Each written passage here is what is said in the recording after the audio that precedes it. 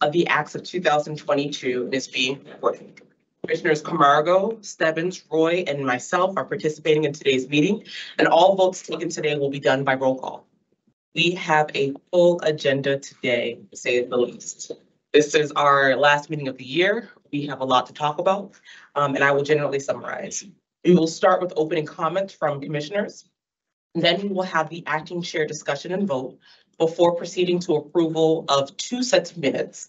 Next, the acting executive director will present the acting executive director and commission staff report before we proceed to staff license recommendations.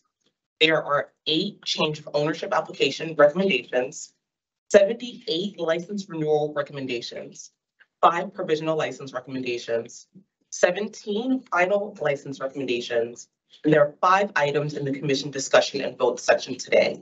That includes a regulatory review discussion on the delivery license types, the COVID administrative orders, FY 2025 budget requests, and the secretary's report for the 2023 year, as well as a job description for the director of operations. I will ask the commissioners wishing to comment or ask questions during any part of today's meeting to please just raise your hands to be recognized. And with those initial comments, I will now turn things over to commissioners for any comments and or updates. And we will be going in alphabetical order. I don't know if there's a preference on reverse or the regular order. Commissioner Camargo, we'll start with you. We'll do the regular order. Hey, sometimes you wish your last name was like started with the Z. Good morning, and first of all, good morning to everyone in the audience. This is probably the biggest crowd we've had since we opened our doors after COVID. So thank you for making the hike all the way to Worcester.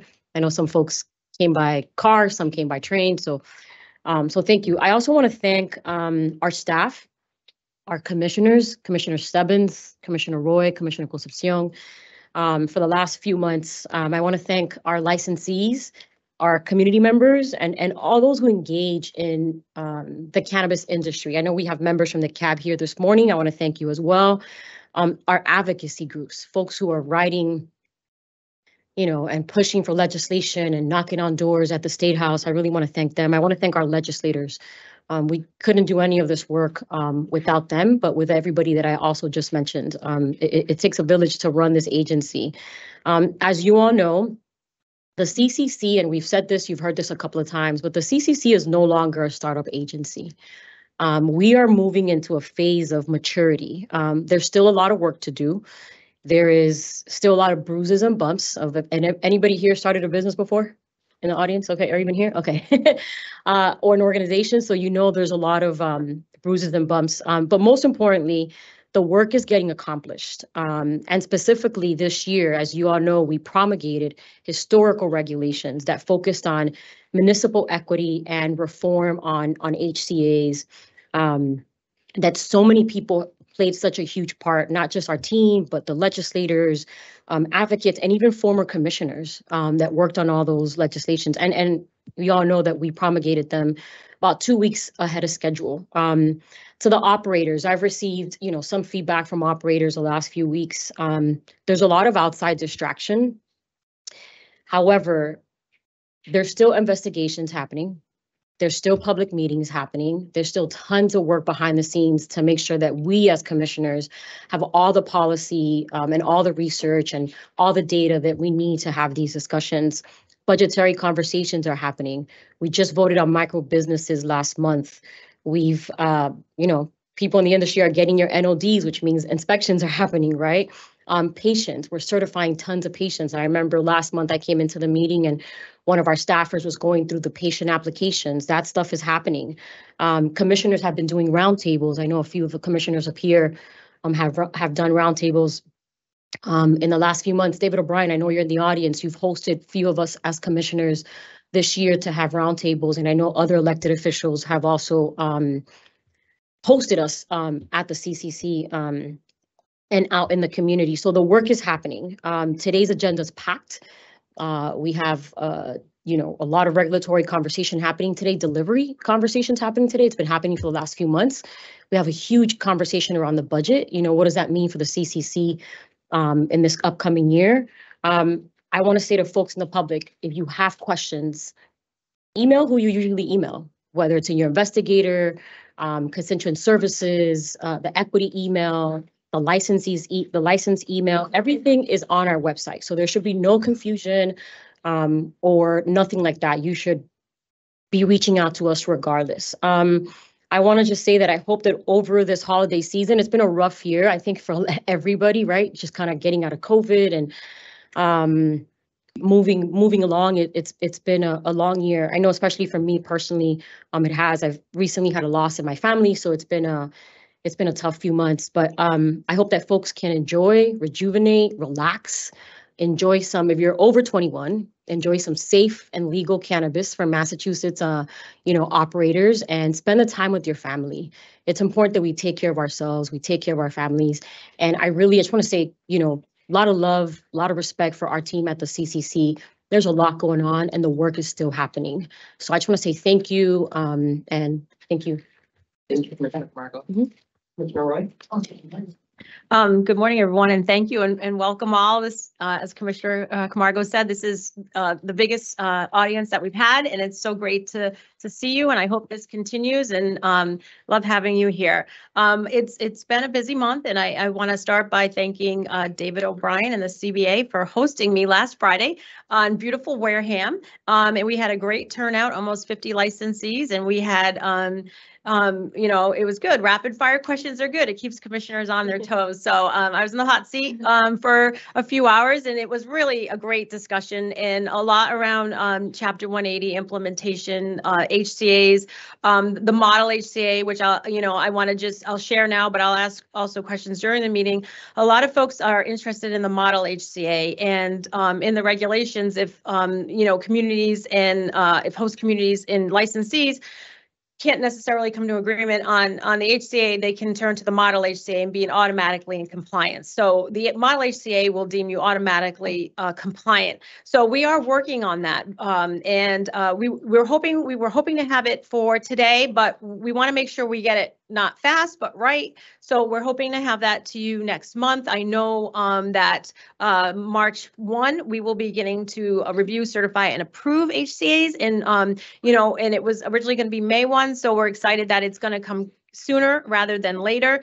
But we had a great discussion, and I'm very grateful to participate in these roundtables. And I want to be accessible to everyone. And I've gotten a lot of emails after in municipal equity. We had a lot of talk about that as well on testing, which on the new year, whereas this year calendar year comes to an end and we flip the calendar to 2024. What are our priorities? And for me, obviously, I always advocate for medical. You guys know that I've been a proponent of access for patients and veterans, and so I will continue to be a proponent for medical testing. Testing is a focus for me. I know that's been in the news a lot, right? So how do we take a holistic view on testing, and what do we do to improve that in the cannabis industry? Product labeling, remediation. A lot of folks want to talk about, do we label our products when they've been remediated? So I think these are things we need to look at. We need to take, we took a holistic view, micro businesses last meeting, and I think we made really good, that was a bridge to nowhere, if you will, when you can't scale. And we as a collective group, we had a great discussion, and I think we've made tremendous improvements on micro businesses. Today, I look forward to our delivery discussion, our COVID extensions discussions, and I also just want to take a moment to recognize the staff as well. When I was at the roundtable on Friday, many folks came up to me and pulled me aside and said, I really love working with my investigator. They help me stay in compliance. They're working with me.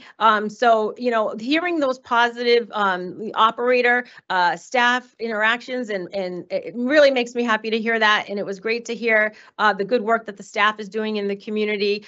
Recently, we got an email. I want to thank Saleha, our director of our equity program, Saleha Williams, about the backpacks. We're going to have these great kits where commissioners and staff can go out in the community and we can talk about our equity program and the tools that we have available to help folks who are either formally incarcerated or fit the SCP parameters, and how do we help folks, right?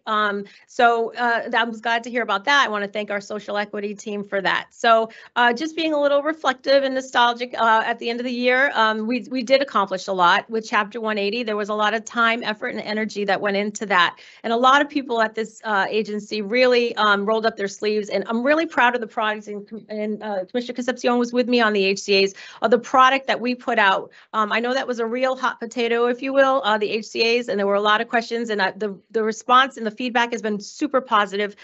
So I'm just grateful for all the work that was done around municipal equity and HCAs. And now we're going to continue to roll up our sleeves and be responsive and be an agency that, works to improve this industry. And medical research is another priority of mine. And I'm grateful to be on the steering committee to help our research center of excellence get off the ground. So having said that, I just want to wish everyone a happy holiday and a very healthy new year. Thank you all.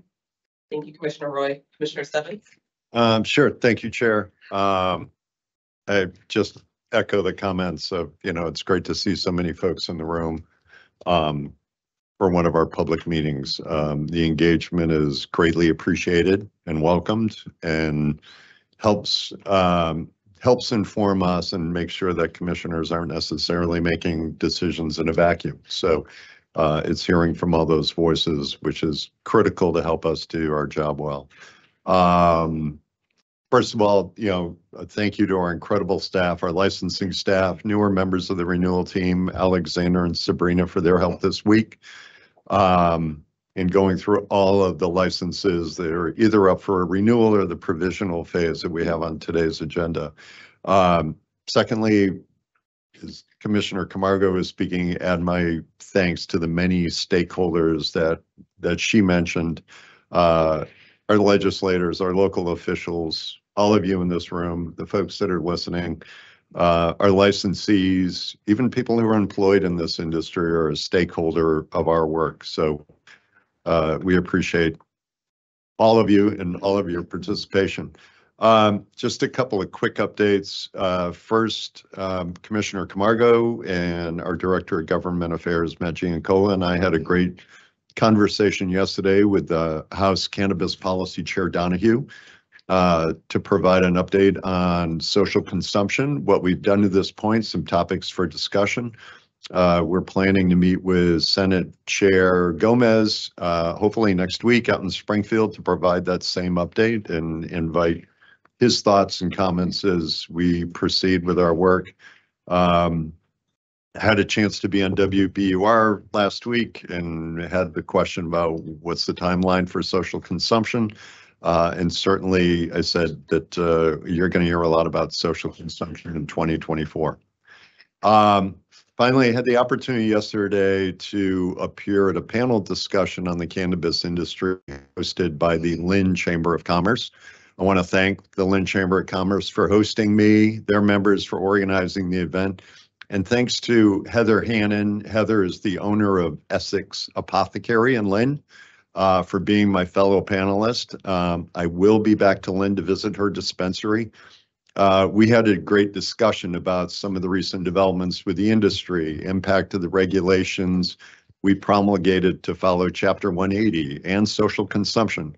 Conversation was great. The support that the Chamber expressed for this entrepreneur who's engaging in the community, providing education, programming for local residents, and I think a case that we hear a lot about and often took a real eyesore of a property in their neighborhood and turned it around.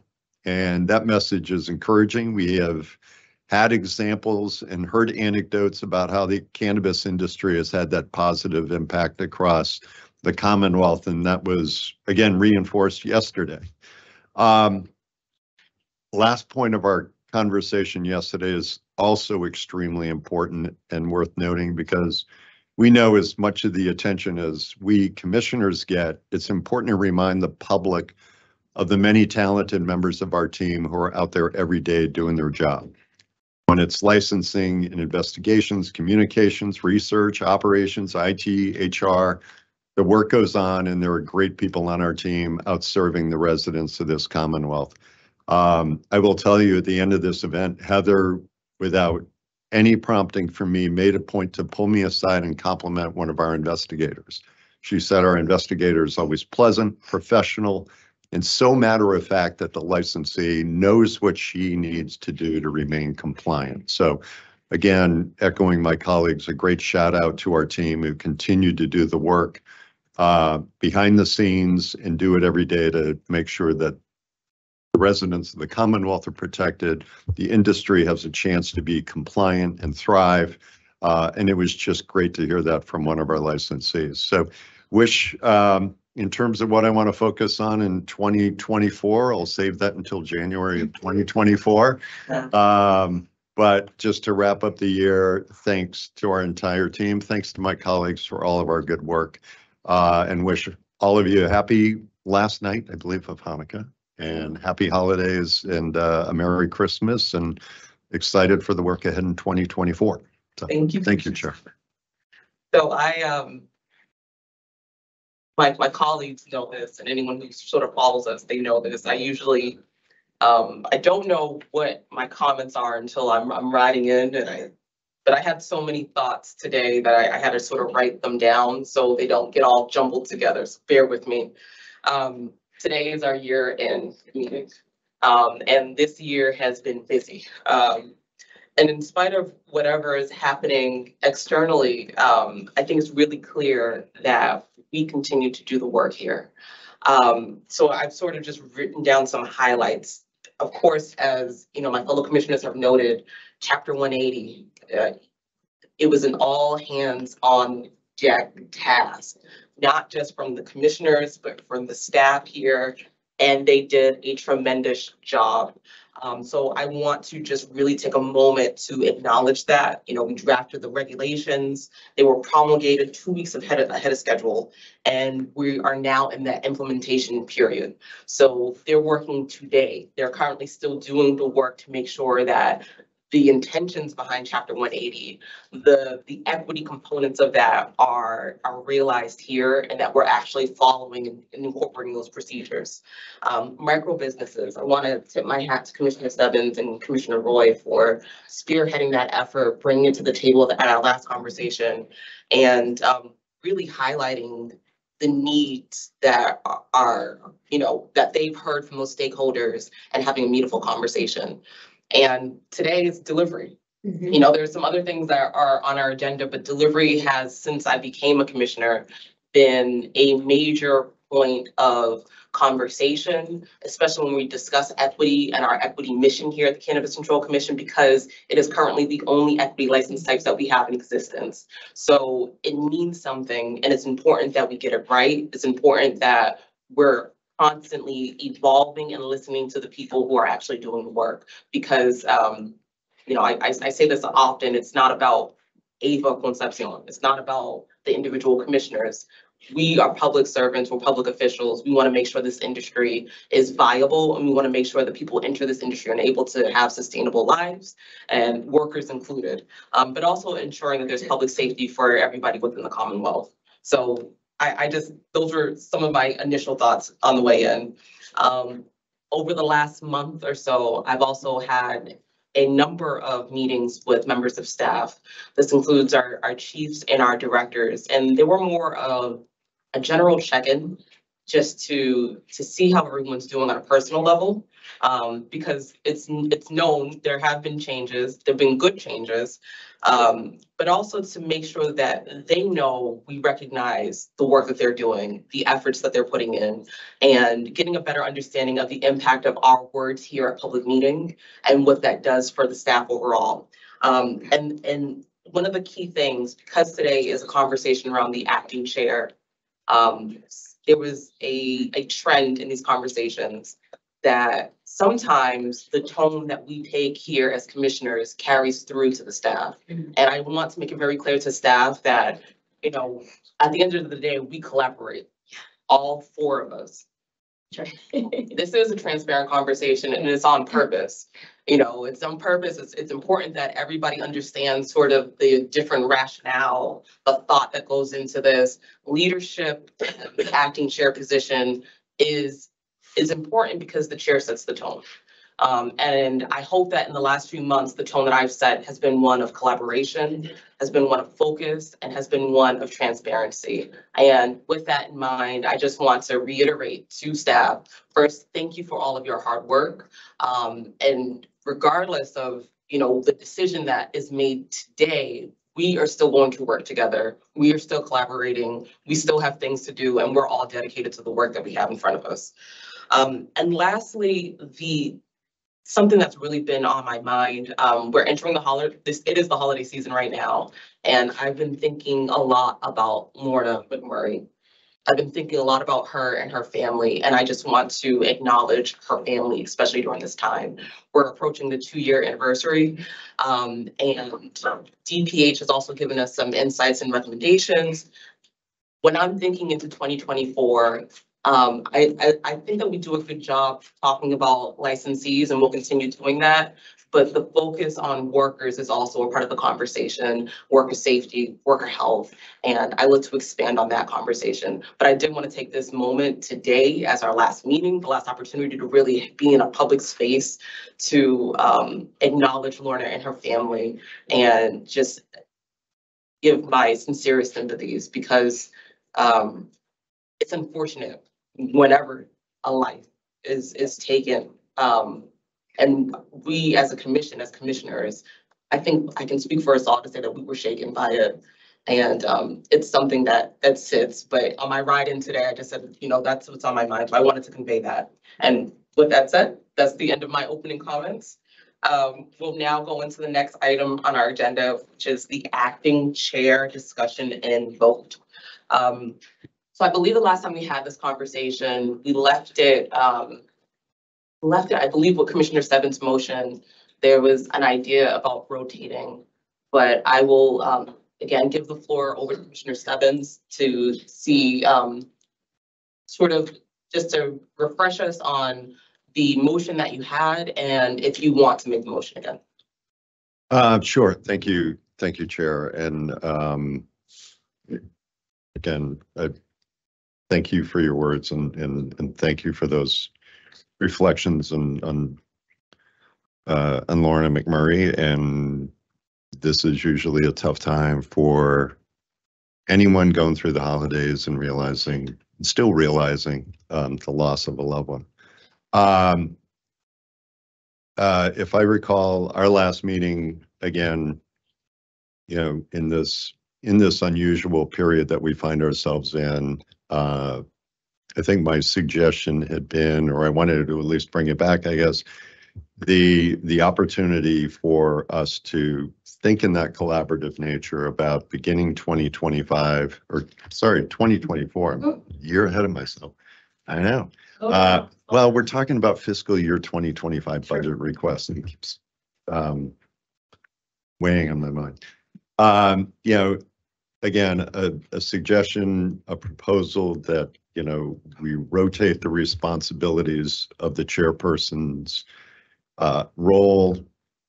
Obviously, it's sharing the work, it's sharing the responsibility for the four of us to, you know, divide the year up by a quarter. We are obvious in, and I suggest this fully hoping that at some point there will be a resolution to the status of the chair and the status of the commission being at full capacity with 5 voting members again. But the proposal I would have is we rotate the responsibilities. We can go in alphabetical order, and if any commissioner is focused on other work or on other priorities and chooses not to want to serve as acting chair for those 3 months, that it moves to the next person alphabetically. So that was proposal I put out at the last meeting. Certainly invite any conversation on it today, but again, sharing the responsibility, hopefully in a collaborative nature, and just helping us move through this intervening period. Thank you, Commissioner Stebbins. Are there any comments or questions from fellow commissioners?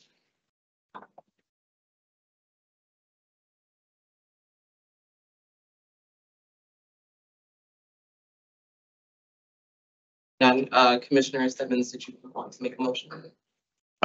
Sure. I'd move that the members of the CCC Commission share the responsibility of serving as acting chair beginning in January 2024 in alphabetical order, certainly allowing any commissioner who chooses not to serve, that it fall to the next commissioner alphabetically, and until such time as the appointment of a chair question is resolved. Is there a second? Second. Motion has been made by Commissioner Stebbins, seconded by Commissioner Roy. We'll now do a call of the roll. Commissioner Camargo? No. Commissioner Roy? Aye. Commissioner Stebbins? Aye. Chair votes no. The motion does not pass. Are there any other motions?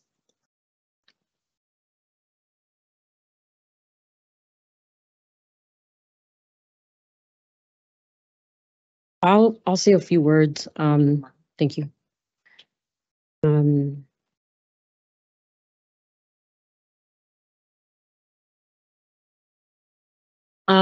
So I'm just thinking, I want to kind of get my thoughts in the right place, but the industry needs some predictability, some stability. Our internal team needs stability and predictability.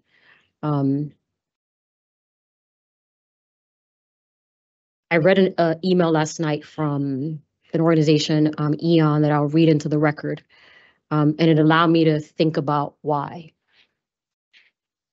Acting Chair Concepcion has shown tremendous leadership and stewardship of the Cannabis Control Commission during a period of difficult transitions and distractions.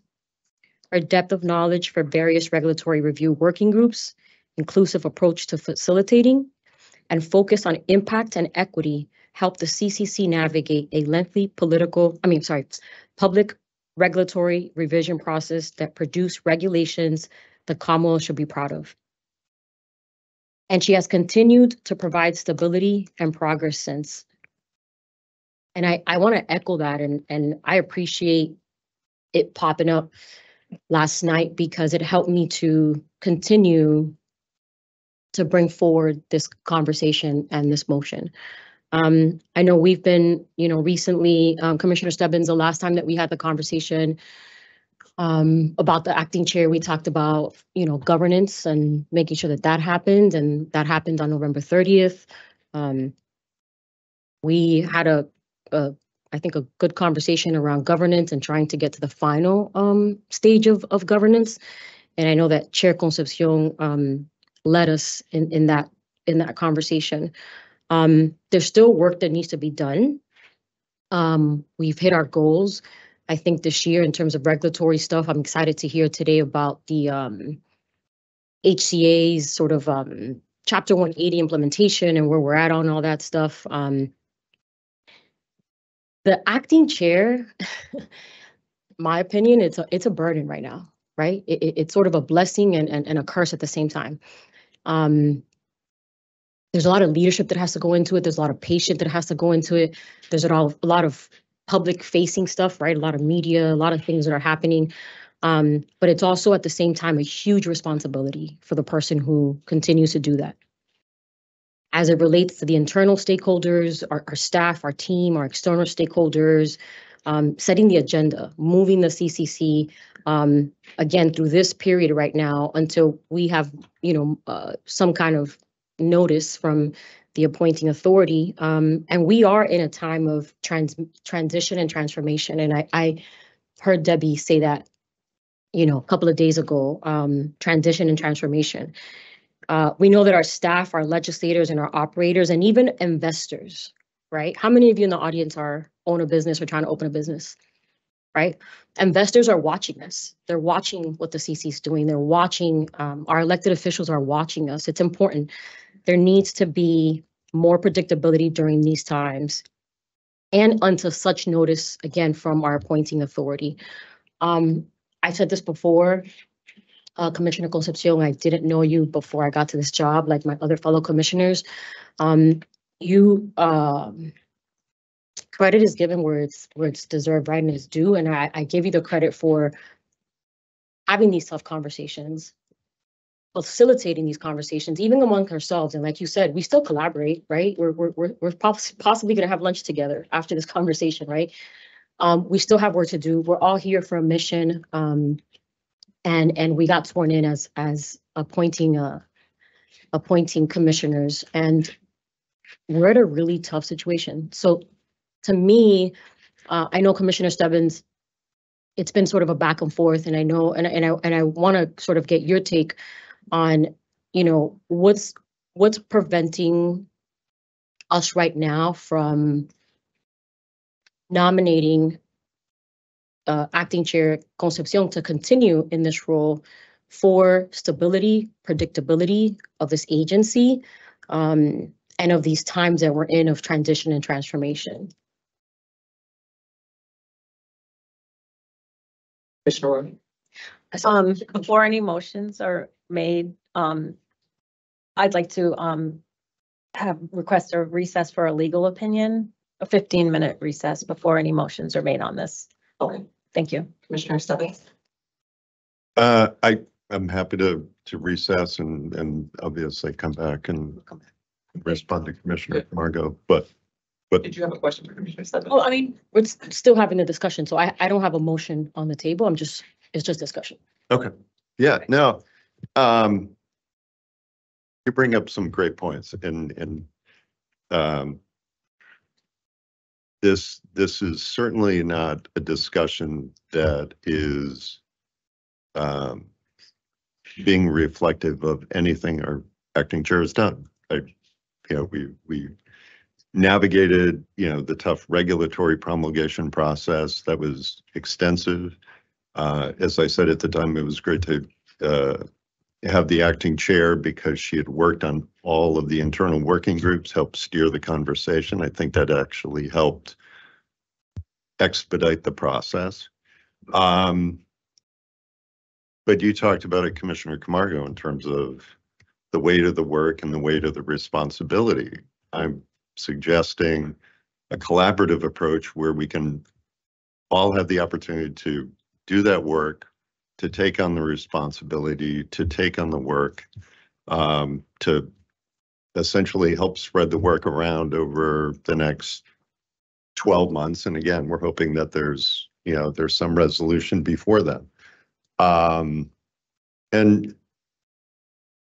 with respect to the comments about stability, I respectfully would push back a little bit because we've all been here a number of years. Our staff has all had the chance to work with us.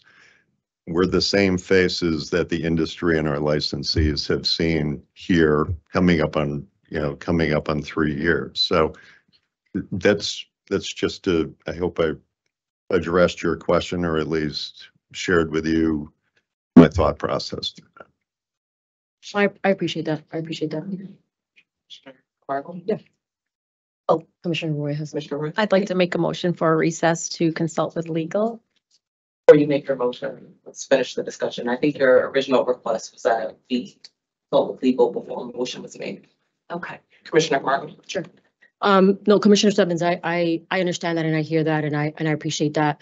And I think, leadership is very difficult. And, I said this all the time. I would say it to our former executive director. It's very hard to lead. It's very hard to want to lead. And I think that I understand what you're saying in terms of the weight and sort of shifting it and sharing it. I still disagree that that's not the best way for us to do it. I think that if, Acting Chair Concepcion is able, willing to continue to lead, that I think it brings even more stability to the work that we're doing, to the industry, internally, externally, to the work that we still have to do at the State House, in terms of our budget and having conversations for this, FY25. And, I think that we don't know yet what's going to happen. It could be any time, or it could be a longer time. And I think that having to go back and forth every month and sort of sit and have this conversation. I see folks in the audience who are waiting for final licenses, right? It puts folks, that makes people unstable, right? And it makes folks nervous. And regardless that people know us, people are comfortable with us. I think that Chair Concepcion has proven the last few months, not just to walk us through the regulatory working groups, because that was one huge step and part of the process, but everything else that comes with being an acting chair. It doesn't come with pay. It comes with all the responsibilities, all the headaches, but it's a huge responsibility, especially at this time of transition and transformation. And I think that we will all be here to support her and work together collaboratively, in the new year. But I think that if we start the new year knowing that we don't have to go through this process, but also that Acting Chair Concepcion is again able, willing to do it and can lead us through that, I think it allows us to start the new year with more predictability and even more stability. Are there any other comments? Thank you. I'd like to make a motion to enter into a 15-minute recess to consult with legal. Is there a second? Second.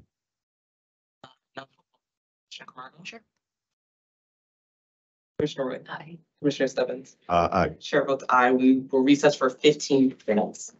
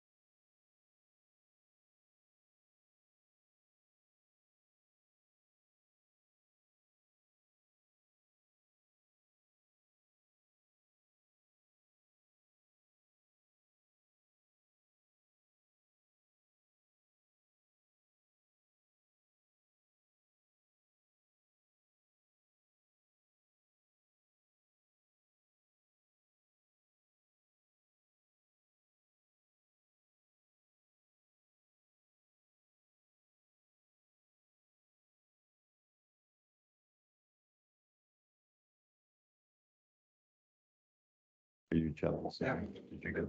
I thank you, Paul. Three more. I'm gonna put it on, Okay. put it on my lap. Where do we left off? It's a motion. I don't know if you wanted, it's open for discussion right now, but having the conversation, I'll open it up to any of the statements. I just want to finish. Oh, sure, Commissioner Camargo. Thank you. And Commissioner Stebbins, I know that we were having a back and forth before Commissioner Roy asked for the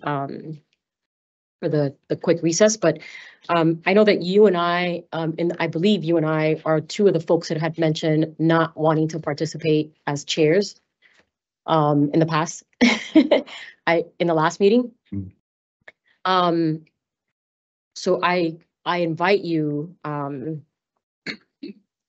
having this conversation, I invite you to put a motion forward to nominate Chair Concepcion as the acting chair until our appointing authorities have given us such notice. Yeah, I'm sorry, can you unpack that? Yeah. So you, Bring it a little bit. yeah, it's okay, it's okay. So you and I, you had mentioned, I had mentioned not interested in the rotation situation. Also, you had mentioned not being interested in being an acting chair when a motion was put forward.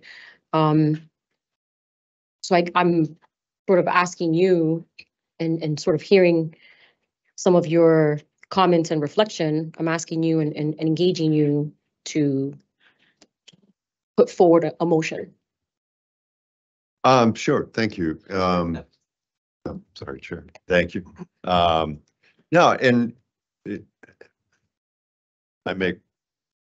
I usually make light of being at the end of the alphabet, so I have time to make a decision. You know, if we entertain kind of a rotation process, I don't know where I feel about taking on the responsibility in 6 months or whatever. You know, a lot is going to happen, I expect, between now and 6 months. You know, again, my previous motion was looking to some type of rotation, allowing any commissioner who chose to, you know, not choose to do it or not choose to serve because of work obligations or other thing you wanted to focus on, you could certainly bow out. And, you know, Commissioner Camargo, if you chose that you didn't want to serve, then alphabetically, you know, the acting chair would take that first, you know, 3-month tenure in 2024. Again, is the way I'm thinking about it. So, so that's kind of where my head was, as you pointed out, where my head was at maybe at the last meeting. Again, if we followed, you know, again, a rotation, and it's a rotation again to offer that collaborative approach, kind of, you know, share the heavy workload that, as you pointed out correctly, comes with serving as acting chair. And, you know, commissioner chooses not to do it, commissioner's right. But between last meeting and this meeting, I don't know where I would feel in 6 months. I think at that time I said, might want to focus on other things. You know, I haven't, again, didn't want to talk about what I, you know, want to focus on in FY or calendar year 2024, but that's just kind of where my head's at. Commissioner Stebbins, can I ask you, what is preventing you from supporting and nominating Chair Concepcion to continue to lead the commission for us after all the months of the work that she has done, but also what lies ahead, and knowing where we're at right now? And I hear you on the rotation, and I understand what you're saying, but what is preventing you from that specific, you know, motion or nomination of acting Chair Concepcion? Again, I've put forward another idea, and, you know, sadly that wasn't voted or approved upon. So, you know, we can continue to have the discussion. I hope we can move the discussion along, because we know a lot of people waiting on licenses and policy discussions and everything else. But I don't think it's incumbent upon me to make that motion, but. Thank you, Commissioner Stebbins. I'll say a few thoughts. Okay, I have a motion. And at the last time we had this topic in conversation, I noted that I would take the rotation into account and, you know, evaluate it. And thankfully, I've had a lot of conversations, a lot of internal conversations, a number of external conversations as well. While I'm saying this, I want to thank Kate, because Kate Flanagan has somehow maneuvered my calendar and she's done acrobatics with my calendar. But I did take that into consideration. And in speaking with staff, even in speaking during our research with some of the people here in the audience today, stability is something that they're all seeking. And you mentioning now that you're not quite sure on how you would feel lends another, it lends to that narrative of not knowing what's to come.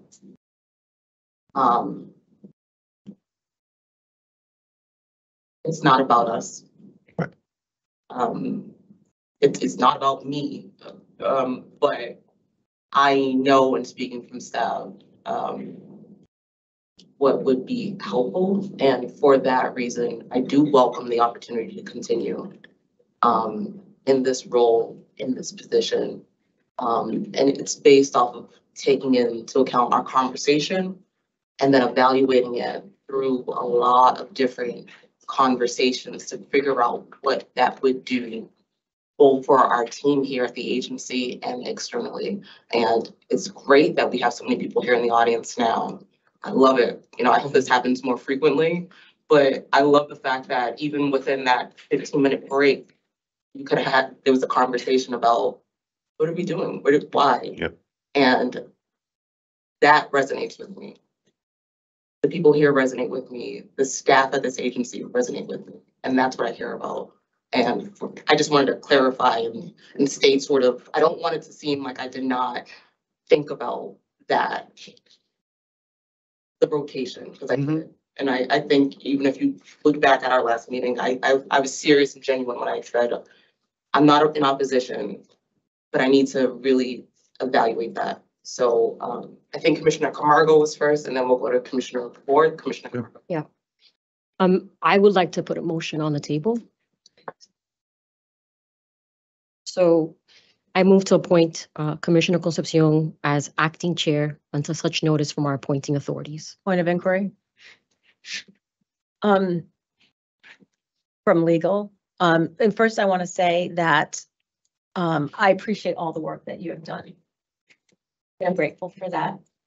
And I appreciate Commissioner Stebbins offering a sharing of the baton, especially during this time. As we all acknowledge, there are a lot of stories out there, and good and bad.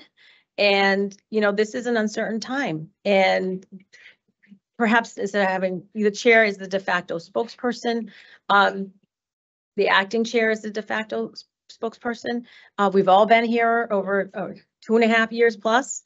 The industry knows us, the staff knows us. We're all competent and capable to be able to handle the job and the responsibility that comes along with being the acting chair. I'm sorry, Commissioner. But point of inquiry is, thank you.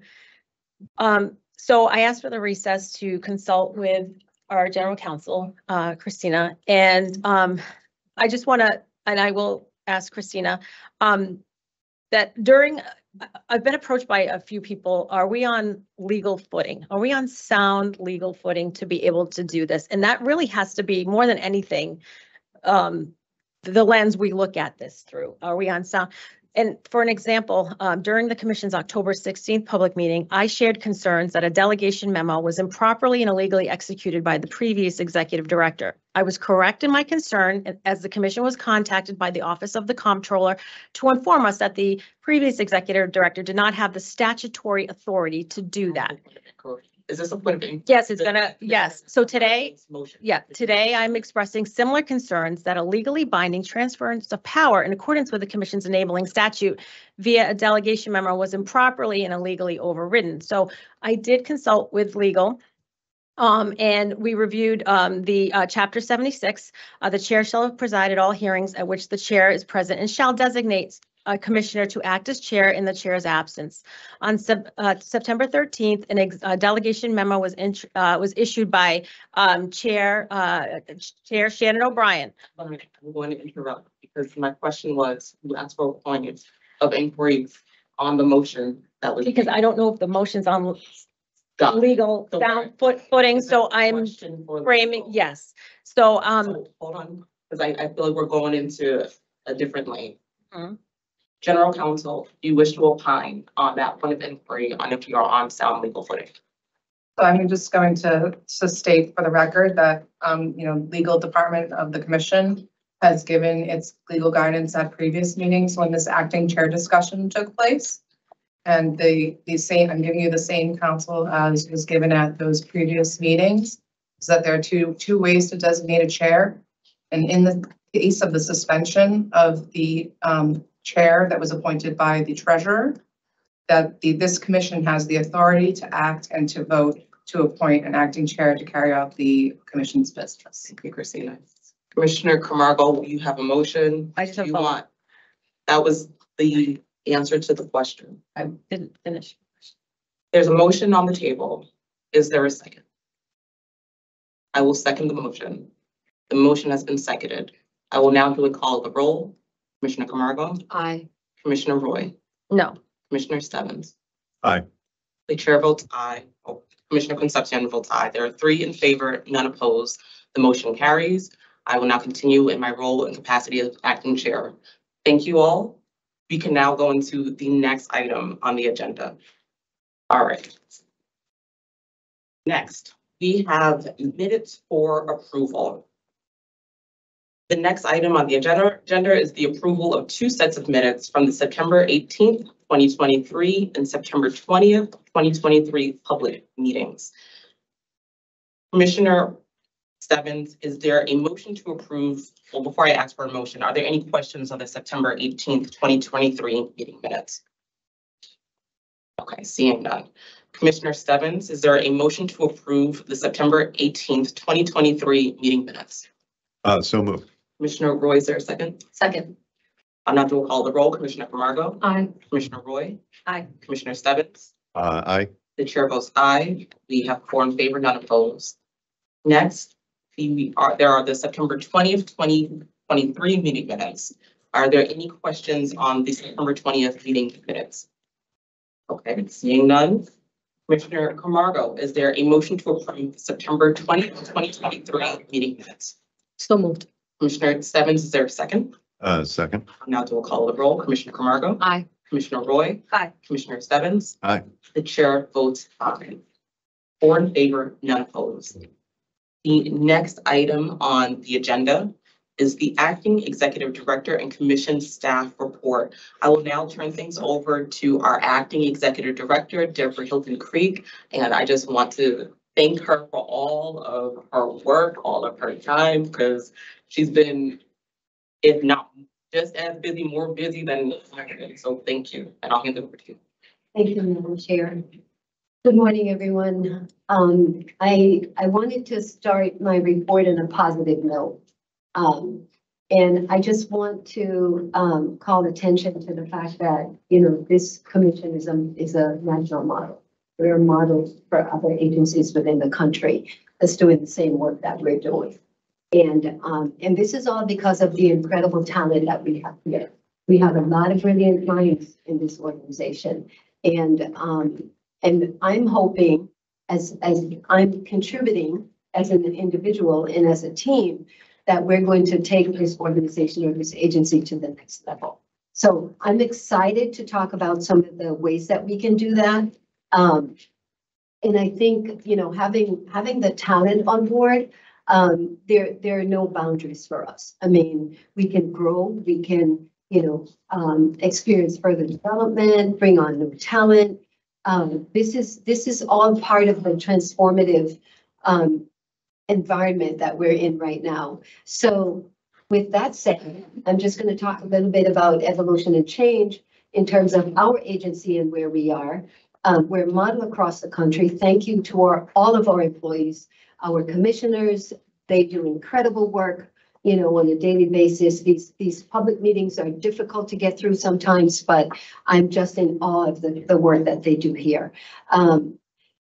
Redefining our leadership and organizational structure. This is a time when we need to take a look at the changes that we're going through. We're moving away from our startup mode into a more mature organization. There are a lot of moving parts to this. So looking at our organizational structure is going to be one way for us to determine what is our next step. Redefining the leadership. We've had some key leaders who have left or are leaving the organization. This is a great time for us to look at what type of a leader do we want now, where we are in this moment in this agency. Appropriate assignment of talent. Are we utilizing our talents appropriately? Effective use of our resources. Can we implement lean principles to make sure that our operational principles or operational practices are effective in moving the organization to the next level? Development and implementation of short-term and long-term strategies. Staying true to our mission. We have a great mission here, and I can tell you that the employees that I talk with about our mission, about why they're here because of the mission.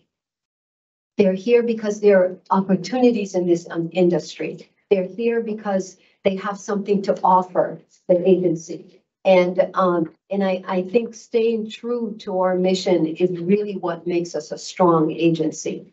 Revise, set up new goals. We have some goals that were, I believe, approved maybe a year or 2 years ago. And don't quote me on that time frame, but goals that the former executive director had been involved in developing. And I think it's time for us to revisit those goals. It's time for us to look at whether or not we're meeting those goals. Are we on target? Should we be developing new goals? Should we just revise the goals that we already have? Transforming our strategies into projects. So as we move to develop a strategic plan for the agency, how do we transform those strategies into projects? Meaning that when you have a project that you put in place, then it's time to execute, right? So you transform the strategies into projects and then you execute on those projects. Measuring and evaluating our organizational performance. We can never stop doing that. That is a continual process that we have to employ. We have to continue measuring and evaluating our organizational performance. And right now, I can tell you, regardless of what's going on out there in the media, we are a high-performing agency. And I can't say that loudly enough. This commission is a high-performing agency. And hopefully you'll see a little bit, coming out of that when we get into the budget report a little bit later.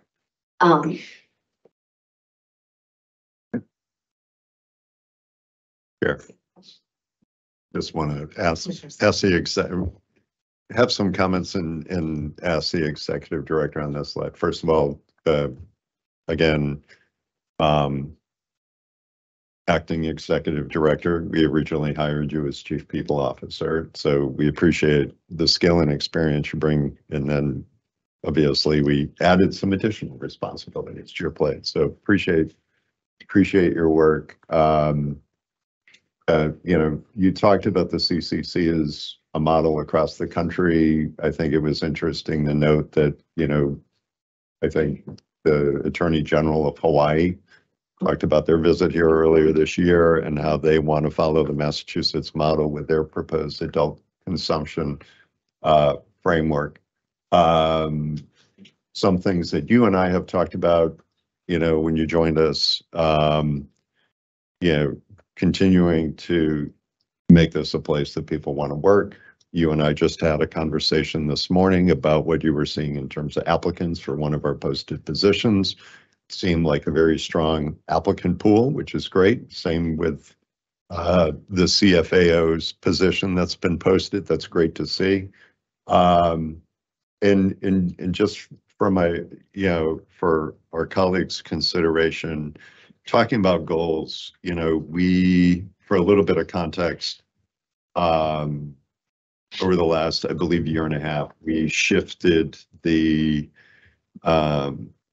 opportunity for the executive director to create goals that were less task-based and more broad, understanding that if you wanted to demonstrate progress towards goals, you would have to show those things that you were doing to make progress toward those goals, as well as having multi-year goals for this agency.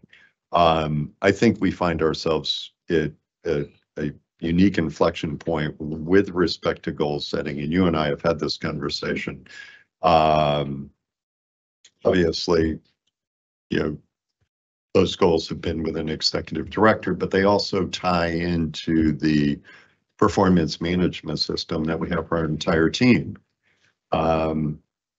Currently, that is aligned around a calendar year, and we've had conversations about what happens at mid-year point when a new fiscal year starts. We understand the resources that we have. How can we allow an executive director to pivot? I think we might be, or we should consider how the conversation, certainly look to you and the leadership team to walk through this topic at some point. Should our goals be aligned on a calendar year? Should they be aligned on a fiscal year? And that's a question I think we should entertain. We should have a conversation about. The other thing I will share with you, with my colleagues, that I shared with our chief people officer when she came on board, is we had instituted a new program for evaluating the executive director's performance. I don't take any pride in authorship, and I would really invite the eyes of an expert in the HR world and her background to revisit that process to make sure it's a process that fits with the agency's work. At the time that I proposed a new process, I didn't like the old process. And if you're going to whine about something, you better have a solution. So I would say as we look ahead to recruitment and hiring of a new executive director, that we invite your thoughts on what a new process might look like, so that any candidate considering the position would understand what would be expected of him or her should they be a candidate for this position. So I know we had that conversation, but I wanted to share that conversation with my three colleagues. Thank you, Commissioner. Any other questions? So Debbie, please. So moving on, the next slide, we're looking at developing an organizational training plan, and this really became evident in terms of our current practices and processes. How are we onboarding new employees into the agency? Are we providing, annual opportunities to do a refresh? And this type of a plan across the board, from commissioners to senior leadership team to the general employee population, really supports effective decision-making. And it aligned the talents with our organizational goals. It's effective in terms of our preparation to pivot in times such as these. And again, we are in a transformative state. And so providing the appropriate training and the right training for everyone within the organization to understand where we are right now and how collectively we can move the organization beyond some of the challenges that we're facing currently will definitely provide us with a pathway to improved conflict resolution. And the reason I included conflict resolution is because sometimes agencies and organizations experience conflict where you get an internal conflict that's clashing with an external conflict. And as you see it, it plays out in the media for us. It doesn't make us comfortable. We're never happy about the negativity that's out there in the press, but it doesn't stop us from being a high-performing agency. And this is one of the things One of the reasons that I am here is because we believe in the mission and we are going to get the job done regardless of what's going on. So kudos to the staff. Kudos to the staff for being able to deal with those challenges and especially with the challenges in the media. Recruitment of key roles. Right now, we're in the process of recruiting an executive director. We need to deploy a commission search committee. We need to develop new job descriptions with high-level qualifying criteria, which Commissioner Stebbins, kind of alluded to. Setting up that evaluation process, setting up that foundation for that new ED to step in and feel as if he or she or they can perform on day one. Internal process, engaging commissioners, engaging the CBO, senior leadership, engaging teams, employee focus groups to talk about what do we want in a leader? What are the characteristics, the skills, the personality? What are we looking for? This is going to be a collective effort. The external process, the possibility of engaging an executive search firm, identifying networks within the Massachusetts system to make sure that we are covering all our bases, because what we want is an exceptional leader in this agency.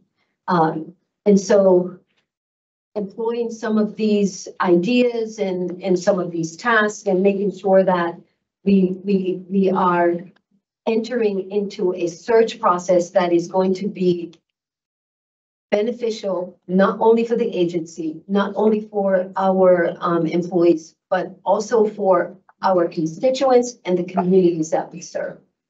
So there has to be a match. In other words, we have to find the right match for this agency and this position. Yeah, just, can we go back to the previous slide? There you go. Thank you. First of all, appreciate this update. Again, this is right in your wheelhouse in terms of the recruitment of the next executive director is an important step for us to take. Having been on and led commission searches for executive directors at another commission, not raising my hand to help, but of course, happy to do it. No. I think that I just want to point out what I think are some very important steps. That is you talked about creating that new job description, getting staff and leadership input into what that new job description is. We've talked this morning about, the different maturity level that this commission finds itself in at this point. I've been involved with searches that both used an executive search firm and ones that didn't.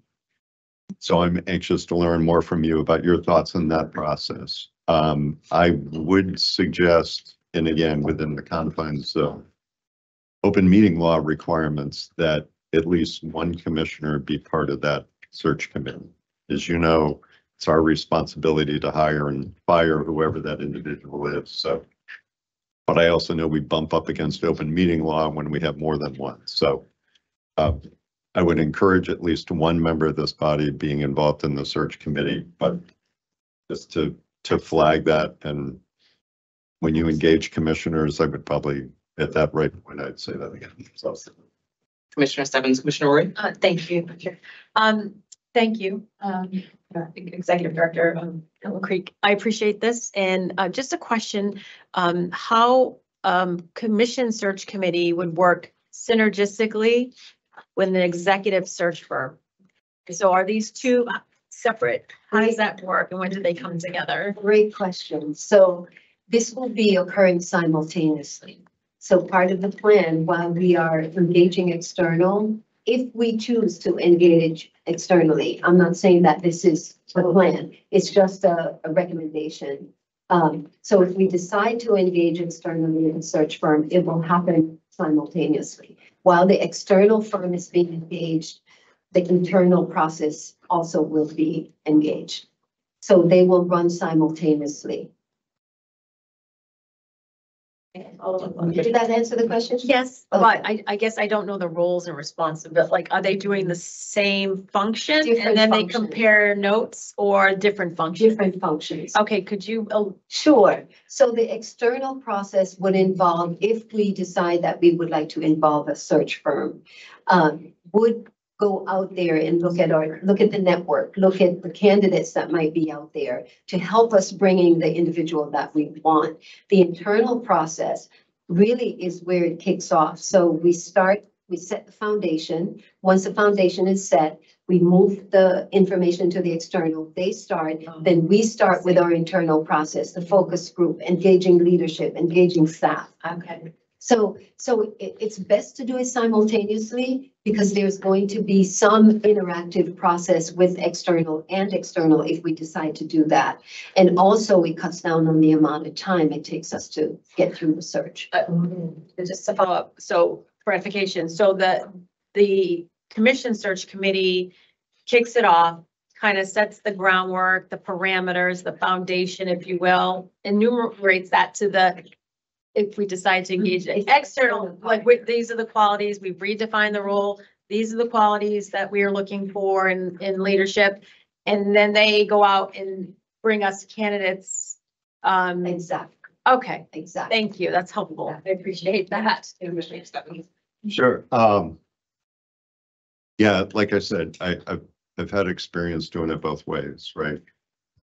Executive search firms are great because they ease isn't the right word, but they pull out those candidates who have a strong ability to meet our qualifying criteria.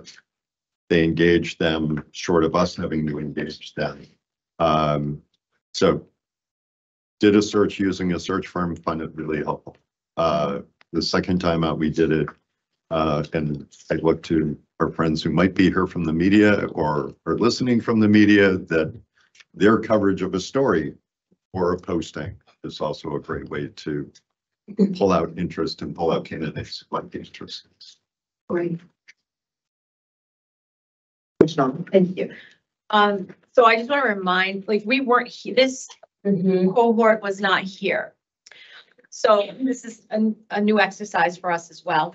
But from my understanding, that because the commissioners statutorily hire the executive director, that the interview process itself plays out publicly, which is highly unusual. Most interviews are not done on TV, in front of the press. So, I just want to remind folks that because we are bound by open meeting law, and we are statutorily, the commissioners hire the executive director, that this may be clunky, as Commissioner Stebbins says, but it will be public, and the interview process will be, so there's no really like anonymity behind Right. closed doors. So I just want to remind folks of that. Commissioner Camargo. Commissioner Roy, thank you for bringing that up. Is there, that's the only way to do it, right? Is that the only way or legal? That's legal. There's general counsel. For the public interview? Like who set that up? I'm not sure how they set up. I know for when we had Don Collins, there were public interviews. I'm not sure what. Can we just get like why or statutory or whatever? I mean, I think it's a great idea, right? But, it would be good to know sort of who put that in place and, and how that plays out. Because to Commissioner Roy's point, like we weren't part of that process. And that's a hefty, I mean, it prepares them for the job for sure. That's true. Yeah. Thank you, Chair. Yeah, it's I'm not going to use the word clunky anymore. I got to find something better. It needs to be a public process because all five of us or four of us, and right now, commissioners are meeting to make that hiring decision. I would suspect the only way around that is if one commissioner was entrusted to do that hiring, and I don't think that's the best way to go. It's tough, and again, previous searches that I was involved in, we had candidates who bowed out and were like, I'm not putting myself out there. And, you can see why, especially if they're employed someplace else. So, Commissioner Camargo, to your point, it's a real battleground. It's a real testing spot, but I think for us to find the leader that we all need to agree upon to work with, it's a process that needs to be done in public. I agree, especially considering the way that we function. An executive director also needs to be able to have public conversations and sometimes get into the clunkiness of it. And so I do agree. Are there any other questions or comments before I ask the executive director? Commissioner Margot? I just want to say for the record, I agree as well. I'm just very curious how that went into play, as a public agency. And I don't know if other agencies, Commissioner Stebbins, does the Gaming Commission do that as well with the executive director? Oh, okay, so it's a thing. Okay, all right. Just really curious. Thank you. That's helpful. And that would be helpful just to get more of an understanding, some more background context. Acting Executive Debbie Hilton Creek. Thank you. So moving on to recruiting, continuing with the recruitment of key roles, the CIEO, Chief Investigation and Enforcement Officer, will be queuing up to recruit for that role as well, and may require external resources for the fund. Not sure. I mean, that's a pretty critical and important job. A key role for us. So, we may need to put additional resources into making sure that we also bring in Chief Investigation and Enforcement Officer that can continue with the progress that's occurring in the department or the division. I'll pause you there because I feel we're talking about recruitment, but we need to definitely take some time to acknowledge our current Chief Investigations and Enforcement Officer, Yao Gigi. He is probably hating the fact that I'm stopping so that we can highlight him, how amazing he is and how much we do not want to see him go because he has done so much for this organization. But I did want to take a moment just to tell him thank you and to acknowledge all of the hard work that he has done leading the largest team here at the Cannabis Control Commission. I believe he was a part of that inaugural team of lead staff. So I just wanted to pause there because we went right into recruitment. And I think at one point I wanted Gal to come and speak to us, but he's a behind the scenes person. So we'll just embarrass him. Hello,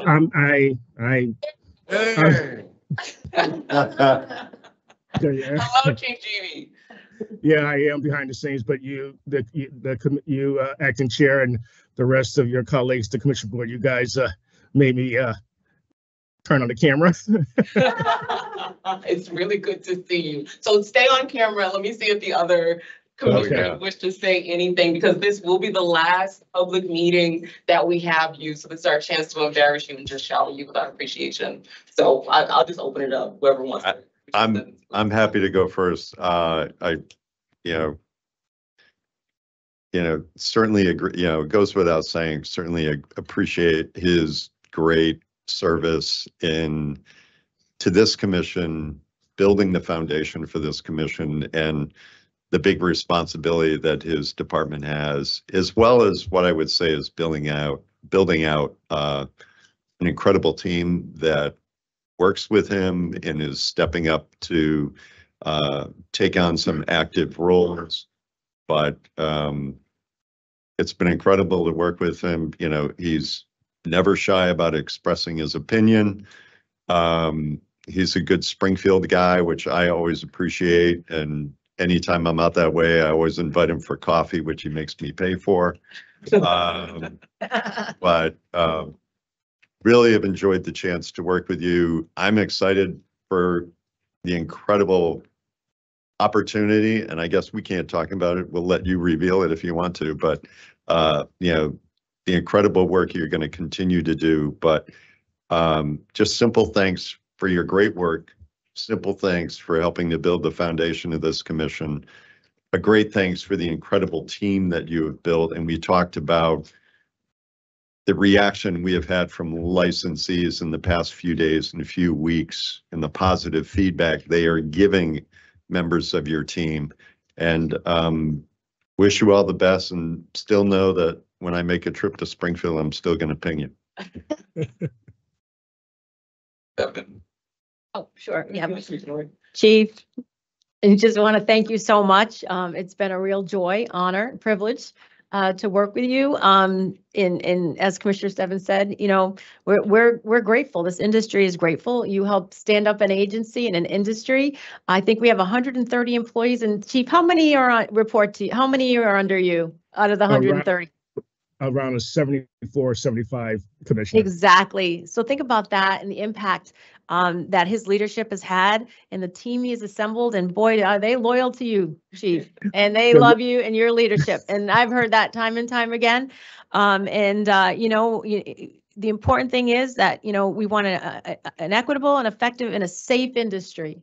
And I know that you've given it your all to make sure that we did that, and we have continued to do that. So we're going to miss you. We miss you already, and I want to thank you. You've been a real resource for me. I get a lot of emails from a lot of constituents, and 9 out of 10 they go to you after they go to me. So thank you again, and you know, not only to your service to the commission, but your prior public service. For the Commonwealth, and I just wish you all the best as you move forward to this new opportunity, and I know you're gonna shine bright there too. So thank you. It's really great to go after Commissioner Roy and Commissioner Stebbins because you guys articulated that so well. Chief GB, I'm not gonna blow your head up even bigger now, you know? So they said what they said. I agree. I echoed that. But, you know, I appreciate your leadership with your team. And I think to Commissioner, you know, Roy's point, you know, 9 out of 10 emails go to your department. And they get taken care of when they need to. It's been a pleasure. It's been a privilege to serve with you. I know what it is to be part of an inaugural team. You all, everyone who's part of the inaugural team will take that with them forever. And it'll be on the resume forever, but also in the heart, right? Like there's been a lot of sweat equity that has been put into building this agency. I don't think people realize what it is to create a new state agency for marijuana, cannabis. So thank you so much for your service. Good luck in, you know, in the future. And I also want to say on a positive note, it's also good because I've always said, we're not here forever, and you've warmed up the seat, and, you know, your department is in order, and now someone else gets to, you know, take the work and sort of lead and maybe have a different perspective. But you've done your part. So thank you so much. And Chief GED, I will, before giving you the floor, because now that you're on camera, we will give you the floor and opportunity to make some comments. I echo my colleagues. You are a mentor to so many people here. You have the respect of everyone within this agency, and that's not to be taken lightly because we come from all different, you know, we're the most diverse agency in the state. And no matter who you talk to, there's a tremendous respect for you and your job and how you carry yourself.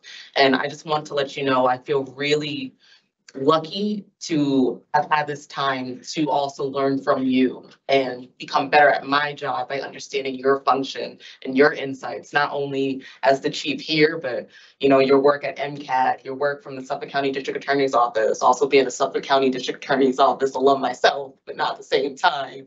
But still, you know, you will be missed. And I'll stop there and make you come and address the crowd here and your team. And it's hard to let you go, but I know you're going to something really incredible. I'll be really quick, you guys. I know I don't like to talk a lot, but I'll be really quick. I just want to thank all of you commissioners. I know Acting Chair Concepcion, it's been an honor to work with you. I want to also make sure that I thank the inaugural commissioners for the hard work that they did and the opportunity that they provided me when they hired me to be the inaugural CIE. But I also want to do a couple of quick thank yous before I really thank the wonderful commission staff that I have worked with over these years. I want to give a shout out to the Department of Public Health.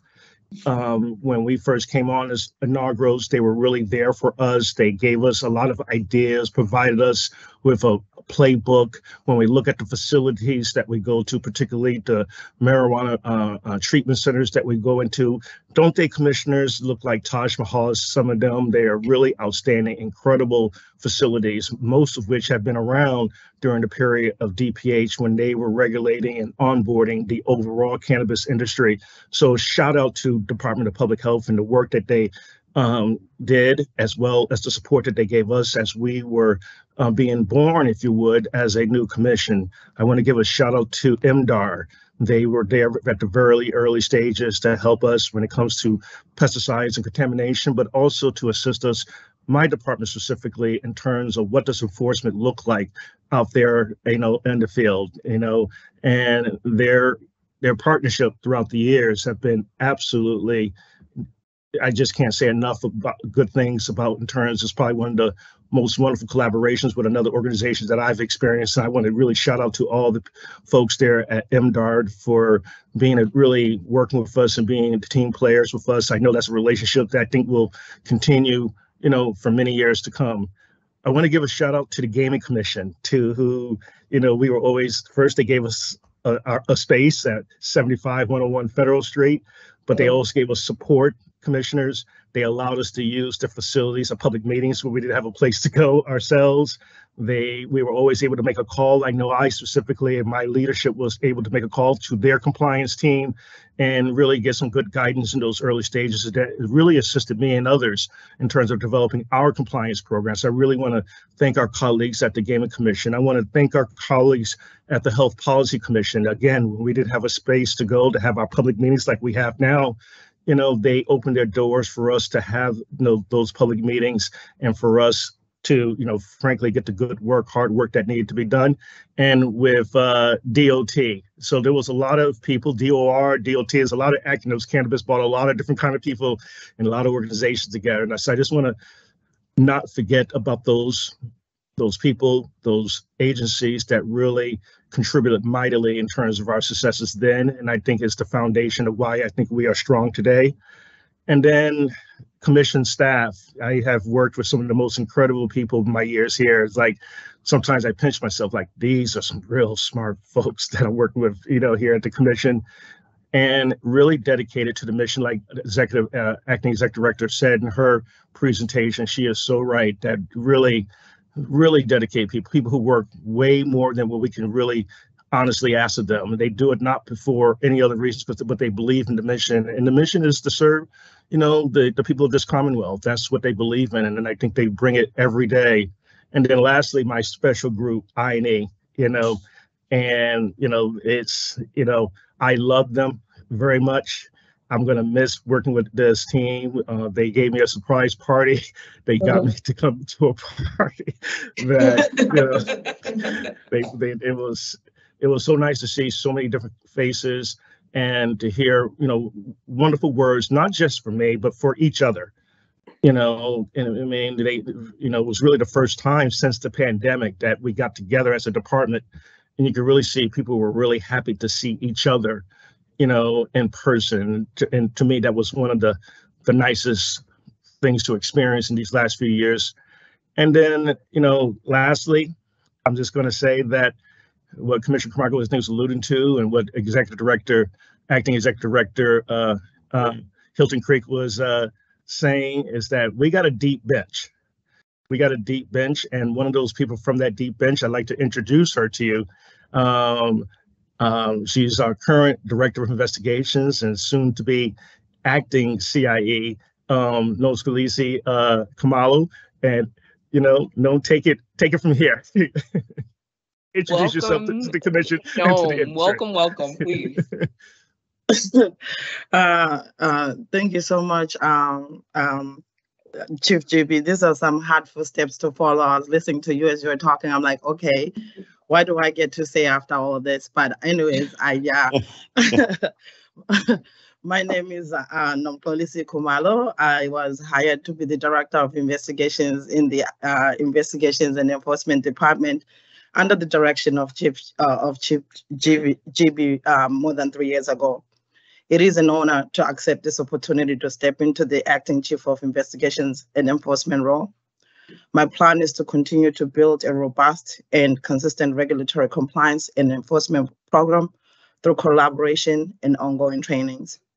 Most importantly, the goal is to continue to build an effective program by assessing the current state of our compliance program and enforcement program by identifying the gaps, and then developing systems and processes that would enhance a safe and equitable industry and overall make a positive impact within the industry and across the Commonwealth. Lastly, I would like to thank my colleagues. And there is a saying out there that says a chair has a support of its legs to stay still and bear the weight. I'm giving a special shout out to the investigations and compliance team for welcoming me into their team 3 years ago with warmth and love. They've pushed me, they've motivated me. So I'm hoping that in this role, we'll continue to do the best that we can for this industry and the people of this Commonwealth. So thank you for this opportunity.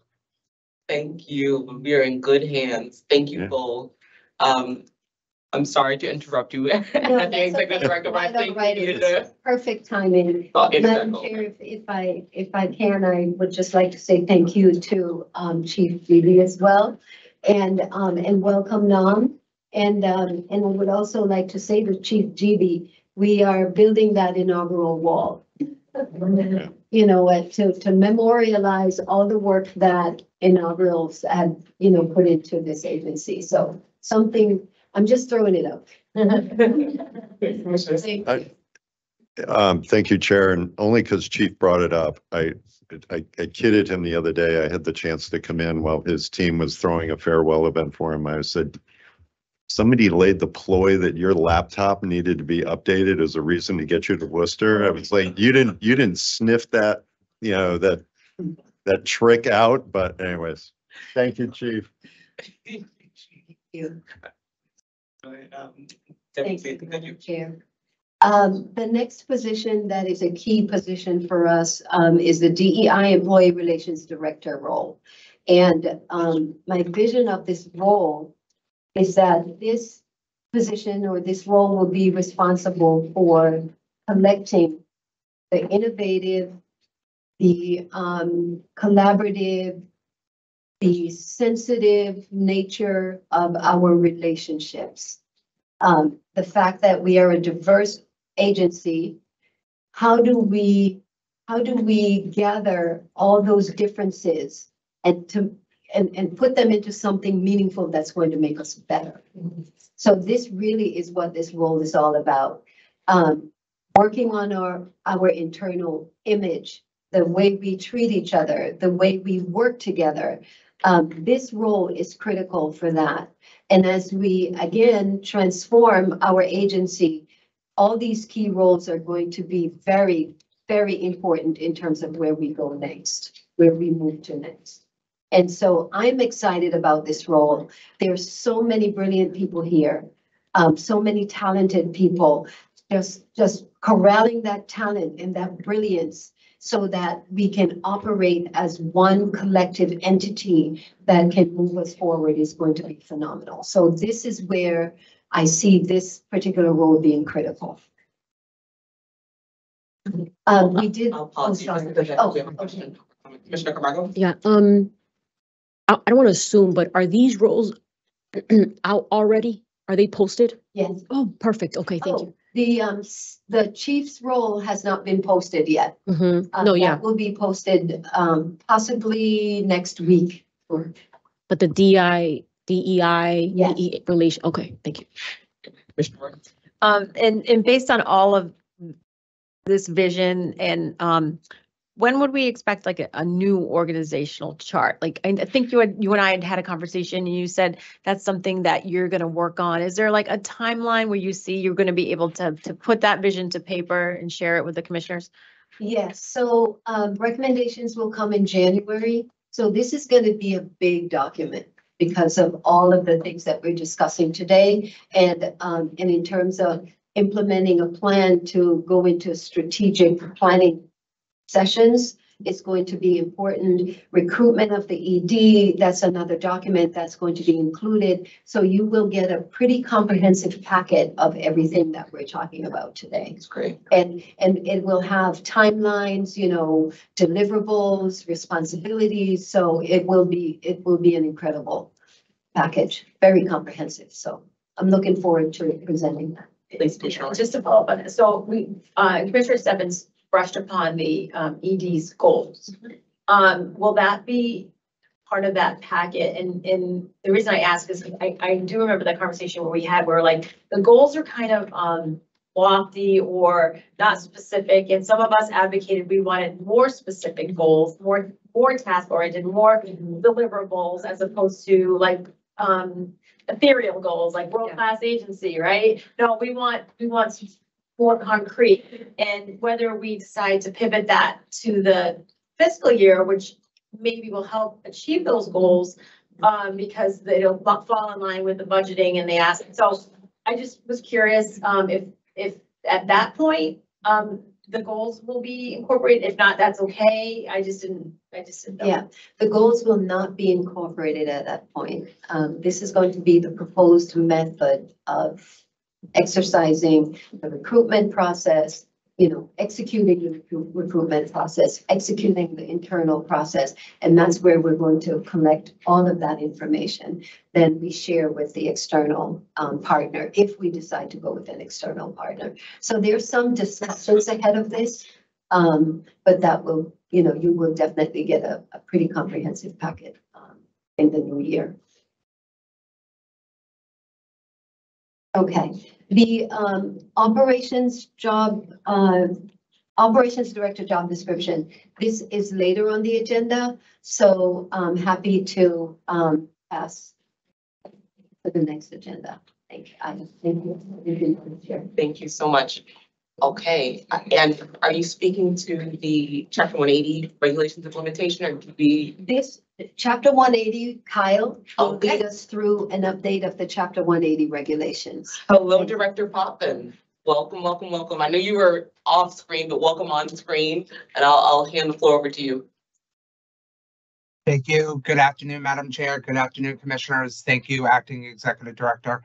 I'm here at this point to give the Commission and the public an update on the regulations that were promulgated and what is essentially the next step in any policy implementation is the actual implementation.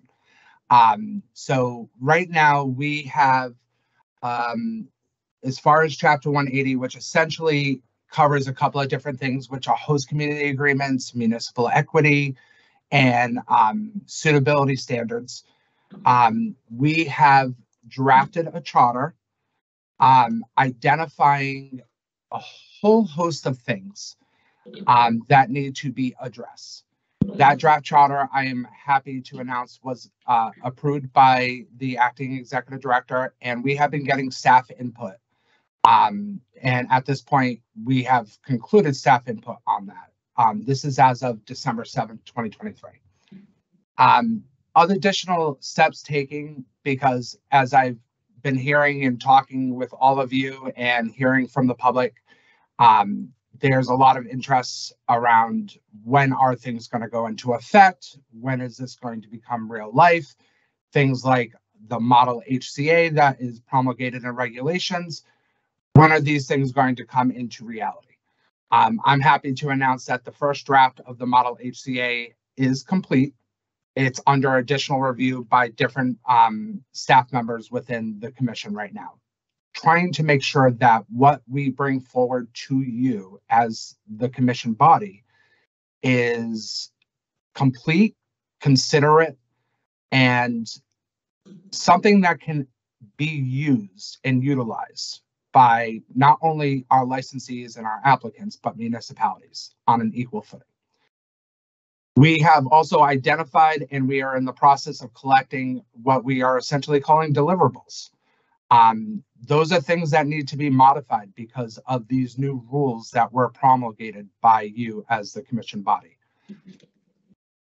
The draft charter highlights from high level, essentially every single team within every single department within the commission has at least 2 people that were identified for seeking input.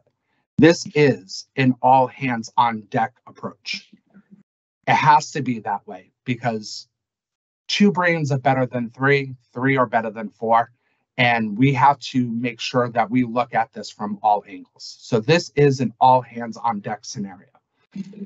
We have identified the roles and responsibilities so that everybody knows this is what my part is. This is what my obligation is. And just to identify this again, and I know we've said this before, but this is staff that exists right now that are doing their current everyday job responsibilities, taking on this additional obligation, trying to fit it in to make it a reality. So we want to be considerate of that as well and identify that as well. This is them going above and beyond, like the acting executive director was talking about earlier. We have a lot of talented people in this agency, and every person is entitled to a voice and a say. We have to have that. We have identified so far over 120 different deliverables that need to either be created from scratch or modified. I will go into the deliverables in a second. The general timeline, just so that we are fully transparent as much as humanly possible and predictable as much as possible, is we have to prioritize certain things because there are certain dates that you as the policymakers have established. One of those dates is that March 1st, 2024 date, where we are going to start reviewing and certifying and approving or not host community agreements for new applicants applying for licenses as a marijuana establishment or those that are seeking renewals. So that's one deadline that is a priority. There's another deadline. It's the May 1st, 2024 date, and that applies to municipalities where they need to have certain things in place for municipal equity. And they have to notify and attest to us certain things and supply us with certain things that are showing that they are taking steps towards equity in this industry. We are prioritizing those things. That is the number one goal right now. But there are so many other things that I'm going to go into. Like I said, it's 120 different things. If we can go to the next slide. So as I was saying, right now, as of December 7th, we had identified about 120 deliverables. Those are license applications. So our current license applications for every single license type needs to be modified to now receive and request and obtain host community agreements versus host community agreement certifications. On renewals, we need to do the same thing. We also need to promote one of the key elements in Chapter 180 is the Social Equity Fund and how private and public donations, it's not just public, it's private donations from our licensees, how it can be part of their positive impact plan and how that's an avenue for them to accomplish their goals. We have to modify every single license application. When it comes to agent applications, because of the suitability standards that have changed based on Chapter 180, we need to now revise our applications to seek the right information and not seek the wrong information because it's no longer applicable. So that in itself is a population of about 25, 30 different applications, but it's not just that. It's guidance documents. It's informing the public through our communications externally. It's internally training our staff on how to review host community agreements, which are essentially contracts. That is contract law. Training them, communicating this information, reaching out to municipalities through our government affairs team, guidance documents, there's at least 10 guidance documents that need to be modified in some different way. That model HCA, which is in the works, and so far what I've seen has been an incredible amount of work in a very short period of time. It's amazing, but also that just basically websites. Our website itself now is outdated in a sense where it needs to be updated based on this new law, based on these new regulations. These are all things that need to happen so that we are not only implementing the policies that you have adopted in the law that was passed, but that we're doing it effectively, we're doing it efficiently, we're doing it transparently, and we're doing it with equity in mind. These are all the things that we have identified so far, and that number of 120 is only growing based on the input that we have already gotten from our talented staff across this agency. So there's a lot of work ahead of us, and we're trying to prioritize the things that we need to prioritize, that the things I think everybody cares about, but there is a lot of things that need to be changed and need to be updated. And we are in full force and effect right now moving forward. And luckily, with our next steps is our acting ED is her approval of our final charter after we got the input from our valuable staff. And we have an orientation kickoff meeting already scheduled for next Monday, this Monday coming up. With that being said, I want to be very clear. There are things already in motion. This is not us starting our implementation on Monday. Things have been put in motion already. Like I said, model HCA, collection of documents, identifying of key people and staff across the agency, and many, many other things. We are not taking the implementation of this new law and your policies lightly. We are taking it very seriously, and we're trying to do it very strategically, and we're trying to do it the right way. So that is the overview of the Chapter 180 regulations implementation. With the acting executive director's blessing, my goal is to try to come to you every month with a status update, so that we can keep you and the public informed on everything that is moving and where it is. Thank you. And with that, I will stop. Thank you so much. I see Commissioner Roy's hand, so I want to give her the opportunity to ask you questions. Commissioner Roy. Thank you. And Director Potvin, thank you so much for your expertise and your leadership. And I feel your team is impacted the most by the new law, and you have so much additional responsibility. It's so obvious. I mean, you can see the 120 deliverables. I'm sure that's going to grow. And I appreciate your sentiments around having, some of them are more time sensitive, right, than others. And you, like the model HCA, this highly anticipated document. I did the roundtable, as I had shared with all of you last Friday. That came up time and time again about the model HCA. So I'm so glad. It sounds like, you know, we're almost in the end zone there with that. It's getting close to that, to bring it to us as commissioners to look at that. Another thing that I just want to share with you and my colleagues that came up was, and you have it here around a mass CIP. And a lot of folks kept asking me, because we constantly say, you know, 90 days. And the law is we have 90 days to review. And so technically 90 days will start the beginning of January. And folks were asking me about the portal and if they could, in other words, piecemeal upload. So in other words, if they're negotiating now with their host community, starting in January, can they just upload? Do they have to upload everything at once, or can they piecemeal the upload of the document, the contract, the HCA? Because folks are the licensees operators I met with, they really, I said, don't procrastinate. And I echoed Commissioner Stebbins because he says it all the time. Please get your stuff in on time, and we're asking for that 90 days. So I just want to share with you what I heard last Friday about that. Thank you. And Madam Chair, if I may. Please. Thank you. So I think I want to make sure that we're setting expectations correctly, at least from my understanding. Is that March 1st date of 2024 is when the commission as a body, as in staff, are going to start requesting and assessing and approving host community agreements. prior to that March 1st date, unless, because again, this came up in your regulatory discussions between the March 1st date or the May 1st date, and there was discussion back and forth.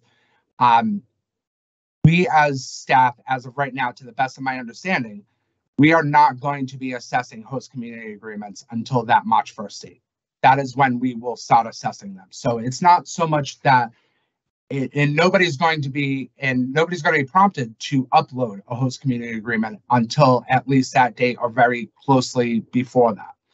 So it's the 90 days that you're referencing, Commissioner, that's in the law and also in the regulations, that's the amount of time once we receive it after that March 1st date, when we will have to assess it and respond to not only the applicant or licensee, but also the municipality.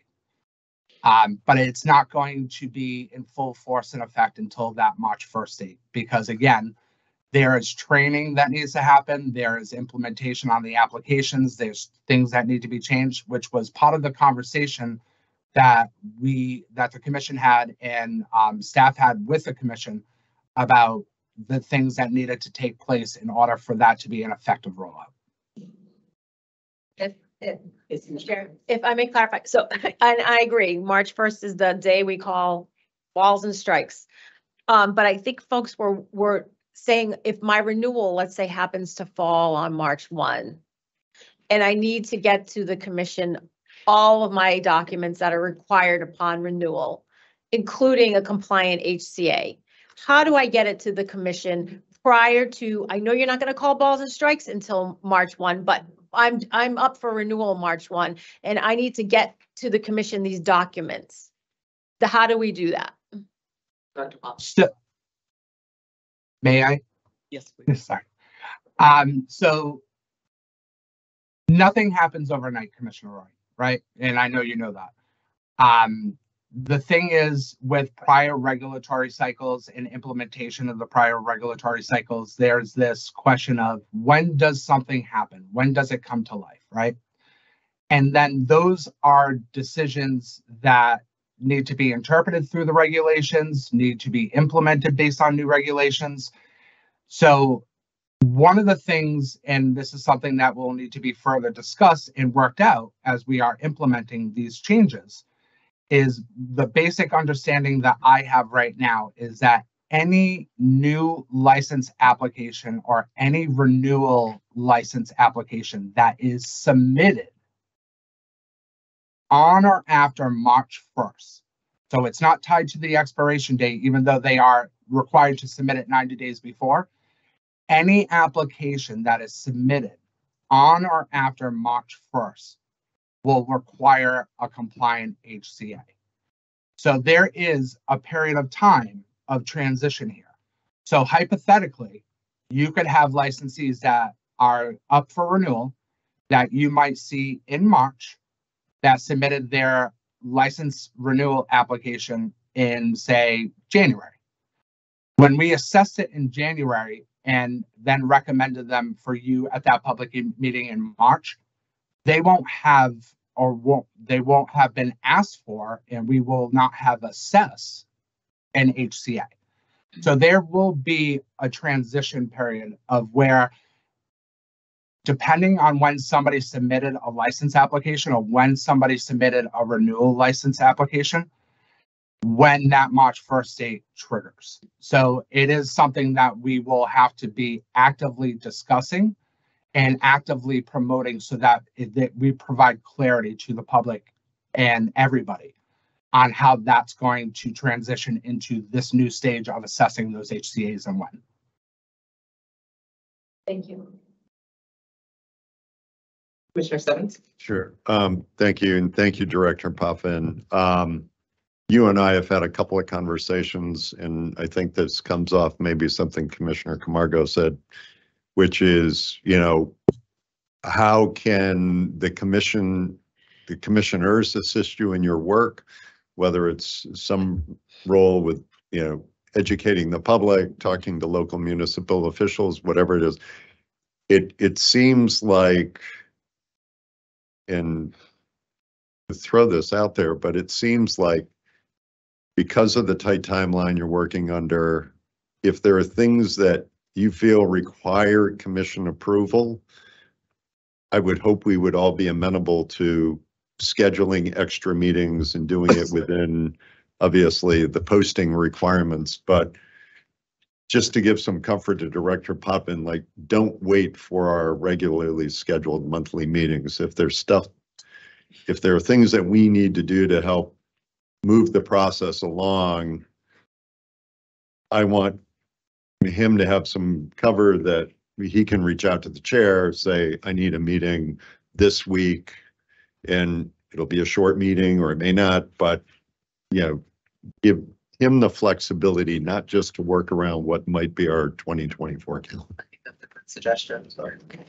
I think that's a good suggestion. I want to flag, because I know there's staff listening, and sometimes when we talk about additional meetings, it puts them a little bit on edge because there's a ton of work that goes into these meetings. And I've learned that too, and just recently with some of my conversations. But if that is something that Director Potvin believes would be helpful in his role and making sure that we're continuing the process here, we can have it very limited so that it focuses only on that. So absolutely. And Director Potvin, you and I can have a conversation about that as well. Commissioner Ray? Thank you. And Director Potvin, another issue that came up, and I just want to flag this for you. And I've received numerous emails around the municipal equity, and part of our regulation is a whistleblower component, if you will, or a complaint component, where folks can report that there's a lack of execution of municipal equity. And so what I guess I'm just flagging for you is, I think guidance will be in order to let folks know what is the best avenue to report a complaint for lack of municipal equity. Will there be a separate email box, or, you know, so I think that needs to be formalized in some capacity, because I've already received a ton of questions regarding it. Madam Chair. Director Potvin. Thank you. Commissioner Roy, absolutely. 100% agree. And I think I'm seeing some of the emails that you're seeing. And one thing I can say is that the conversations around any complaints, or like I said, whistleblower type complaints, or anything, any type of complaint, we already take those in on a regular basis throughout the life of this agency. And those things are vetted, and they're appropriately taken in and assessed by primarily our investigations and our compliance officers. I don't see this being any different, except that I do see it being more volume. And obviously it's a new component to just the general authority that you as the commission and us as staff will be taking on in an assessment. So there is a learning period. Again, municipalities are required by your rules by May 1st to have rules in place for equity. That is in 500-181. So there's a date, and not to mention the fact that this was law in November of 2022. But by your policies, this is required by May 1st of 2024. Anybody who has a complaint for anything is always encouraged and welcomed to send that in. There is a mechanism in place right now. So I don't want to say that there is, not necessarily that there needs to be a new mechanism. There's a current mechanism. How it's assessed at this point as we're going through this transition period is a different story, because we are learning and implementing. But there is a mechanism for complaints to come in, and there is a mechanism to assess those complaints. And it does not, anything that's under the commission's purview, we take it. And even if it's not under the commission's purview, we respond to in some way, shape, or form. Like, you should probably go to this agency. This agency is appropriate. We don't have jurisdiction over this. So those things happen already. So I want to give some comfort. Thank you, Director Potvin. Are there any other questions from the commissioners? No. No. Director Potvin, did you have any additional comments that you wanted to make before we wrap this section of the meeting? Not at this point. I think we're about to at some point go into the licensing data, which I believe I'm going to be presenting on too as well. So I'm fine with this update, Madam Chair. Thank you, Director Potvin. Okay, so that clarifies something in my notes. So you will be presenting our licensing information today. I will be presenting the licensing data, which is, I think, the next couple of slides, and then I will generously hand that off to our one of our licensing analysts, Derek Chamberlain, to do the presentation on the recommendations. Thank you. And just so everyone is aware, I think at about 1 o'clock, I have a time-sensitive staff meeting at 1. So we'll go into the data. We might begin the licensing decisions, but around that 1 o'clock mark, whenever it looks like we're reaching sort of a comfortable stop, we'll stop there and break for lunch before returning. So Director Potvin, please continue. Thank you, Madam Chair. So highlights from our licensing data. Again, there are 4 applications awaiting first review. This is generally applications getting their first review are reviewed within a week at this point, which has been at this point for the last maybe 2 to 3 years, historically around the same, is about a week to 2 weeks. There are 11 applications awaiting supplemental review. These are applications that have been fully assessed from a compliance standpoint, and the applicant has received requests for additional information or clarification, and they have resubmitted that information. You have 5 applications for provisional license consideration today, and you have 15 licenses for final license consideration today. And I believe 2 medical licenses for final license consideration today, if I'm correct, for a total of 17. We can move to the next slide. Again, high level is how many approvals have been issued by the commission, either through a public meeting or through the delegation to the executive director. A highlight here is that we have 608 licenses that have been approved to commence operations. This is about a 32% increase over the same time last year. So we have licensees that are in the process, in the licensing process, moving through the licensing process, getting inspected, and continuing to open to an increase of 32% from this point last year. Moving on to the next slide. This slide is in response to a question from Commissioner Camargo from the last meeting. Thankfully, our licensing analyst, Derek Chamberlain, reminded me of it. Thank you, Derek. But Commissioner Camargo, you had a question about the number of micro businesses that have been issued licenses and what the breakdown was of whether they were a tier 1 cultivator only, a product manufacturer only, or both. So out of the 30 micro business licenses that have been issued by the commission, 9 were cultivation only, 3 were product manufacturing only, and the majority of them chose to do both at a total of 18. And I'll stop there because, again, this was in response to a question or a data point that you asked for, Commissioner Camargo, at the last meeting. So I want to make sure that this is responsive to your question. Commissioner Camargo? Yeah, no, thank you. That's my comment. Thank you. Yeah, thank you so much for adding this. And I think with our policy changes, obviously, when we get to the regulatory piece and promulgation, we hope to see these numbers increase. So thank you. You're very welcome. Is there any other questions from any other commissioners before we move on? I do not see any, Director Potvin. Please continue. Thank you.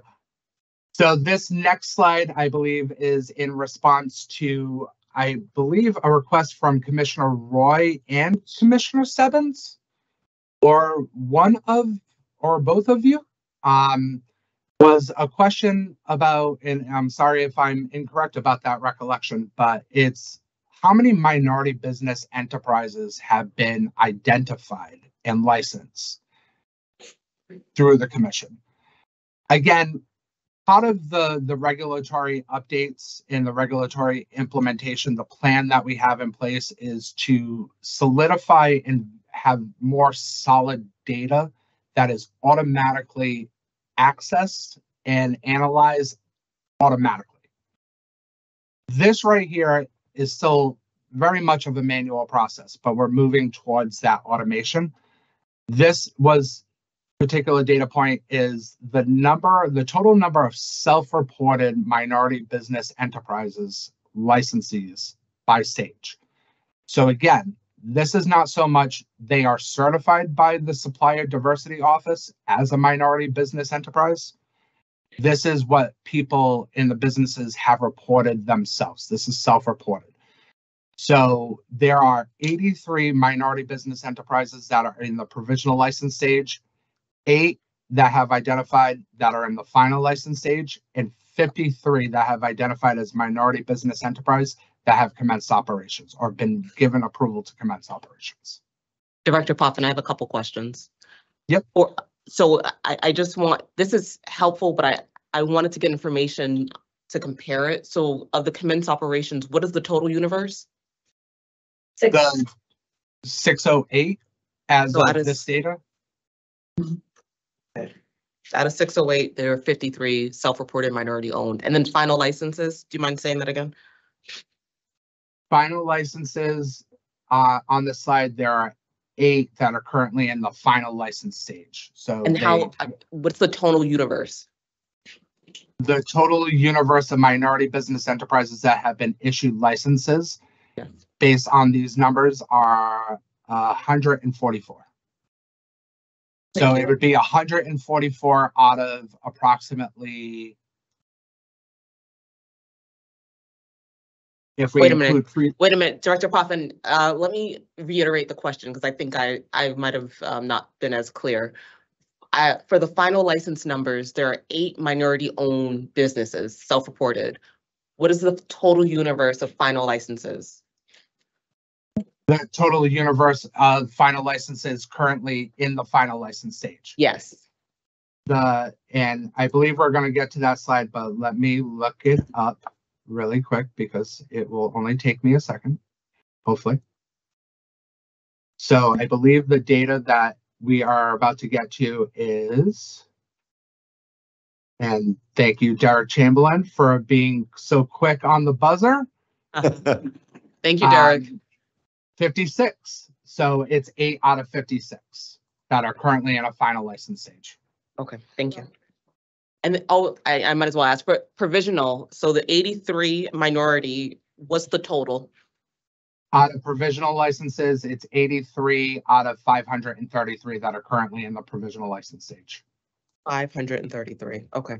But- Go ahead, Commissioner Roy. So I'm confused because the total pipeline is a little over 1,500 licenses, and that's 2 slides ago. Yes. Yeah. And those numbers don't add to that.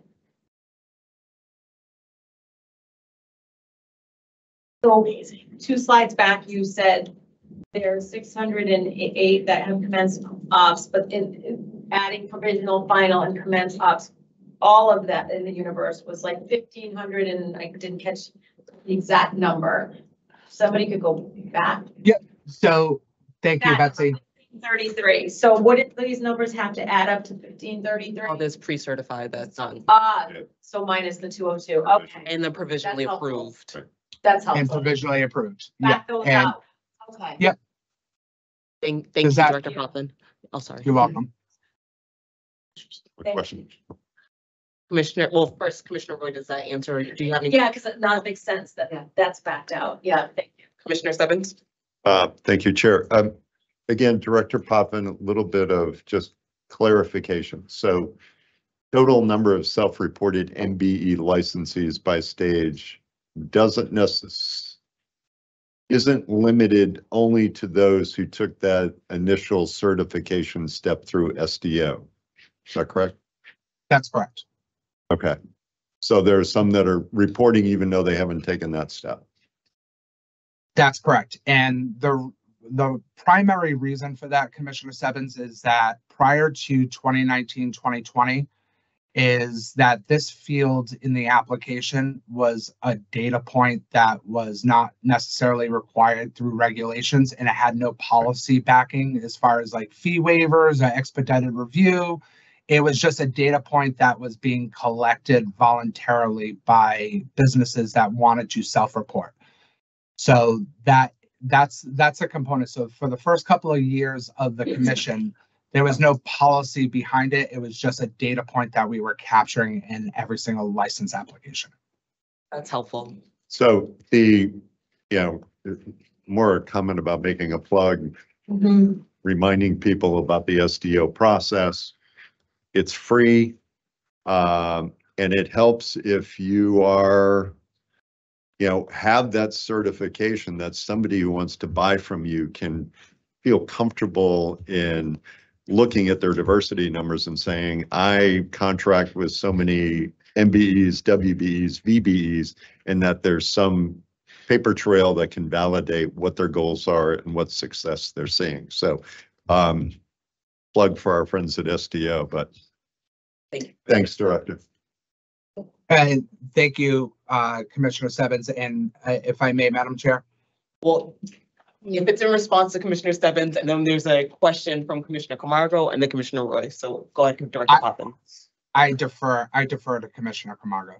Okay, Commissioner Camargo. No pressure. Actually, it was just more Commissioner Stebbins. I think you and I are in the same thought process. I was going to ask the same thing, and I wanted to make the same comment. In terms of, the training, the certification, reminding folks that it's available. It is a process, but you can get it. And then my question was, do we have anything on our website that, that links to the SDO? We do? Okay, perfect. Yeah, and our diversity guidance are Oh, right. resource tools. Okay, perfect. Very sure. Thank you. So, yeah, good. Okay, Commissioner Roy. Thank you. And Director Poppin, it was me, and I think, thank you. This is very helpful. It's very illuminating to see this, to actually see, based on the total universe, what percent are minority owned that have reached that commence operations. And I know that this is manpower intensive to ascertain all this information. So I thank you and the team for that. And you had mentioned at some point, hopefully there'll be the magic data button that you're going to press and it'll spit out. And when that happens, if we could at some point down the road expand on the exact license types that would help us drill down to that next level to get an appreciation and an understanding of where the license types are at for that. So, when that magic database button is there and you got it, and I don't want to saddle your team with, but I think it's important for us because we're going to be making important decisions on extending of either a delivery license exclusivity or not. And we're going to roll into social consumption that's exclusivity. So I think it's important for commissioners to understand, what license types are thriving in certain areas. So thank you. Thank you, Commissioner Roy, and I agree. Okay, I don't see any other questions or hands up. So Director Poppin, please continue. No, thank you, Madam Chair. And Commissioner Roy, I 100% agree. And I can't take credit for this. And I can't, this is a manual process that our licensing team, specifically Derek Chamberlain, has been doing for years. But what is commonly, and I want to do a shout out, I guess, to our data team led by Dr. Marianne Sakis and Stephanie Thomas that have been doing so much great work behind the scenes to make this automated, to get these data points, to drill down exactly how you want to make that magic button appear. Yeah. But there's still work, a lot of work that they're doing behind the scenes to make that magic button exists in the first place. But I hear you loud and clear, and I could not agree with you more. that work is being done, and I can't take credit. That's our data team and our IT team under our CTIO. Thank you, Director Poppin, and thank you to the data team for all of their amazing work that we all rely on here. So thank you. If we can go to thank you, Betsy. This was, I believe, Commissioner Roy, I think this was a request from you that came from the October meeting. And I reported out in November that this would be supplied to the commission or presented it to the commission here at this December meeting. So and I believe in the press, and we've gotten questions about this, I'm sure, numerous times, is the number of licenses that have been issued that are no longer active, whether they were revoked, whether they were surrendered, whether they were just not renewed. And this gives the breakdown of the number of licenses from the provisional license, final license, and commence operations stage by category type of license. Essentially, the highlight here is that commence operations, those that have been given approval to go out and whether they're a cultivator and wholesale their marijuana to product manufacturers or retailers that are opening their doors to consumers, the number is 16 out of 608, which is or 16 out of essentially all the approvals that have been issued, including pre-certifications, which is essentially 1,546. It's about 1%. So 1% of the approvals that the commission has issued in some way, shape, or form for licensure or pre-certification, 16 of them at the commence operation stage have ceased operations fully. This does not include licensees that have temporarily closed or maybe are temporarily closed and seeking to sell their license through a change of ownership. These are 16 that have fully closed down and will not be coming back into an operational status. These licenses are gone. So that is about 1% of the licenses or pre-certifications issued in total, is that 16. Out of the provisional licenses, final licenses, and commence operations, it's a total of 102 that either have not been renewed or have been surrendered or have been revoked. That out of the total of the 1,546 approvals issued is approximately 6.6%. And the majority of them are in that provisional license stage, which we have talked about and the commission has talked about over the entire life of the agency. That provisional license stage to get to that final license stage is that capital intensive area where you're building a building or you renovate a building or you're getting security cameras installed or security companies there or setting up your alarm systems or starting to hire employees. Essentially here, there's a data point right now where 83 provisional licensees have chosen not to renew or surrender their license because they could not make it to that next stage. And I'll stop there. Commissioner Roy. Thank you, Metro.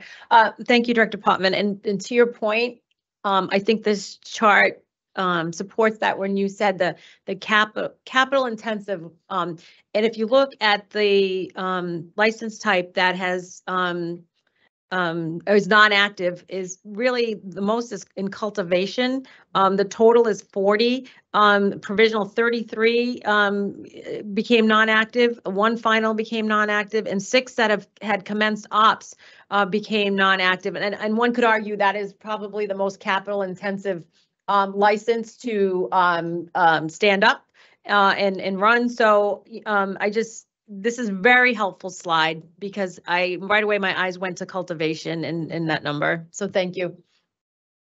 I agree. Director Poppin, please continue. Thank you, Madam Chair and Commissioner Roy. Yes, I would say that with the exception of an independent testing lab, which is also very capital intensive just by the nature of what they do and the equipment that they need to obtain and the level of background from a scientific standpoint. And I'm not a scientist, so that is a very capital intensive license, and that this slide shows that every licensee that has sought an independent testing lab is still active, which I think is a very good thing for the industry. But you're right, cultivation, looking at this, I'm not surprised by the fact that cultivation would be out of the big three, which is cultivation, product manufacturing, and retailers. I'm not surprised that cultivation is the higher number, because you are right. This is a capital intensive license just by the nature of what they do.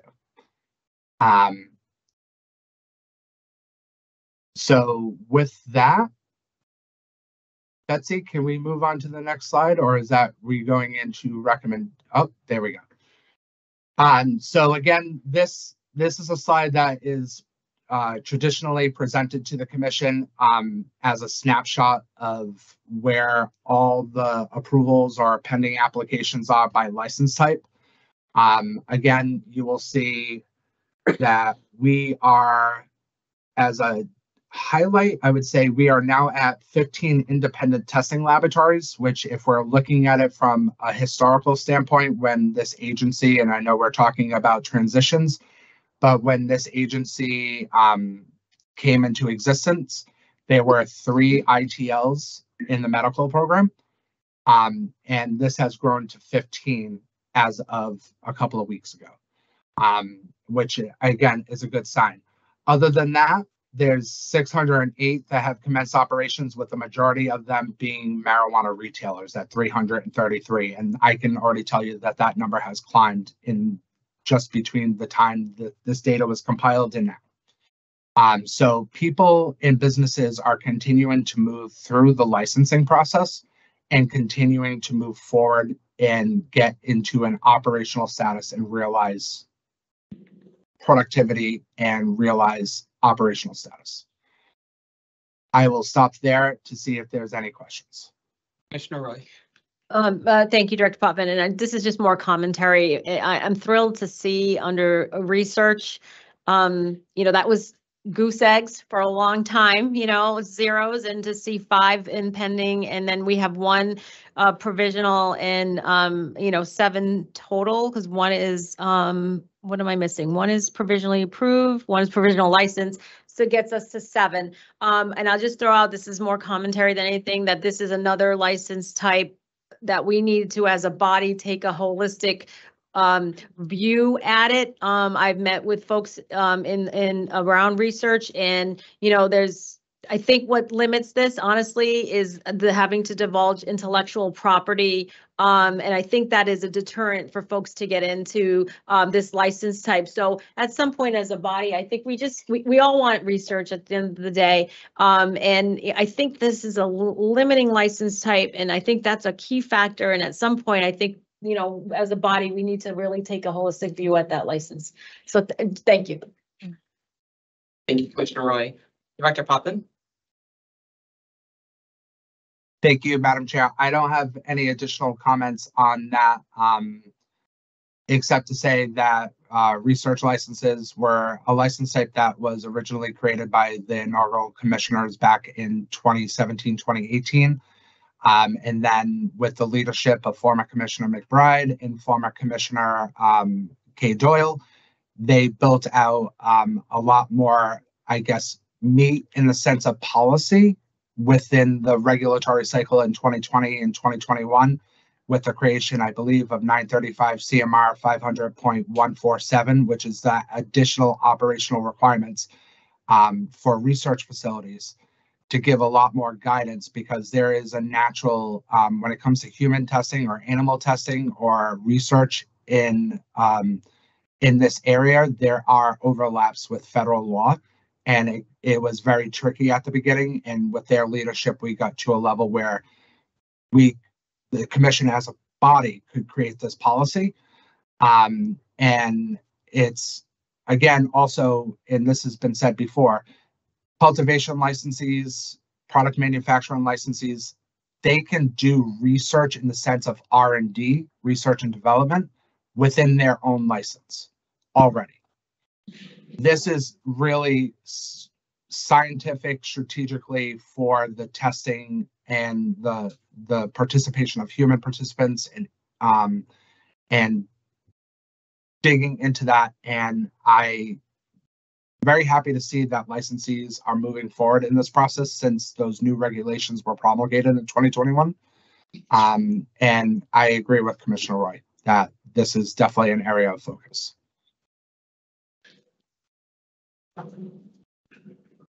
Director Potvin, is this the final slide in the data presentation component of the meeting? I believe so, Chair. Okay. All right, I think so. It is now 1:02. I know Derek is eager to get us into the recommendations on licensure, but I would like to entertain a motion to recess for lunch. I think about 45 minutes should be good for everyone.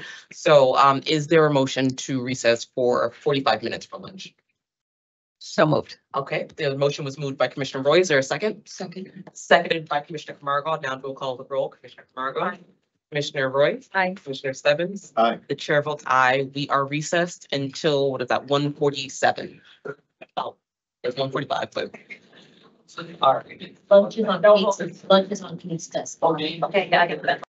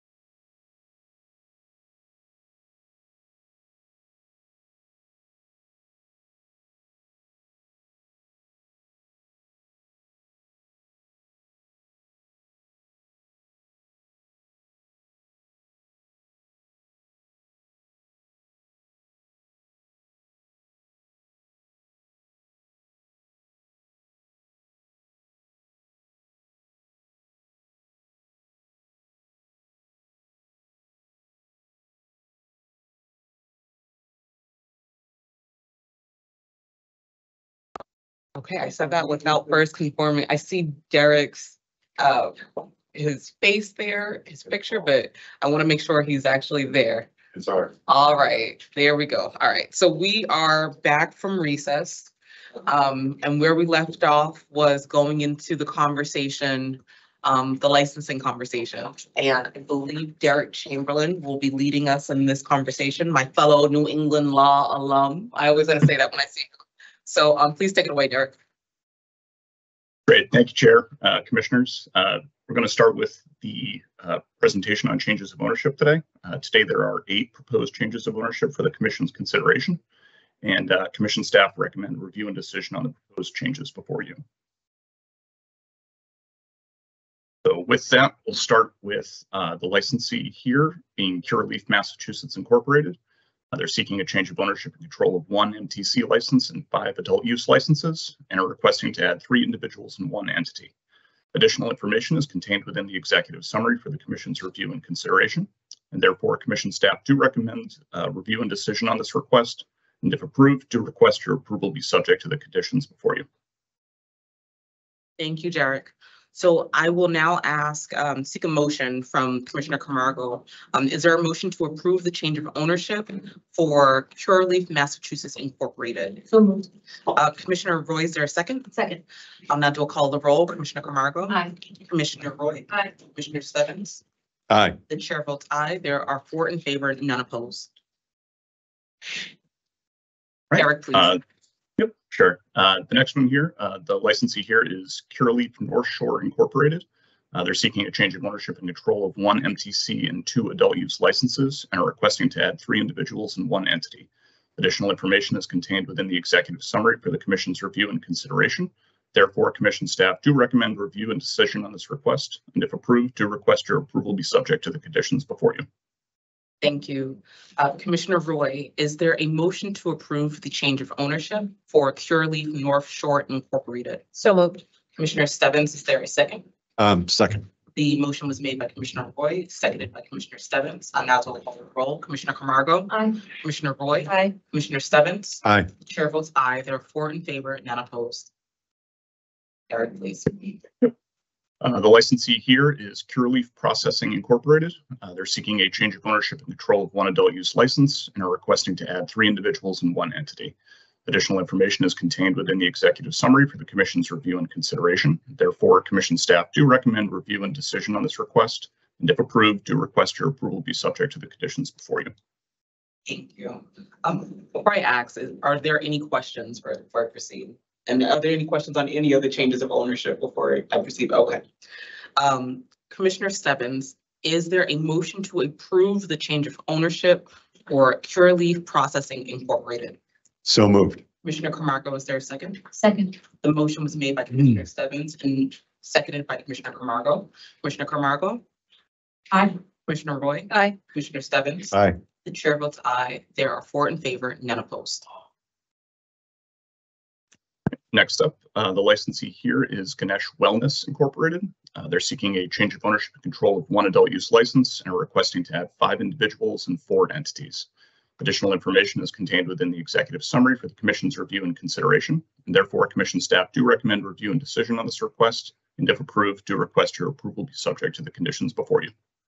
Thank you, Derek.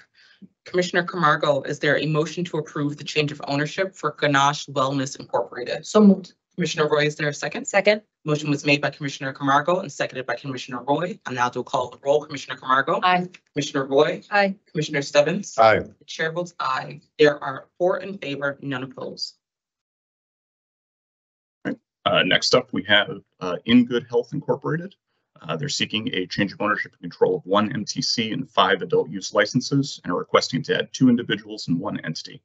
Additional information is contained within the executive summary for the Commission's review and consideration, and therefore Commission staff do recommend review and decision on this request, and if approved, do request your approval be subject to the conditions before you. Thank you, Derek. Commissioner Roy, is there a motion to approve the change of ownership for In Good Health Incorporated? So moved. Commissioner Stebbins, is there a second? Second. The motion was moved by Commissioner Roy, seconded by Commissioner Stebbins. I'll now do a call the roll. Commissioner Camargo? Aye. Commissioner Roy? Aye. Commissioner Stebbins? Aye. The chair votes aye. There are 4 in favor, none opposed. Next up, we have the licensee Nature's Alternative Incorporated. They're seeking a change of ownership and control of one adult use license and are requesting to add one individual and one entity. Additional information is contained within the executive summary for the Commission's review and consideration. Therefore, Commission staff do recommend review and decision on this request, and if approved, do request your approval be subject to the conditions before you. Thank you, Derek. Commissioner Stebbins, is there a motion to approve the change of ownership for Nature's Alternative Incorporated? So moved. Commissioner Camargo, is there a second? Second. The motion was moved by Commissioner Stebbins and seconded by Commissioner Camargo. I'll now do a call of the roll. Commissioner Camargo, Aye. Commissioner Roy, Aye. Commissioner Stebbins. Aye. The chair votes aye. There are 4 in favor, none opposed. Okay, next up, the licensee here is Northeast Can Incorporated. They're seeking a change of ownership and control of one adult use license and are requesting to add one individual. Additional information is contained within the executive summary for the Commission's review and consideration, and therefore Commission staff do recommend review and decision on this request, and if approved, do request your approval be subject to the conditions before you. Thank you, Derek. Commissioner Camargo, is there a motion to approve the change of ownership for Northeast Can Incorporated? So moved. Commissioner Roy, is there a second? Second. I'll now do a call of the roll. Commissioner Camargo. Aye. Commissioner Roy. Aye. Commissioner Stebbins. Aye. The chair votes aye. 4 in favor, none opposed. Derek. Right, last up for this section, the licensee here is Turnbuckle Consulting Incorporated. They're seeking a change of ownership and control of 2 adult use licenses and are requesting to add one individual. Additional information is contained within the executive summary for the Commission's review and consideration. Therefore, Commission staff do recommend review and decision on this request, and if approved, do request your approval be subject to the conditions before you. Thank you, Derek. Commissioner Roy, is there a motion to approve the change of ownership for Turnbuckle Consulting Incorporated? So moved. Commissioner Stebbins, is there a second? Second. I'll now do a call of the roll. Commissioner Camargo. Aye. Commissioner Roy. Aye. Commissioner Stebbins. Aye. The chair votes aye. There are 4 in favor, none opposed. Derek. All right, thank you. Next up, we have our staff recommendation on license renewals. We have 78 license renewal recommendations for the Commission's consideration today. Commission staff recommend review and decision on the renewal applications before you, and if approved, request the approval be subject to the licensee remaining in compliance with the Commission's regulations and applicable law. Thank you, Derek. There are a few things here. So we have conditions on a number of these and then one recusal, Madam Chair, I'm also going to recuse. 2 recusals. And it's either Grace or Kate, but thank you to whoever has notated this on my actual agenda gets. It's helpful. Madam Chair, Yes. I'm sorry to interrupt you. Sure. I didn't realize it. Yeah, I didn't realize it, but I'm also going to recuse myself from number 70. The renewals. Okay.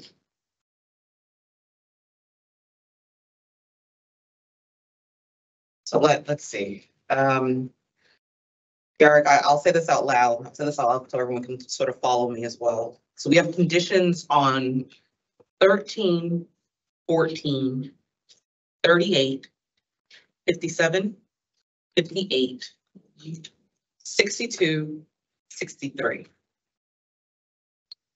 There are recusals on 70 and 78. So with that in mind, let's do a roster from 1 to 12, 15 to 37, 39 through 56, 59 through 61, 64 through 77. Oh, wait a minute, 64 through 77, hold on. Eliminating 70. I'll pause there. Hold on, Derek. Commissioner Wood. So I think my copy's a little different than yours. I only go to 75. 78. Derek, well, how many do you have on in 78? 78. Yes, sir, Oh, we have 78 today. Okay, so the one I printed. Okay, so then my number might be different than. It's 8. I have 78. Okay, so 70. That's Yep, right. yep. Okay, I'll say that again. I know that was there were a few different things there, and I'll go through the numbers that we're taking as a roster together. Again, so 1 through 12, 15 through 37, 39 through 56, 59 through 61, 64 through 69, and then 71 through 77.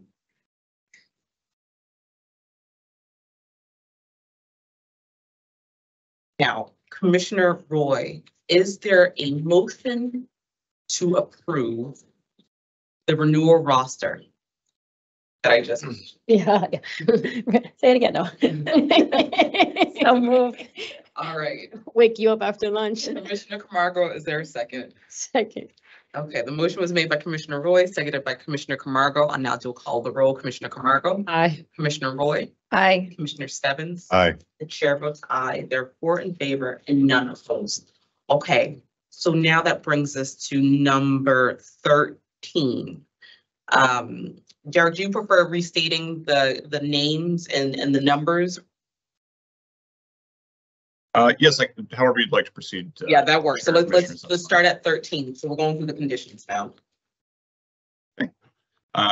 So let's see here.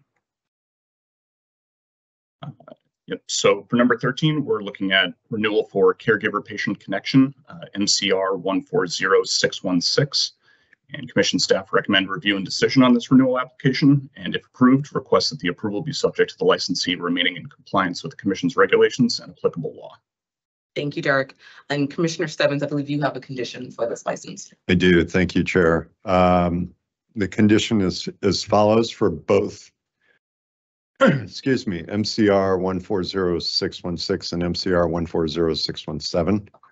The proposed condition is within 30 business days of approval of application for renewal, contact CCC Licensing Division for an update to identify any goals for hiring people of color, veterans, residents with disabilities, and LGBTQ plus people under licensee's diversity plan in accordance with 935 CMR 500 101 1C8K and 935 CMR 500.1034B.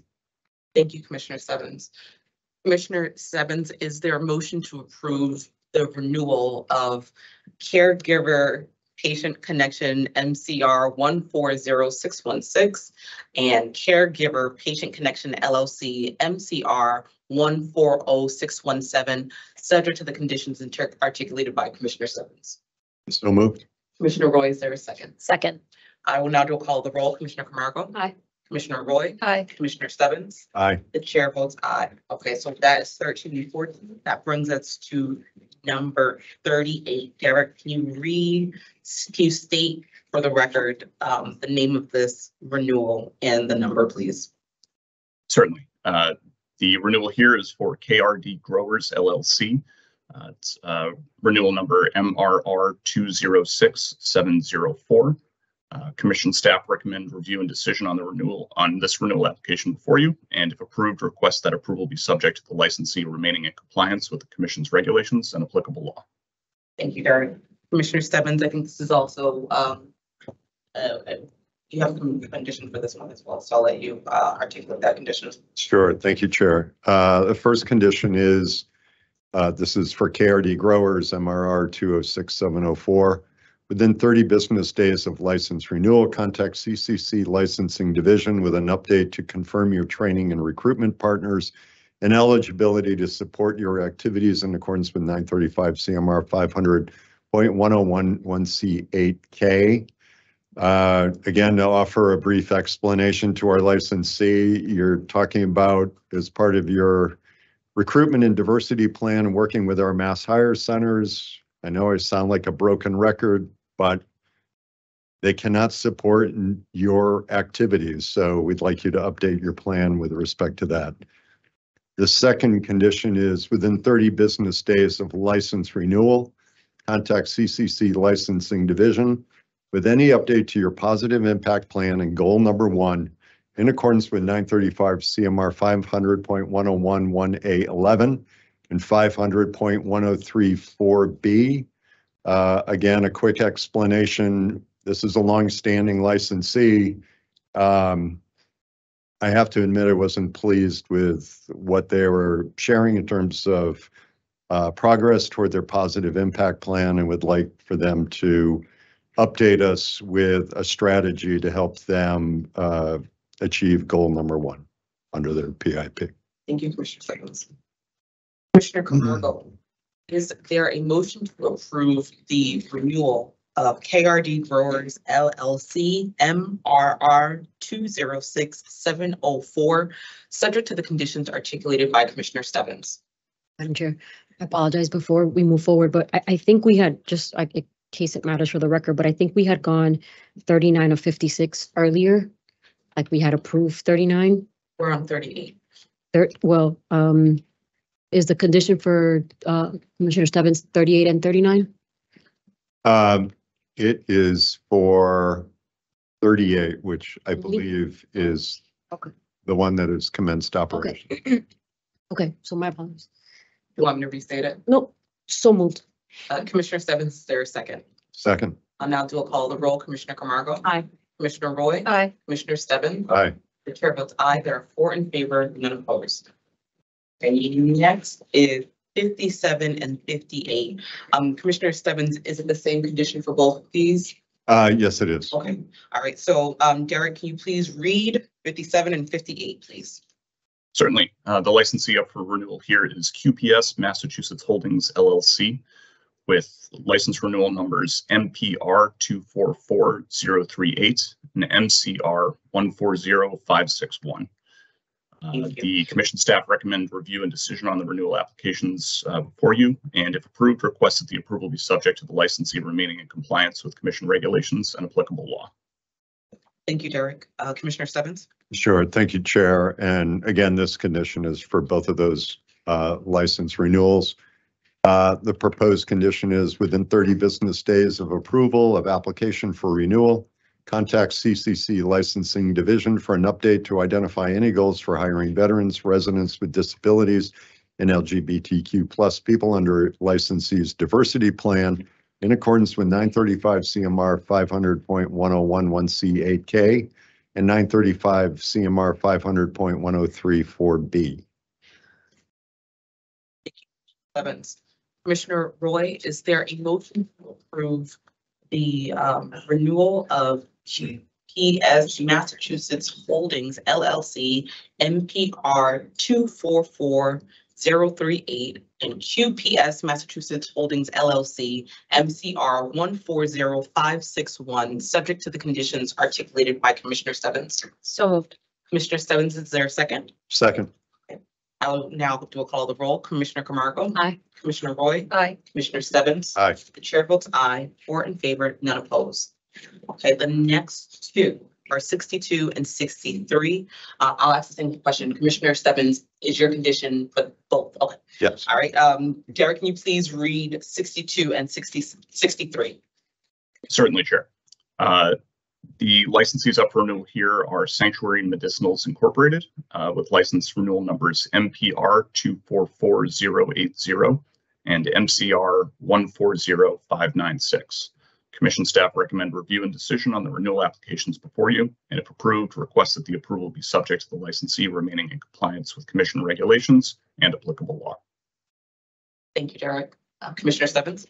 Sure. Thank you, Chair. So the proposed condition is within 30 business days of license renewal, contact CCC Licensing Division with an update to confirm your progress and data toward goal number 2 under your positive impact plan in accordance with 935 CMR 500.1011A11 and 935 CMR 500.1034B. Just to offer a quick explanation, this is a licensee who is part of their positive impact plan, is focused on recruiting and hiring from disproportionately impacted areas. It's a goal we'd like to see. They set a goal in terms of their update on their renewal. They, were very brief and just said success, which we're happy to see. I'd be interested in seeing what that number was. Did they hit it? Did they go past it?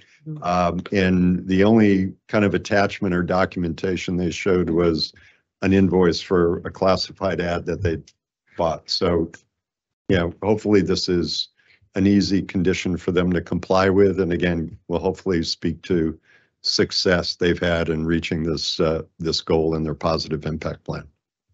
Commissioner Stebbins.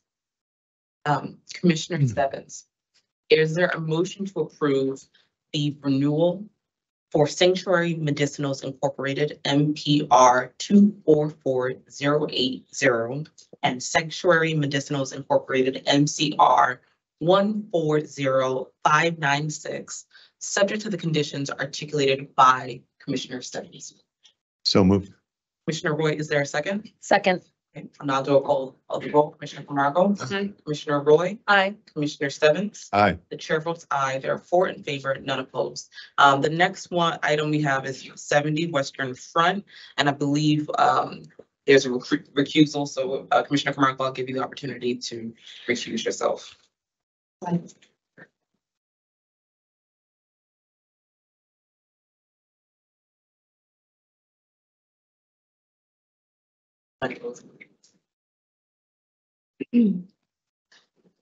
you, Christina.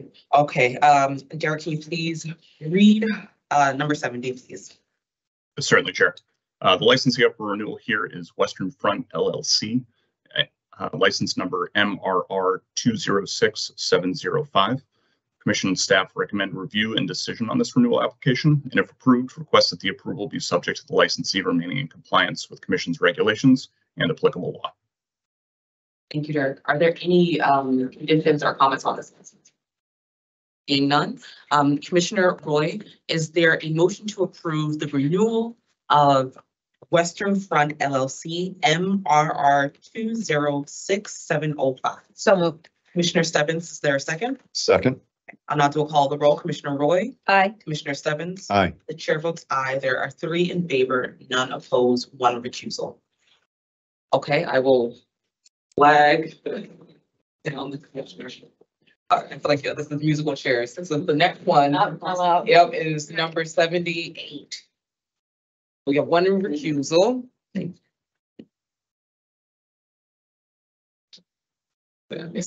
It's fun doing it in person. We have to revisit that. I know we might. All right. Are there any first? I'm sorry, Mr. Chamberlain, can you please read number 78 for us? Certainly. The licensee up for renewal here is Resonate Incorporated with medical license number RMD 1345. Commission staff recommend review and decision on this renewal application, and if approved, request that the approval be subject to the licensee remaining in compliance with Commission regulations and applicable law. Okay, thank you. Are there any comments or conditions for this license? Okay, seeing none, Commissioner Camargo, is there a motion to approve the renewal for Reinstate Incorporated RMD 1345? So Commissioner Stebbins, is there a second? Second. Okay, I'll now do a call of the roll. Commissioner Camargo. Aye. Commissioner Stebbins. Aye. The chair votes aye. There are 3 in favor, 1 recusal. Okay, thank you all. I believe this leads us to provisional licenses, which we only have 5. So Derek, please take it away. Sure. Today we have 5 provisional license recommendations for the Commission's consideration. And additionally, I'd like to highlight that 3 of these 5 identify as disadvantaged business enterprises. Commission staff recommend review and decision on these provisional licenses. The first provisional license to present today, the applicant here is Comcan Incorporated. The proposed location is 611 West Street, located in Mansfield, Massachusetts. They're seeking a retail license, and they received expedited review. Additional information is contained within the executive summary for the Commission's review and consideration. Therefore, Commission staff do recommend the issuance of a provisional license subject to the conditions before you. Thank you, Derek. I didn't receive any conditions, but if there are any conditions or comments from my fellow commissioners, okay. Seeing none, Commissioner Camargo, is there a motion to approve the provisional license for Comcan Incorporated MRN 284925? So moved. Commissioner Roy, is there a second? Second. The motion was made by Commissioner Camargo, seconded by Commissioner Roy. I'll now do a call the roll. Commissioner Camargo. Aye. Commissioner Roy. Aye. Commissioner Stebbins. Aye. The chair votes aye. There are 4 in favor, none opposed. Mr. Chamberlain. Thank you, Chair. Next up, the applicant here is Flora Holdings LLC. The proposed location is 221 Bear Hill Road, located in Waltham, Massachusetts. They're seeking a retail license, and this applicant received expedited review. Additional information is contained within the executive summary for the Commission's review and consideration, and therefore Commission staff do recommend the issuance of a provisional license subject to the conditions before you. Thank you. Are there any conditions or comments on this provisional license application? Commissioner Roy? Just a quick comment. Nice to see the previous one and this one are women owned. So I just wanted to highlight that. Audience. Okay, Commissioner Roy, is there a motion to approve the provisional license for Flora Holdings LLC MRN 284981? So moved. Commissioner Stebbins, is there a second? Second. It's moved by Commissioner Roy, seconded by Commissioner Stebbins. I'll now do a call of the roll. Commissioner Camargo? Aye. Commissioner Roy? Hi. Commissioner Stebbins? Aye. The chair votes aye. There are 4 in favor, none opposed. Derek? Next up, the applicant here is Free Market Mass LLC. The proposed location is 118 Bayview Avenue, located in Berkeley. They're seeking a product manufacturing license, and they received general review. Additional information is contained within the executive summary for the Commission's review and consideration, and therefore Commission staff do recommend the issuance of a provisional license subject to the conditions before you. Thank you. Commissioner Roy, I believe you have a condition for them. I do. Thank you. For Free Market MA LLC, product manufacturing, prior to final licensure, please inform the Commission of your additional operational plans for product manufacturers as it relates to quality control samples in accordance with 935 CMR 500-135K and 935 CMR 500-139. Thank you. Thank you, Commissioner Roy. Are there any other conditions or comments for this license? Okay, seeing none, I'm trying to remember where I left off. I think I'm at Stebbins now. Commissioner Stebbins, is there a motion to approve the provisional license for Free Market MA LLC MPN 282279, subject to the conditions articulated by Commissioner Roy? So moved. Commissioner Camargo, is there a second? Second. I'll now do a call to roll. Commissioner Camargo. Aye. Commissioner Roy. Hi. Commissioner Stebbins. Aye. The chair votes aye. There are 4 in favor, none opposed. I believe there's a recusal for our next license. So we will revisit this when we do it. For now, thank you, Commissioner Camargo. Okay, Mr. Chamberlain. Certainly, thank you, Chair. The applicant here is New England Organics LLC, doing business as Victory Gardens. The proposed location is 114 Mystic Avenue, located in Medford, Massachusetts. They're seeking a retail license, and they received general review. Additional information is contained within the executive summary for the Commission's review and consideration. Therefore, Commission staff do recommend the issuance of a provisional license subject to the conditions before you. Thank you. I'm not aware of any conditions, but I wanted to see if there were. Okay, so seeing none. Commissioner Roy, is there a motion to approve the provisional license for New England Organics LLC MRN 281936? So Commissioner Stebbins, is there a second? Second. I'll now do a call the roll. Commissioner Roy. Aye. Commissioner Stebbins. Aye. The chair votes aye. There are 3 in favor, none opposed, 1 recusal. Derek, please. Yep. Oh, actually. I was going to say, give Commissioner Camargo a moment. Okay.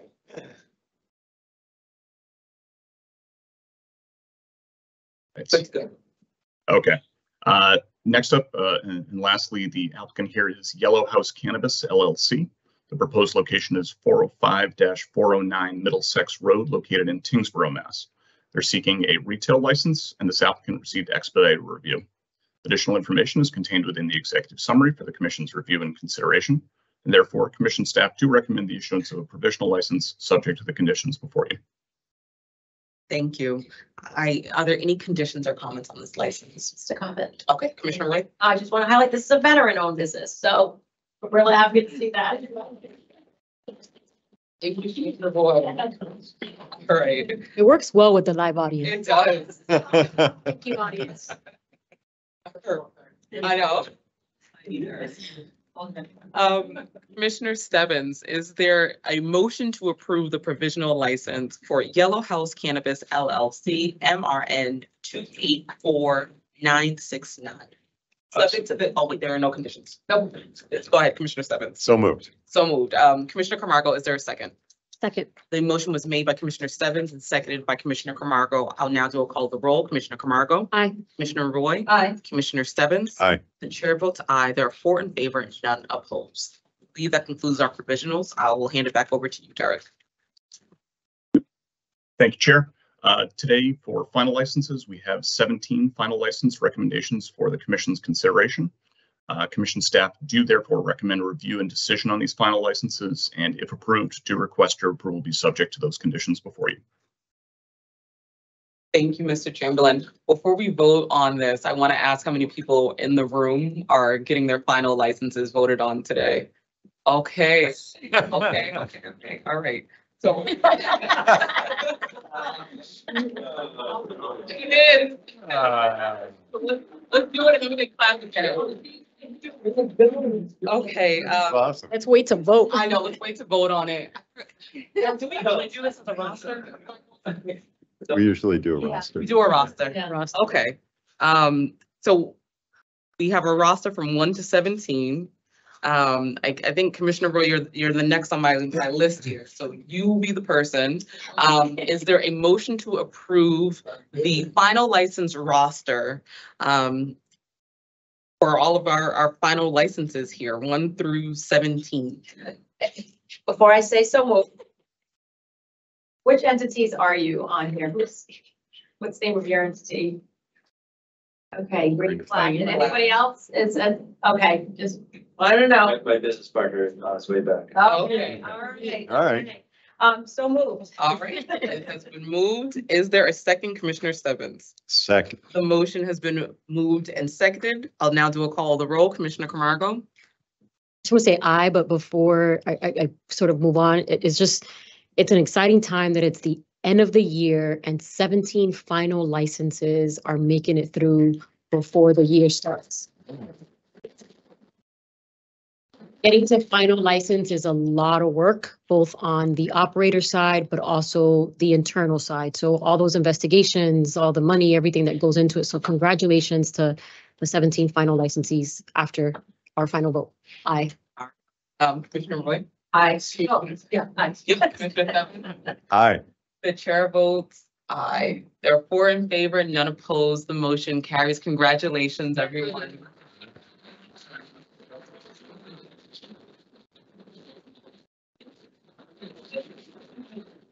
Happy New Year. That's awesome. Derek, thank you so much. Are there any other comments or questions or anything that you want to add at this time, Mr. Chamberlain?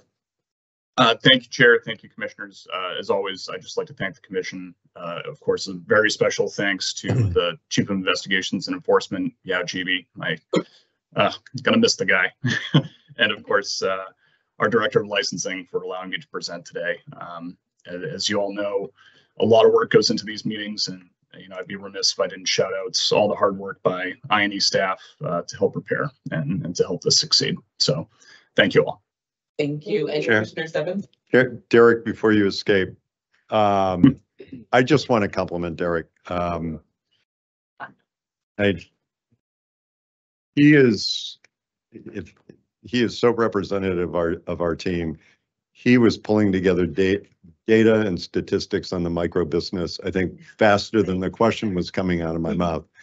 And I sent him an email the other night about another topic, and I said, I know this is off hours. I don't expect you to respond. I know how busy your plate is. And I woke up the next morning to a very thoughtful reply with the information I was looking at. And, Derek, to your credit, I can't thank you enough. So kudos.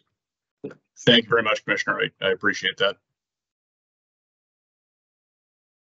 I believe that concludes our the licensing portion. We have an accommodation request. So today's discussion, as I mentioned at the beginning, there are 5 things today. There's a conversation around the delivery license types, the COVID administrative orders, the FY 2025 budget request, the secretary's report, and a job description. But there is a request to change the order only slightly and go into the COVID administrative orders first. We understand that there are people here in the audience with us today, and we thank you for coming and being a part of this, but we also know it takes a lot to get here and stay here. So I want to entertain a motion to change the order only slightly and discuss item number 2 as number 1 now, the COVID administrative orders. Is there a motion? So moved. Okay, thank you, Commissioner Stebbins. Is there a second? Second. Okay, the motion was moved by Commissioner Stebbins and seconded by Commissioner Camargo. I'll do a call the roll. Commissioner Camargo? Aye. Commissioner Roy? Aye. Commissioner Stebbins? Aye. The chair votes aye. I think this changes slightly the graphics that we have, but we'll go directly into the COVID administrative orders. So what we're talking about, it's labeled as COVID administrative orders, but it's about telehealth. We have a temporary order that was set or is set to expire on December 31st. And I want to give legal the opportunity to sort of walk through what the order was and what our options are today. So General Counsel, if you would please just provide us with some guidance and insight, please. Sure. So the Cannabis Control Commission was not unique in being required to revise or extend a lot of its regulatory language Learning about the microphone, thank you. With respect to how to proceed with provision of telehealth services throughout the pandemic.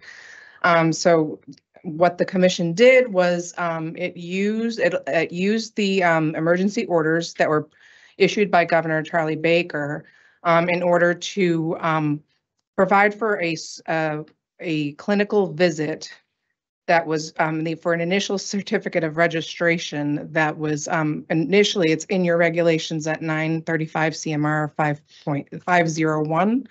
And there's a definition of what is a clinical visit. And also it has another section regarding what is written certification of a debilitating medical condition. And based upon those regulations, it specifically indicates that an in-person office visit is required for for the first initial written certification. And it's many other agencies have this as well, but they have a little bit of wiggle room where it says face-to-face versus in-person. So what was done by order was to permit the provision of telehealth services and allow healthcare providers to seek a waiver from the initial in-person visit requirement. This order, along with many of the other COVID orders, is set to expire on December 31st, 2023, and it relied primarily on the continuing risks posed by COVID-19 as its authority. So we're at the point where currently your regulations still do require that office visit. However, there is language in your regulations regarding waivers and, extending waivers to providers until regulations are promulgated. And that's up to you whether or not you'd like to change those requirements requiring an in-person visit. As rationale for that, the Board of Registration of Medicine and the legislature has passed, legislation that has, redefined what telehealth is. So previously there was more of a requirement that that medical services be provided in person. And now through the legislature, telehealth has now been defined to mean the use of synchronous or asynchronous audio, video, electronic media, or other telecommunications technology, which includes either audio-video technology, remote patient monitoring, telephone services, or face-to-face services. Based on that, I think, your regulatory language is ripe for amendment should you seek to have telehealth services that are included in your regulations.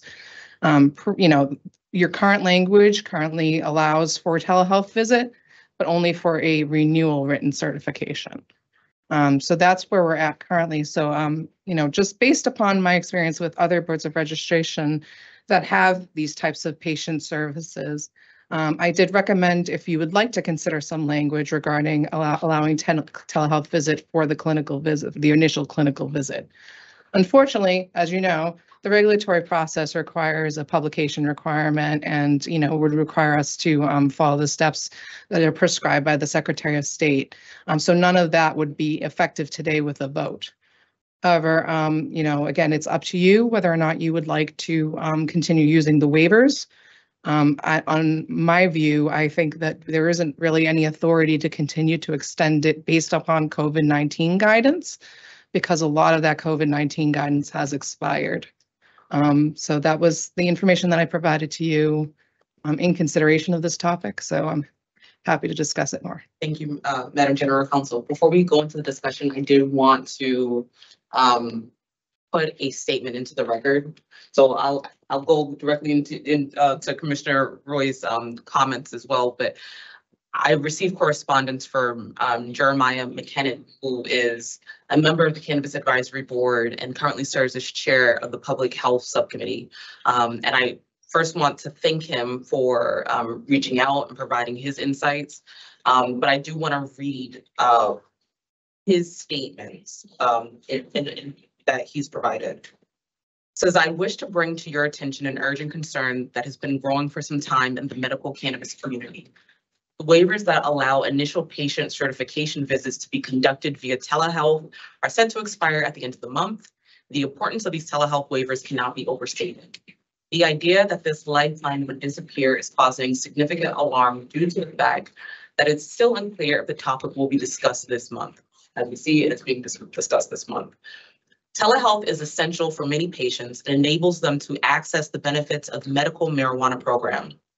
MPAA, which is the Massachusetts Patients Advocacy Alliance Incorporated, with whom he is the president of, recognizes this as an equity issue.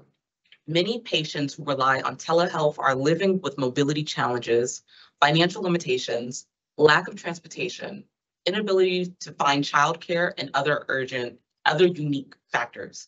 Allowing these waivers to expire would disproportionately affect our most vulnerable residents by increasing the hardship associated with enrolling in the medical marijuana program. MPAA therefore respectfully asks that you support placing this topic on the agenda for discussion. For the past 44 months, these waivers have been in effect, extended multiple times, and since then, telehealth has become an inseparable part of how medicine is practiced in the modern world. To accept the status quo at this time would be detrimental to qualifying patients and would put the future growth of the medical marijuana program at risk. MPAA supports extending the waivers that allow initial visits to be conducted via telehealth until such time that the policy is made permanent in regulations, as we believe this is in the best interest of patients. I'll stop there. And Commissioner Roy, I believe you have comments. I have a question for our general counsel. I just want to understand, like at the end, what you said for edification purposes. So basically the COVID orders per the governor, that all expired. So our options are to, and obviously regulations don't happen overnight, right? So we have to go through the regulatory drafting, public comment, publication. So what we're extending is the waivers. Could you just expound upon that a little bit for us and the public? Sure. So 935 CMR 501.850 prescribes the waiver process. And that's not just for telehealth, that's for all of the commission's regulations. And so that allows the commission to waive applicability of one or more of the requirements imposed by the medical marijuana regulations on the submission of written documentation and finding that compliance would cause undue hardship to the requester, and then some other types of rationale as well. The current administrative order that's in effect refers to that waiver process, and it indicates in that order that the undue hardship to the requester is the continuing risks of COVID-19. So my recommendation would be, just because a lot of that guidance regarding COVID-19 has now expired, Governor Charlie Baker didn't either rescinded or allowed those orders to expire, and they haven't been reinstated by our current governor. However, patients still have, have risks. There are still cases where there might be undue hardship to the requester. So the waiver process itself could be used in that manner. And then I mentioned the regulatory language in that, yes, because it wouldn't come into effect with a vote today, but it might be a good way of getting it on the table if that's something that you'd like to consider doing today, as far as making some steps to enshrining telehealth in the regulations. So is this an opt-in or an automatic extension? So how does this work for providers who, do they have to opt in for we move to extend all waivers? So, or is it's a blanket automatic extension, just so patients know, providers know? How would this work? The current revised order allowing telehealth will remain in effect until December 31st, until otherwise rescinded or amended. So if you were to amend that order today with some of the language with respect to waivers, then it wouldn't affect any of the currently waived. However, if it expires or if it is rescinded, then it would affect those current waivers. Commissioner.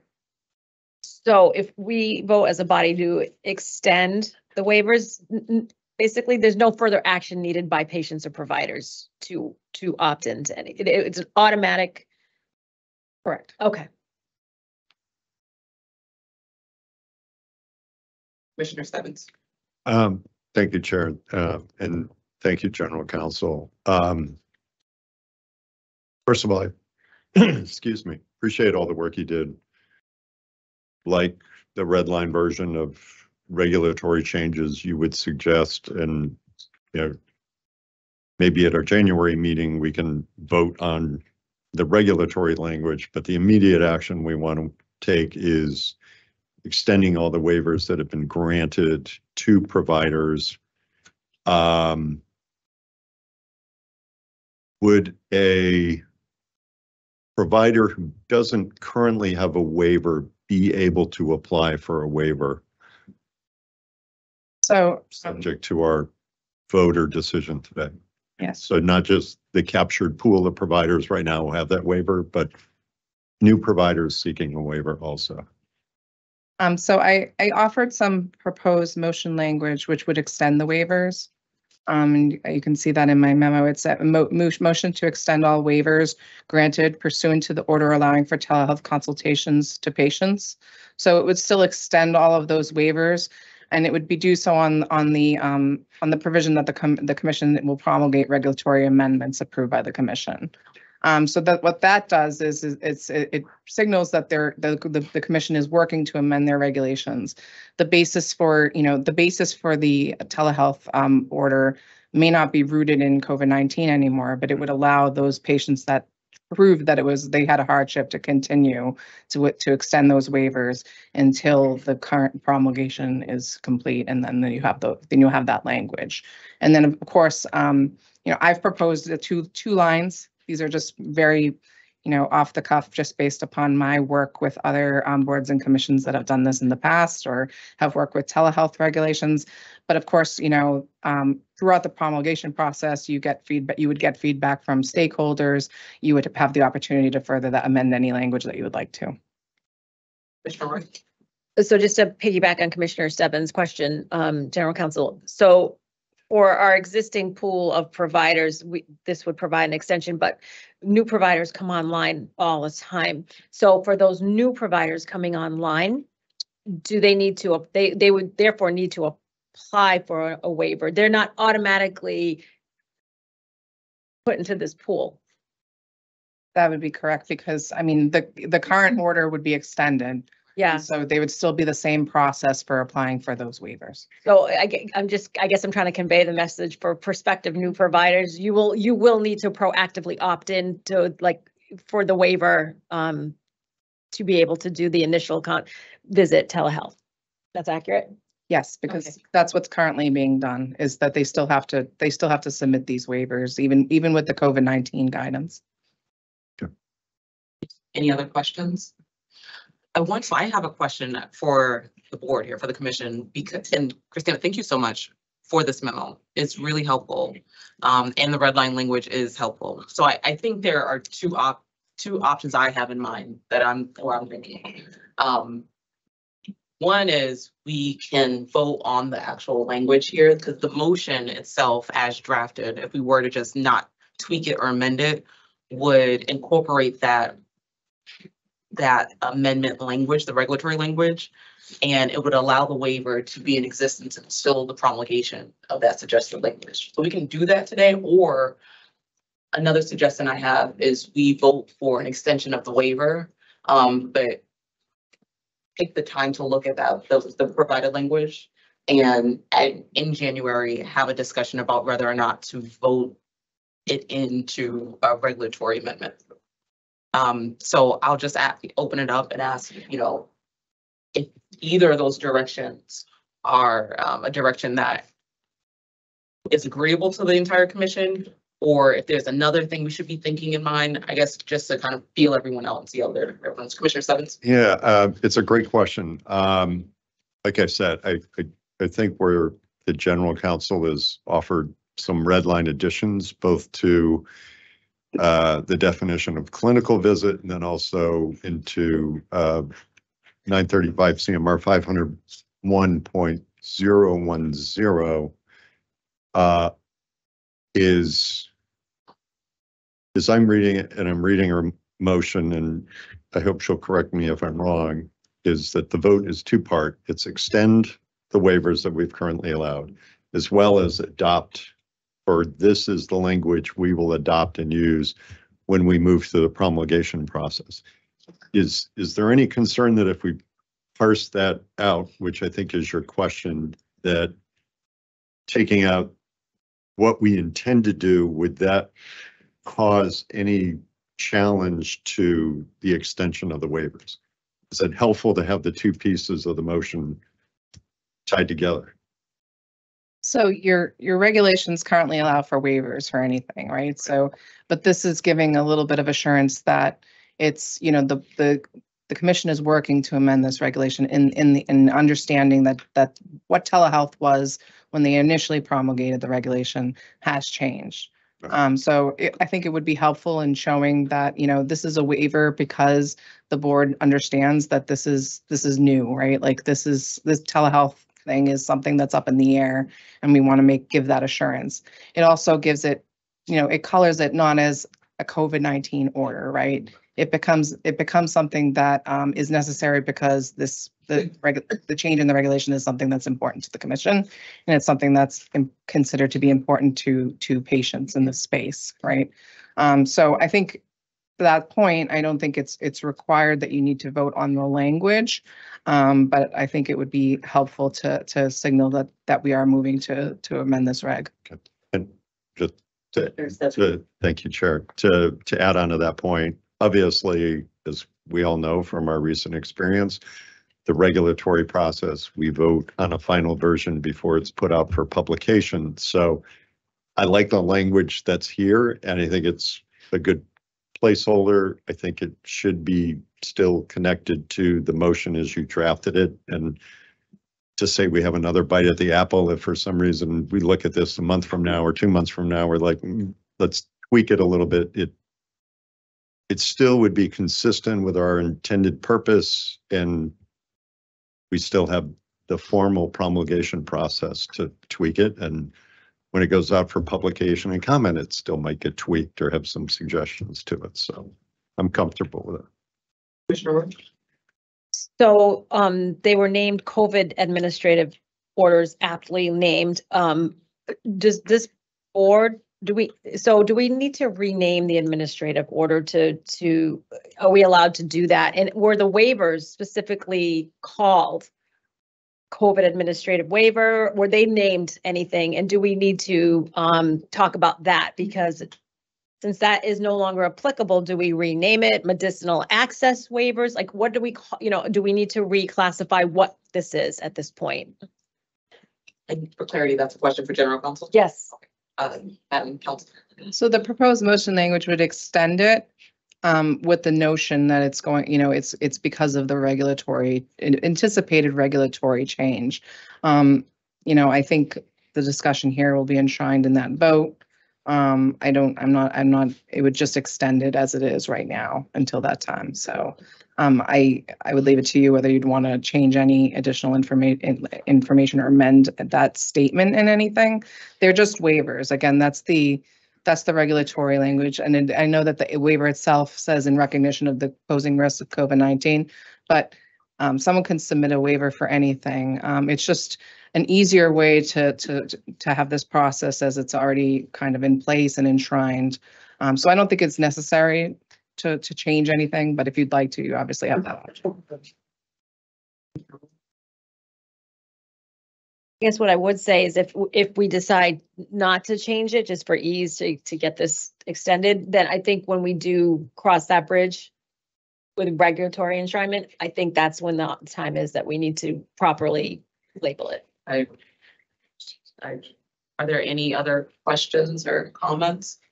I'll open it up. Does anyone want to offer the motion? Commissioner Roy? You want me to read the motion language? Okay. The motion reads as follows. The move to extend all waivers granted pursuant to the order allowing for telehealth consultations for patients until the commission promulgates the regulatory amendments approved by the commission at the December 14th, 2023 public meeting. Thank you, Commissioner Roy. Is there a second? Second. The motion was made by Commissioner Roy and seconded by Commissioner Camargo. I'll now do a call of the roll. Commissioner Camargo? Aye. Commissioner Roy? Aye. Commissioner Stebbins? Aye. The chair votes aye. There are 4 in favor, none opposed. Motion carried.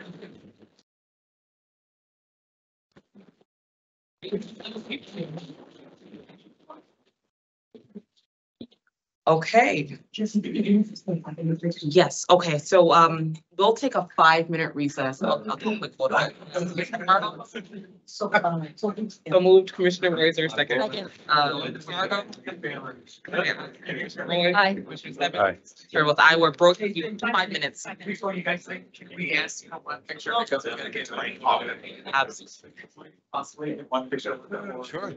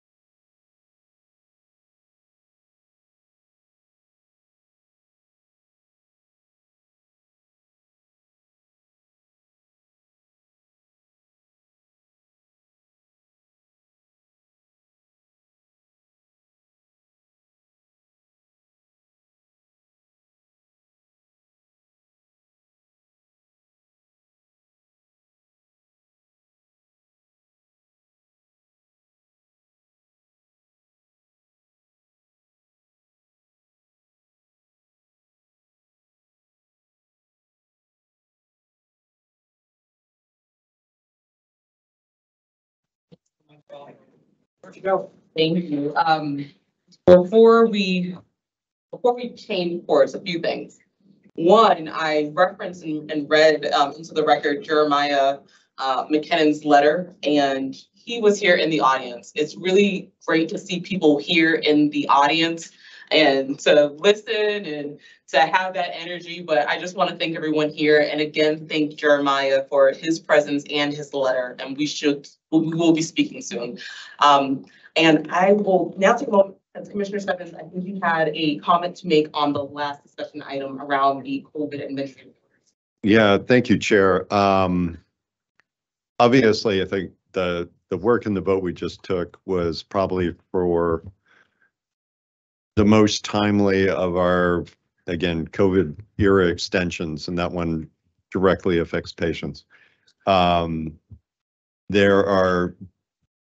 is at least one other that had a deadline of December 31st, and that was the allowance around virtual community meetings. Obviously, important from a number of perspectives, allowing people who can't physically get to a community hearing to still have a chance to hear what a prospective licensee's plans are.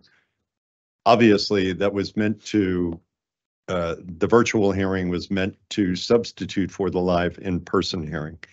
I would like to see us, and again, that opportunity, I think, for the waiver doesn't necessarily extend to the virtual community meetings, but I would like to see us come back in 2024 and try to find a way to officially incorporate that into, do a little bit deeper dive to incorporate that into our regulations. I think there are people who would probably be more engaged and more involved if they did have the opportunity to see a licensee's or a prospective licensee's presentation in person. The other one, if I understand it, was our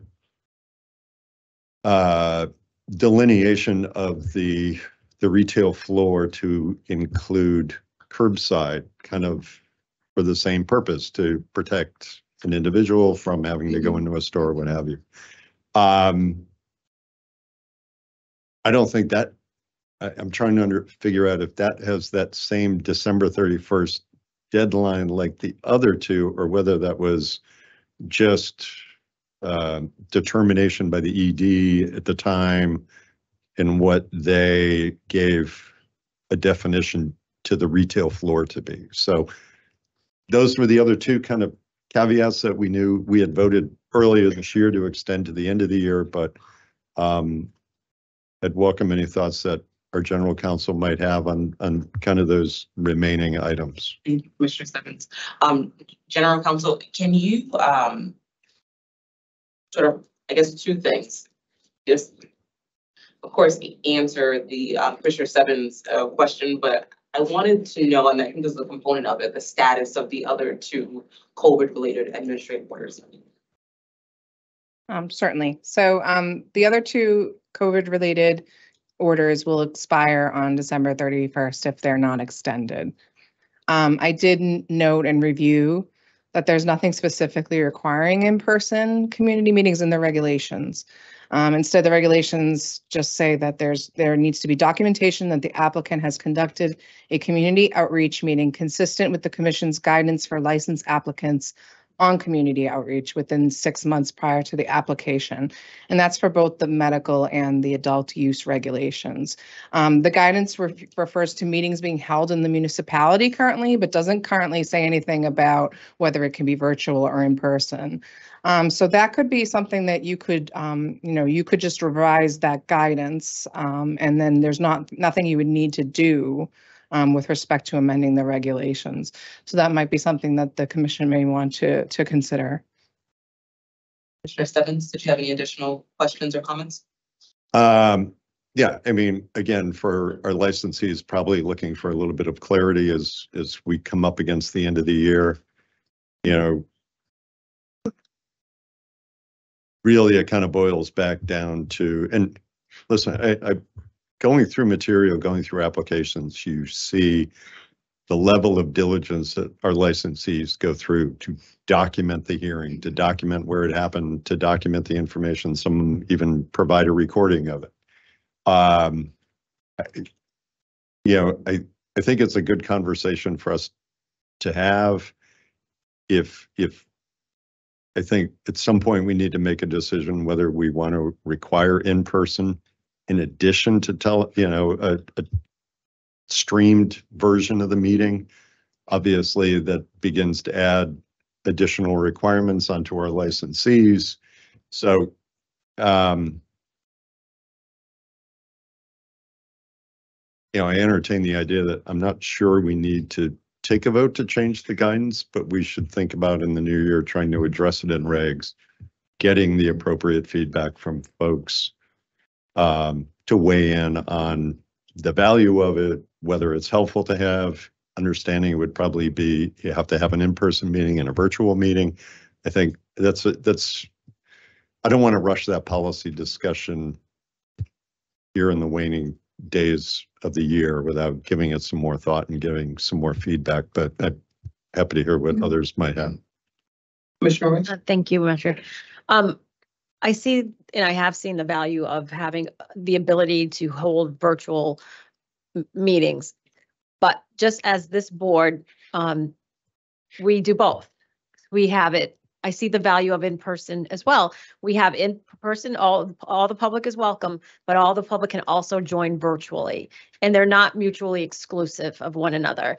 And you do, and quite frankly, there is equity issues where folks, whether they're elderly or they don't have access to Wi-Fi or internet, and there is an operator going to open in their community, should be able to attend a meeting to either voice their support or their concerns. And so I think looking to how us as a model where we have today, we have a full house and I couldn't be happier. But folks, and we also have how many folks, it says it virtually are watching. So I think, when we do have this in-depth policy discussion around it, I just want to express that I think that it doesn't have to be one or the other. There's a way to have everyone be inclusive and have everyone and having it in person and streaming it virtually.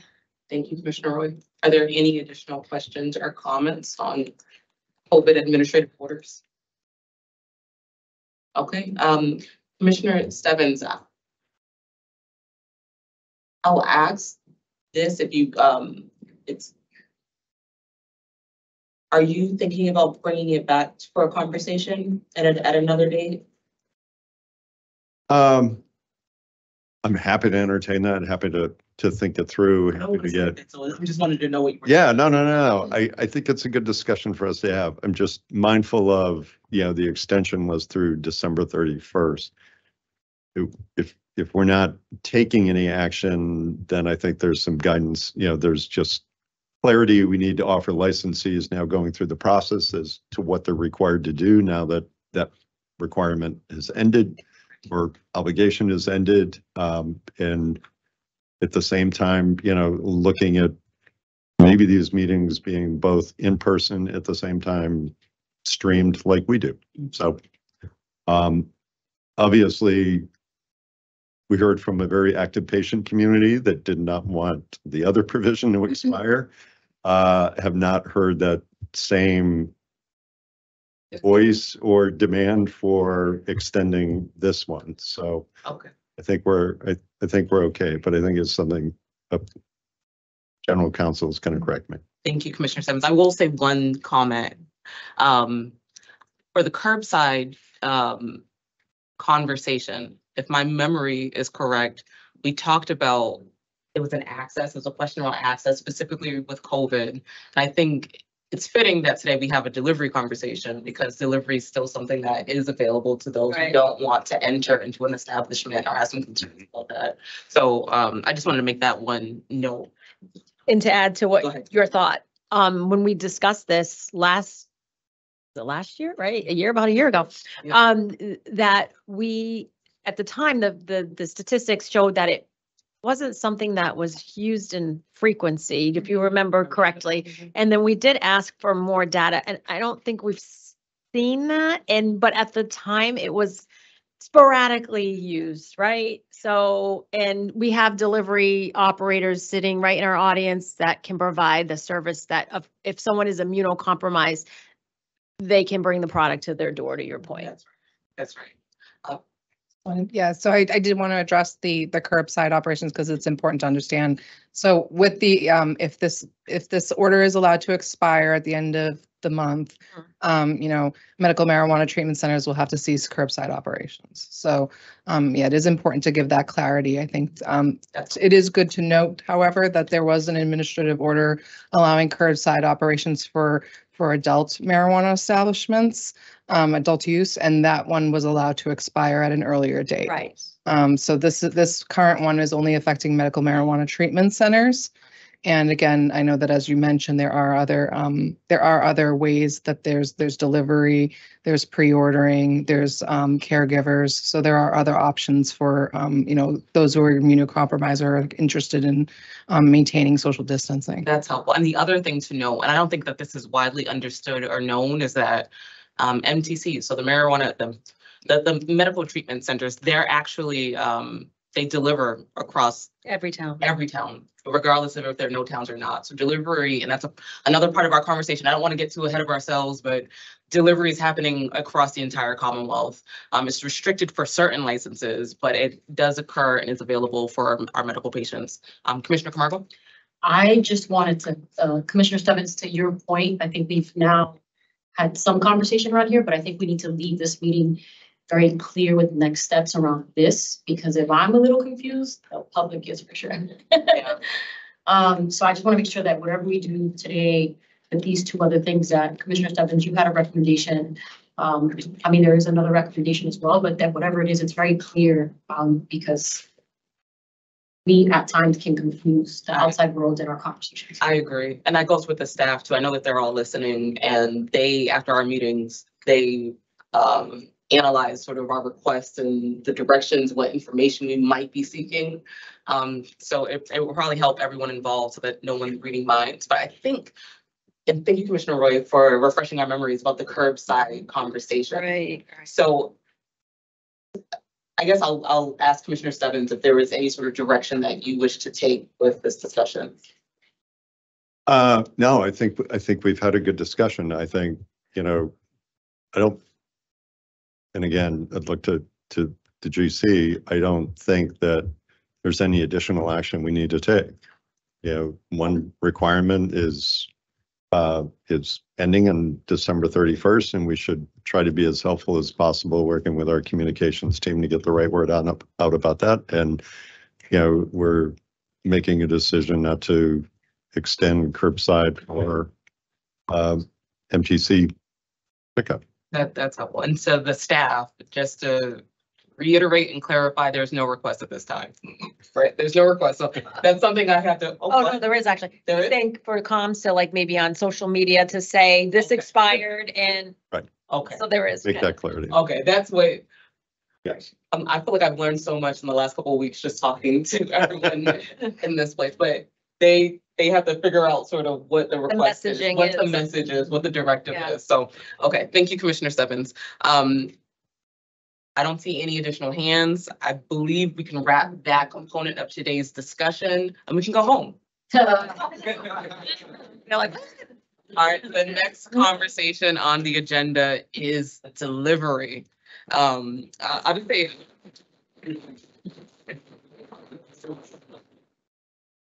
I have a couple comments and then I'll hand it over to Commissioner Camargo, who has done a tremendous amount of work, has put in a tremendous amount of time, has been someone that I'm glad I'll say I partnered with her on this, but she went. So thank you so much, Commissioner Camargo.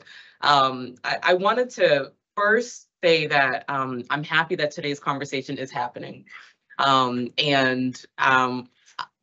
Just so everyone understands, we will be eventually having some sort of vote on a few different elements of the delivery license types. And I want to thank everyone who's pushed us to this point, who's given their insights, has given their perspectives, who's met with all of the commissioners here, who's welcomed us into their establishments. It's been really, really helpful and informative. And I think that we're all better at what we're doing because we've gained really valuable information from a number of different people. So I just wanted to thank everyone. And I wanted to also acknowledge that we do have people in this audience today. We have a number of operators and couriers who have joined. It's always good to see the people that, you know, we're impacting your lives. We're talking about your businesses. So to see the faces and to have you all here, I just want to take my hat off and acknowledge that you all are here, and thank you for joining us. So with that being said, I will hand it over to Commissioner Camargo. Thank you, Chair. Thank you for the comments. It was thank you for asking me to be part of this conversation back when. It's been a while, but I know that Matt's going to join me in a few minutes. I just have some remarks. I think everybody's excited to have this conversation today, my fellow commissioners and all of us just continuing the conversation. It's a big moment. It's the end of the year, especially a year that has been busy and focused on the, you know, Chapter 180 and other regs.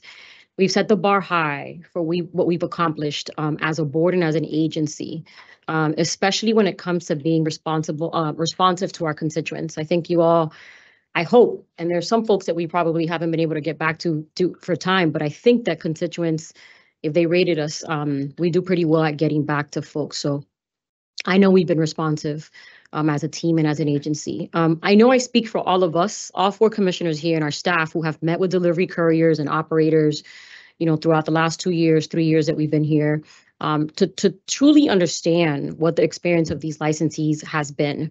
Regardless of what's being said in the press, our relationship with our business owners is strong. Our conversation today will no doubt be informed by our discussions with them, as well as other stakeholders, public safety officials, advisory board members, associations, and just a whole bunch of other stakeholders that have thoughts and hopes and concerns. That said, regulating these businesses comes with a big responsibility because of the equity exclusivity period and just equity exclusivity. I want everyone to know that this conversation is yet another showing of our commitment to that exclusivity and our mandate overall. We want to see these businesses thrive, and we want to get this right for equity and for public safety and welfare, most importantly as well. And to see them up and just to set them up for success, right? I always say this, we won't be here. The first cohort of commissioners are gone. We're the second cohort of commissioners. And then, you know, after us, they'll be looking at what we did. But we really want to set them up for success and allow them to compete on an equal playing field. We've heard your concerns loud and clear. They're a priority to us. And this is why 1.5 years into the delivery exclusivity period, with fewer than 10 businesses up and running across each delivery license type, we started discussing these policies. The regulations require us to take up a review of the exclusive license type of this exclusive license type next August. But obviously, we've been working on this just this past year. We're not waiting. We're talking about solutions today. So I hope that it resonates with people in the room who have come to the table and told us how to make these businesses models more successful for entrepreneurs who represent communities most harmed by the war on drugs. That said, I really want to give a shout out to Matt, Jessica, Noam, their teams for really helping us from our last few meetings, meeting with all of us as commissioners, breaking down the information, the data. You all will see in the PowerPoint that Matt and his team, and I think it's Jessica, Callie in particular, spoke to every state in the country that has delivery. And you'll see the data. That takes a lot of time, a lot of manpower. We have gone through our last conversation around incidents, what those look like, what were they, where did they happen, you know, all that good stuff. So I just want to say thank you for preparing us commissioners to have this conversation. And I just want to also thank the commissioners for the last conversation. I feel that it was a collaborative conversation. We've brought it to the forefront, but I think everybody's been talking about delivery. All of us have been talking about delivery. So I just want to say thank you. And Matt, I'll kick it to you to sort of walk us through the PowerPoint, and then we'll walk through the policy topics. We'll have some discussions and then go from there. Well, thank you and good afternoon, commissioners. For this discussion, we'll review the current status of the delivery license type, applicants in the pending licensing queue, reported incidents regarding adult use delivery in other jurisdictions, and then I'll turn it back over to commissioners for the discussion of the policy topics. Next slide, please. So currently, Massachusetts is the only state in the nation that offers an entire adult use license type exclusively to equity program participants statewide. The 3-year exclusivity period began on April 1st, 2022. And out of more than 600 open and operational marijuana establishments, 20 are delivery licensees. Next slide, please. So this slide is an overview of all social equity program participants and economic empowerment priority applicants that have at least a provisional license. 11% of all licensees currently hold equity status. Next slide, please. This is the chart of where in the licensing process delivery licensees are, broken down by the individual equity program. As we often share, the goal of businesses is to move through the process down to commence operations. I'll point out that excepting for pre-certified applicants, the largest current tranche of licensees currently hold a provisional license. Next slide, please.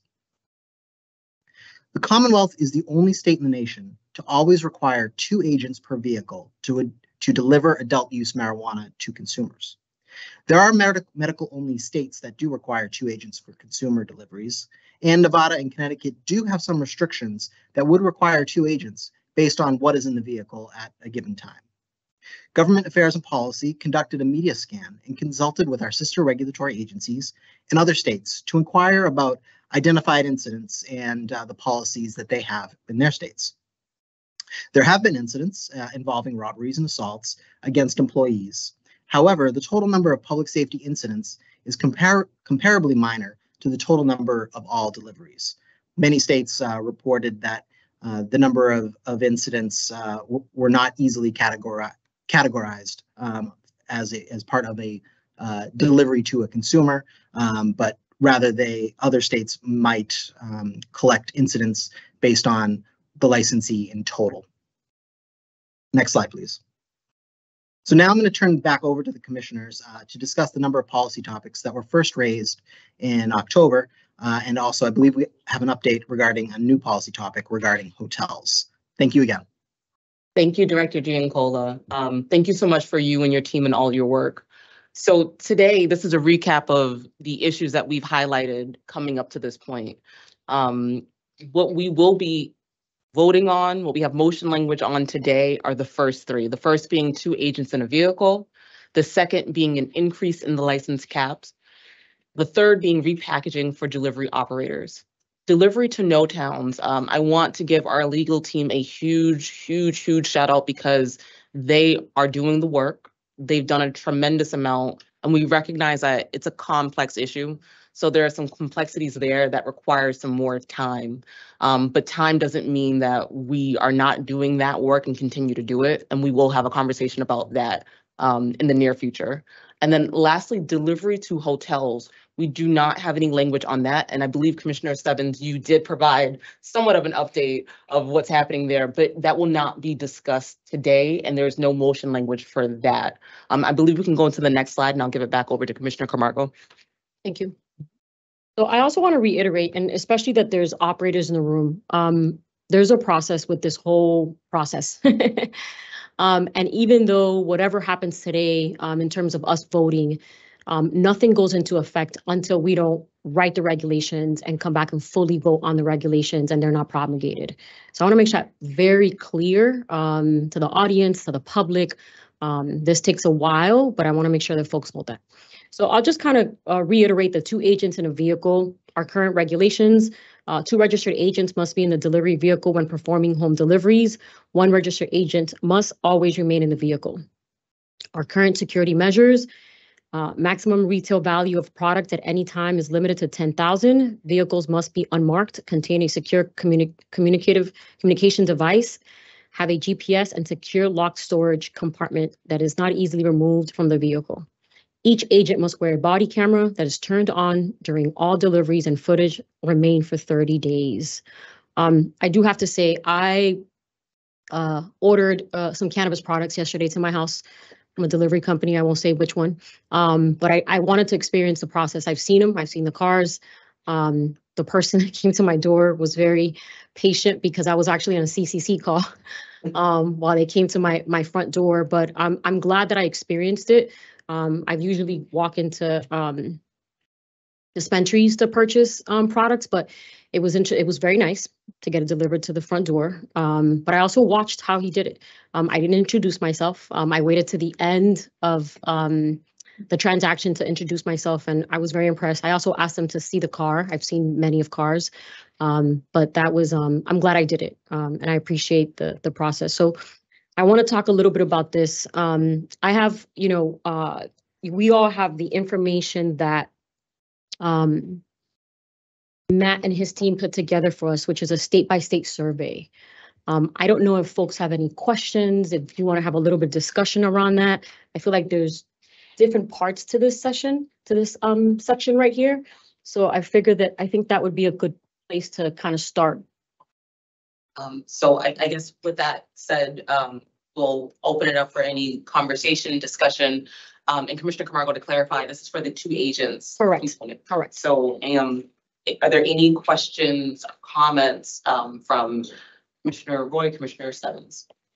More of a comment, well, no, kind of a question too. And I just want to thank my fellow commissioners for tackling this. And I know you've been meeting with a lot of folks and gathering information. I want to thank Director Giancola and his team. You're right, that was very labor intensive to reach out to all of these states.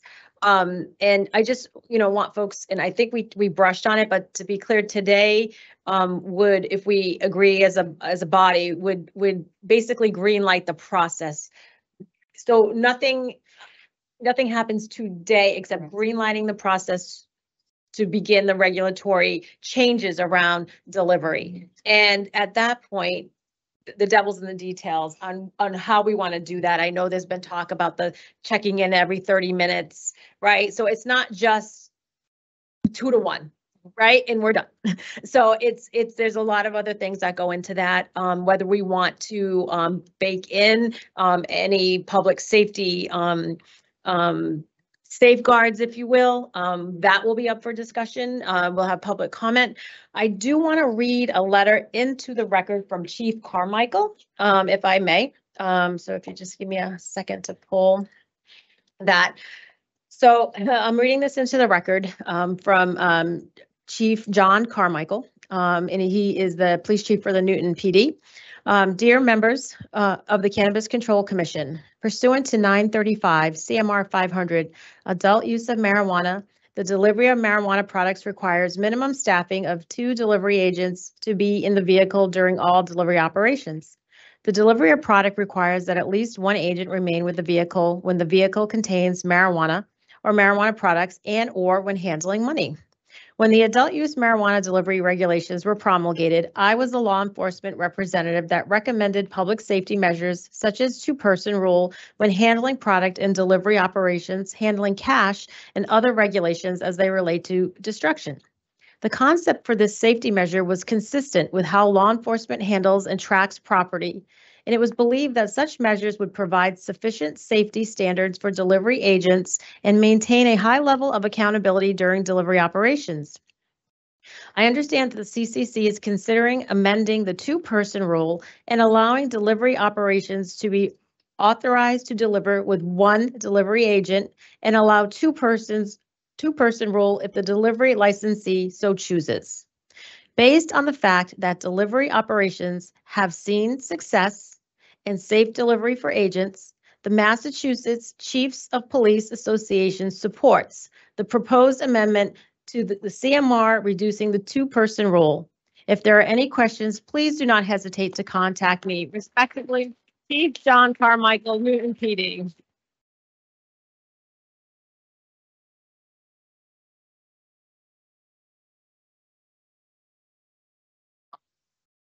Are we talking about the state by state or the overall topic question? The topic of the 2 age, because there are 3 topics that we're going through today. So we're the 2 agent conversation. Okay.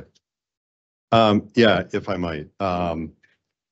And first of all, I want to thank you, Chair, and Commissioner Camargo, for for your work on this, and thank Commissioner Roy as well. You know, this is, I think almost since we started, we've heard about, you know, the challenges for the delivery courier and the delivery operator license type. I've enjoyed the chance to, I think it was follow Chris and his team around while they were going from where they staged cars to picking up product. We didn't feel it was appropriate to kind of spy on a customer, so we didn't follow them to an actual delivery. But that was helpful. And Chair, you and I had the chance to go visit one of our delivery operator rolling relief and see their operations, see their facilities, see the brick and mortar that they had built out.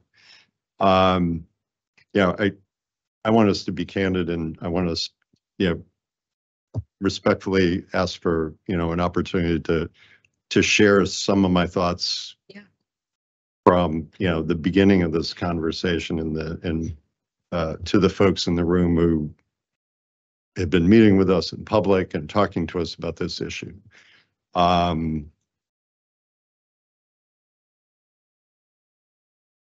This is a unique license type, as it's been explained. This is the only license type currently provided for that is exclusive to our social equity program participants and our EE program participants. And I think that's very important. And I think the effort that was initiated, and because we weren't here, I've also really appreciated kind of the history lesson and the discussions that happened with our inaugural set of colleagues. This was meant to be a low barrier to entry. We now know maybe that wasn't necessarily reality. We've heard from folks that, you know, the delivery operator model was created really, as I understand it, with the urging of a lot of the folks in this room to create a license type that could be fruitful business venture, right? And really offers a lot of additional opportunities. So that came together, and it was great to have this conversation with a lot of the folks in this room about that. I mean, completely honest with the folks in this room and with all of you. The reforming of these regulations is really intended. One, it's proving that delivery can be safe without two agents. It's a conversation around providing for the safety of the folks who are doing the actual delivery. It's trying to create a lucrative license type. I can't say I've really come down firmly in one side or the other. What I do know is the process in place has not produced any reportable incidents where somebody has been harmed. Substantial amount of product has been diverted. And that's a good safety record for us to talk about. At the same time, there are other measurements, there are other signs that this has the opportunity to be a lucrative license type. We just approved a final license for a delivery operator here today. There's still an interest in this license type. Then, you know, I was hoping to look at some numbers through Metric. Unfortunately, Metric ran into some challenges, but you take another measurement, which is the number of active agents who are licensed to work for a courier operator. That number has stayed pretty flat for the entire year. So this, you know, I'm struggling with the notion that there is not success to be found for these license type in our current regulatory structure. I've had the chance, as I've said, visit with a number of the folks in this room, looked at the back of the envelope calculations. And I appreciate those. I honestly do. At the same time, again, are there these measurements out there that show this can be a lucrative license type with the regulatory framework the way it is? That still for me is a question I haven't really begun to answer for myself. And I will say I'm really hard pressed to make changes in that safety and regulatory structure, and certainly appreciate the letter from Chief Carmichael, who it's been really helpful to us, and certainly Commissioner Camargo and I have had conversations with him around social consumption. But for me, it's an ask of drop a safety requirement to provide for a more lucrative license type. And that's big, for me, that's a big hurdle and question to get over, to be honest, with everybody in this room. I also really, for a number of reasons, don't want this to extend to, if you're really financially strapped, do you really want us as an entity, as a governing body, and I don't want to do this, of looking under the hood and looking at a business's financials to make a determination? I don't want to go to that extent. I don't want to go there. So, you know, for all of those reasons, this is still a weighty issue. It's still a meaty issue that I've struggled with. And for the folks in the room, I have greatly appreciated the opportunity on a number of occasions to talk with folks about this. I actually think we should entertain some additional changes to our regs, and some new ideas within our regs. One of those being lowering the value of the amount of product in the car. I think most of our delivery couriers and operators would probably tell you they can't carry that much product anyways. So sending a signal that there is not as much product in this car or vehicle as you might expect, I think is something that, again, would help safeguard the safety of the drivers and the agents who are doing delivery. I've also, had a conversation, and I think I've raised it here before, of if you're making a delivery to what we could define as a repeat customer, somebody who you're familiar going to, that allowing for one agent to make that delivery, and I'd be interested in, thinking through what that definition might look like. But I think that's a safeguard also. And I think for the folks in the room, obviously always looking for new customers and new markets, a lot of their business are repeat customers.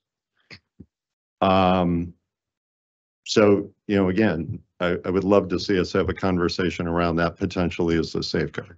So, again, I applaud us for taking this up. I applaud us for responding to what our licensees have asked us to do and issues that they put on the table. We've heard from a number of them. It's great to get their emails. I will be honest in saying a lot of those emails have not had consistent asks or consistent requests for similar changes. Mm-hmm. And I think that's important for us to consider as well. So just to speak to the two agent piece of this, Thank you. I wanted to be honest with my thoughts. Yeah.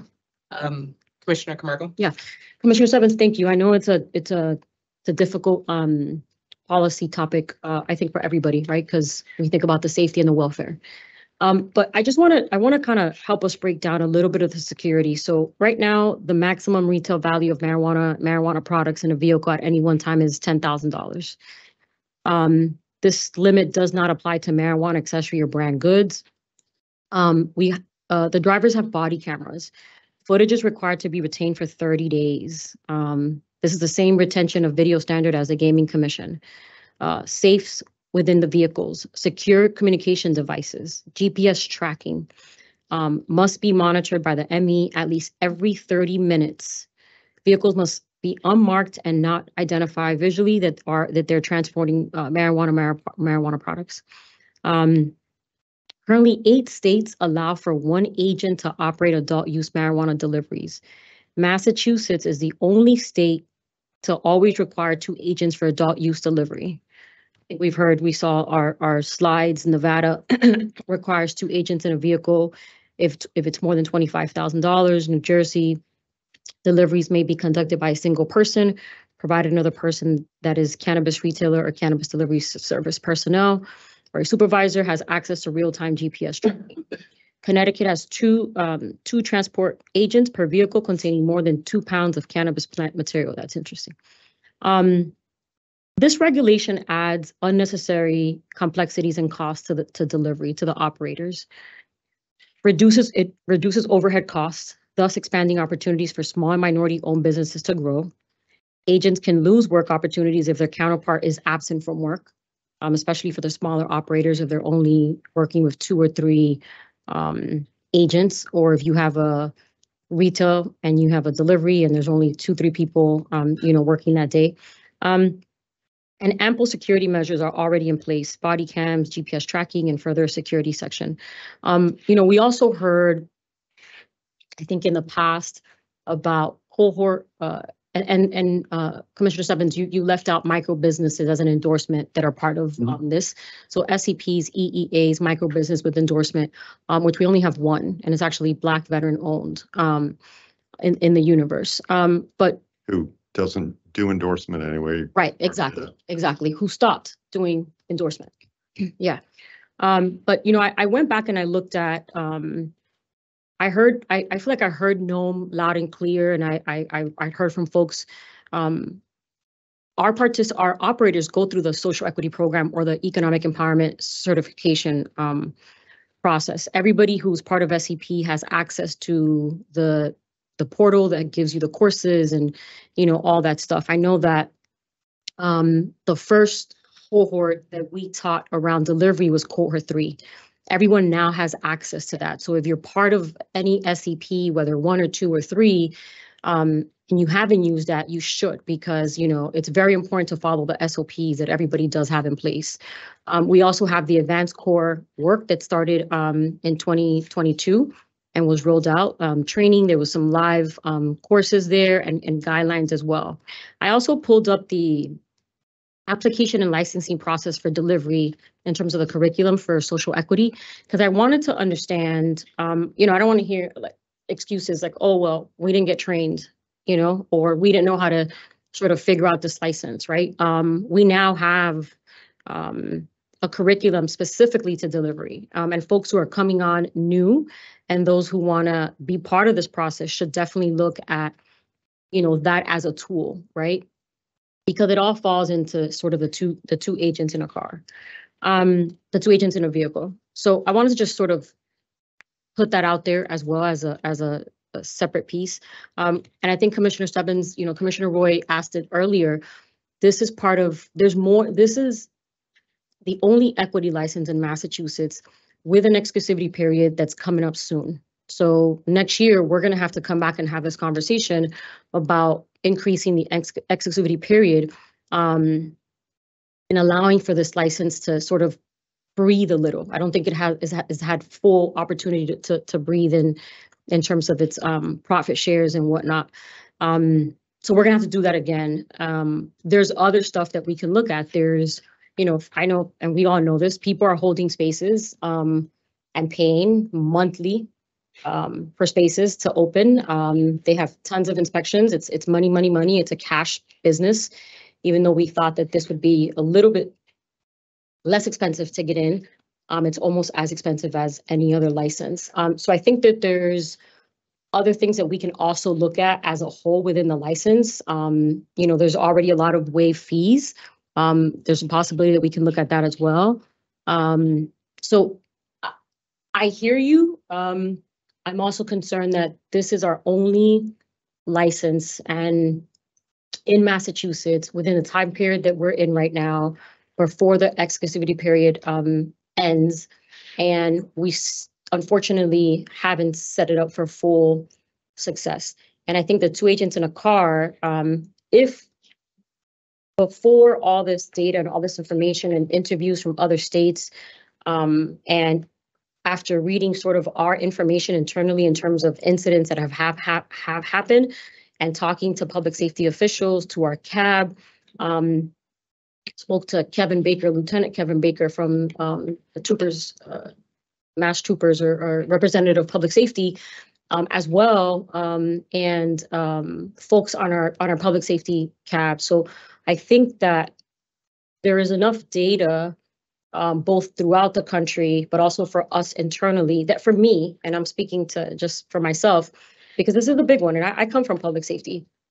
And this is a big one because you're always afraid for employee welfare and what can happen. But I think, you know, when we look at liquor deliveries, there's one driver in the car. When we look at, you know, Amazon drivers, there's one driver in the car, and so on and so forth. But I am also, I'm feeling secure about the guardrails that we do have in place right now. And, you know, I mean, you had talked a little bit about maybe lowering the amount of product that's in the car. You know, that's another possibility. So that's where I'm at on this one. So Thank you, Commissioner Camargo. So I'll offer a couple of thoughts also, because what might be helpful is understanding it, and, you know, the people in this room, you know, I've come a long way. I think at one point, I shared the resistance to changing this rule, because I understood the financial burdens and the implications that it's having for the licensees, but I was really concerned about the safety provisions and making sure that we were still, you know, making sure that the right perimeters were in place. And Commissioner Stebbins, I just wanted to just say that is why we were really intentional about getting input from the public safety community. Right. That's why we went to, you know, Chief Carmichael, who was really involved in the original drafting of the regulations, and not only him speaking for himself in an individual capacity, but speaking on behalf of the Mass Police Chiefs Association as a whole, and talking to the public safety CAB, and talking, you know, with I know Dave O'Brien's in the room, with the Cannabis Business Association. That's been really helpful. And, you know, I know, you know, we've talked to the couriers and the operators as well, but I just want to make it really clear that those weren't the only voices. And I think starting out, even within the first few months of me coming onto the commission as a commissioner, I did hear a lot from the licensees. So I thought it was important to gain perspective from the opposite end of things, is sort of understand the overall intentions behind it in the first place, and then see what it looks like now. Because I think at the beginning, when those regulations were originally drafted, we didn't know what it would look like. But we also have security measures in place that will continue to be in place if we vote in favor of removing that second agent requirement, that still is above and beyond the majority of our counterparts across the country. So I think that's something that, you know, it's important to also understand. So, and lastly, the other thing that was in my head, as you mentioned, we've done a lot of visits. We've, you know, collectively, I said this at the beginning, all four of us have gone to different locations, spoke to different licensees. And I know that takes a lot to allow the regulators in your building, but that has been really informative. And I know you mentioned Chris, and I wanted to flag this because one of the things that was important is, and I will shout them out, your green package for inviting me to their training and seeing how they're training their staff. And I think that throughout these conversations and the conversations with our own team, the conversations with the different stakeholders, I think the focus is better put on making sure that that training is sufficient and that people are following those SOPs. But with that said, I believe there are appropriate parameters in place. I will give Commissioner Brady. And thank you, my colleagues, for this input. And I'm going to, part of what we did last meeting when we talked about delivery is we asked for, if you guys remember, and everyone listening, and the notices of deficiency, and we went through with Director Kamalo, and, you know, were the notices of deficiency? What were the incidents that happened? And we also, wanted to see what other jurisdictions were doing. So, and I know how long you've been advocating for this since my first day as a commissioner. And what I'm going to say, if this board decides to move forward, that there is an additional responsibility on you as operators to ensure your worker safety. You need to have heightened vigilance. Additional situational awareness needs to be taught. I'm just looking through the delivery core curriculum. Perhaps we need to put a little more in there that speaks to the having one driver. And I'm going to just read from 3 other jurisdictions because I want you to be aware of some of the things that have occurred in other states with the one driver and why it's incumbent upon the operators to make sure your workers are safe, that they're properly trained. If we are going to afford this opportunity to you, there's a responsibility on you to make sure and ensure this. So I'm going to just read from 3 different states to make you aware of some of the things that have occurred in California. There was most recently, licensed delivery driver was robbed at gunpoint in San Bernardino County, where cash located in the center console and marijuana inside the trunk of the vehicle were both stolen. In 2022, a licensed delivery driver was robbed in the middle of his route when the suspect stole money and a marijuana product. In 2021, a series of carjackings occurred in Pasadena and surrounding counties, resulting in stolen vehicle containing marijuana products and cash. In Maine, in Portland, Maine, there was 3 incidents where licensed marijuana delivery drivers were assaulted and robbed at gunpoint during normal marijuana deliveries. In most of the incidents, the suspects used phone apps to order marijuana, providing drivers licenses and medical marijuana cards that had been stolen. In 2 of the 3 incidents, the address provided for delivery was not a real address, causing confusion upon the agent arriving to deliver the product.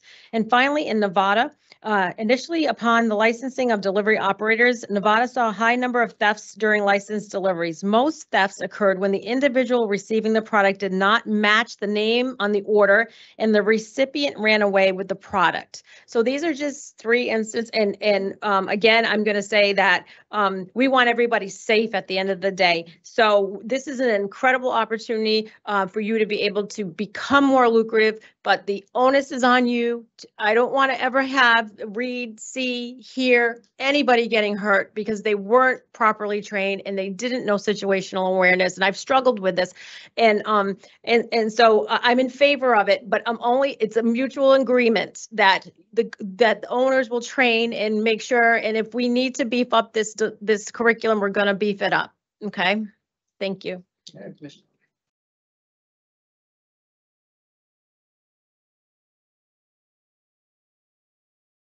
Commissioner Stebbins. No, What is your preference? 'Cause I know your hand was up first. So do you want to? Go ahead, Commissioner Kamara. no, I was just going to say, Commissioner Roy, throughout this process and sort of looking at this octopus, right?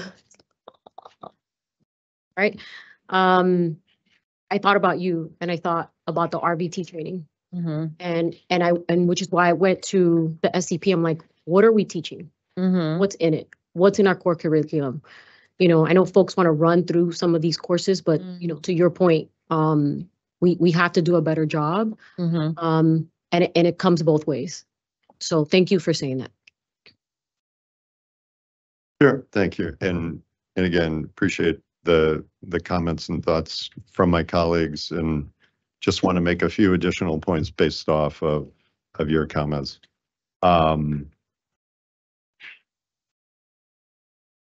First of all, I want us to remember that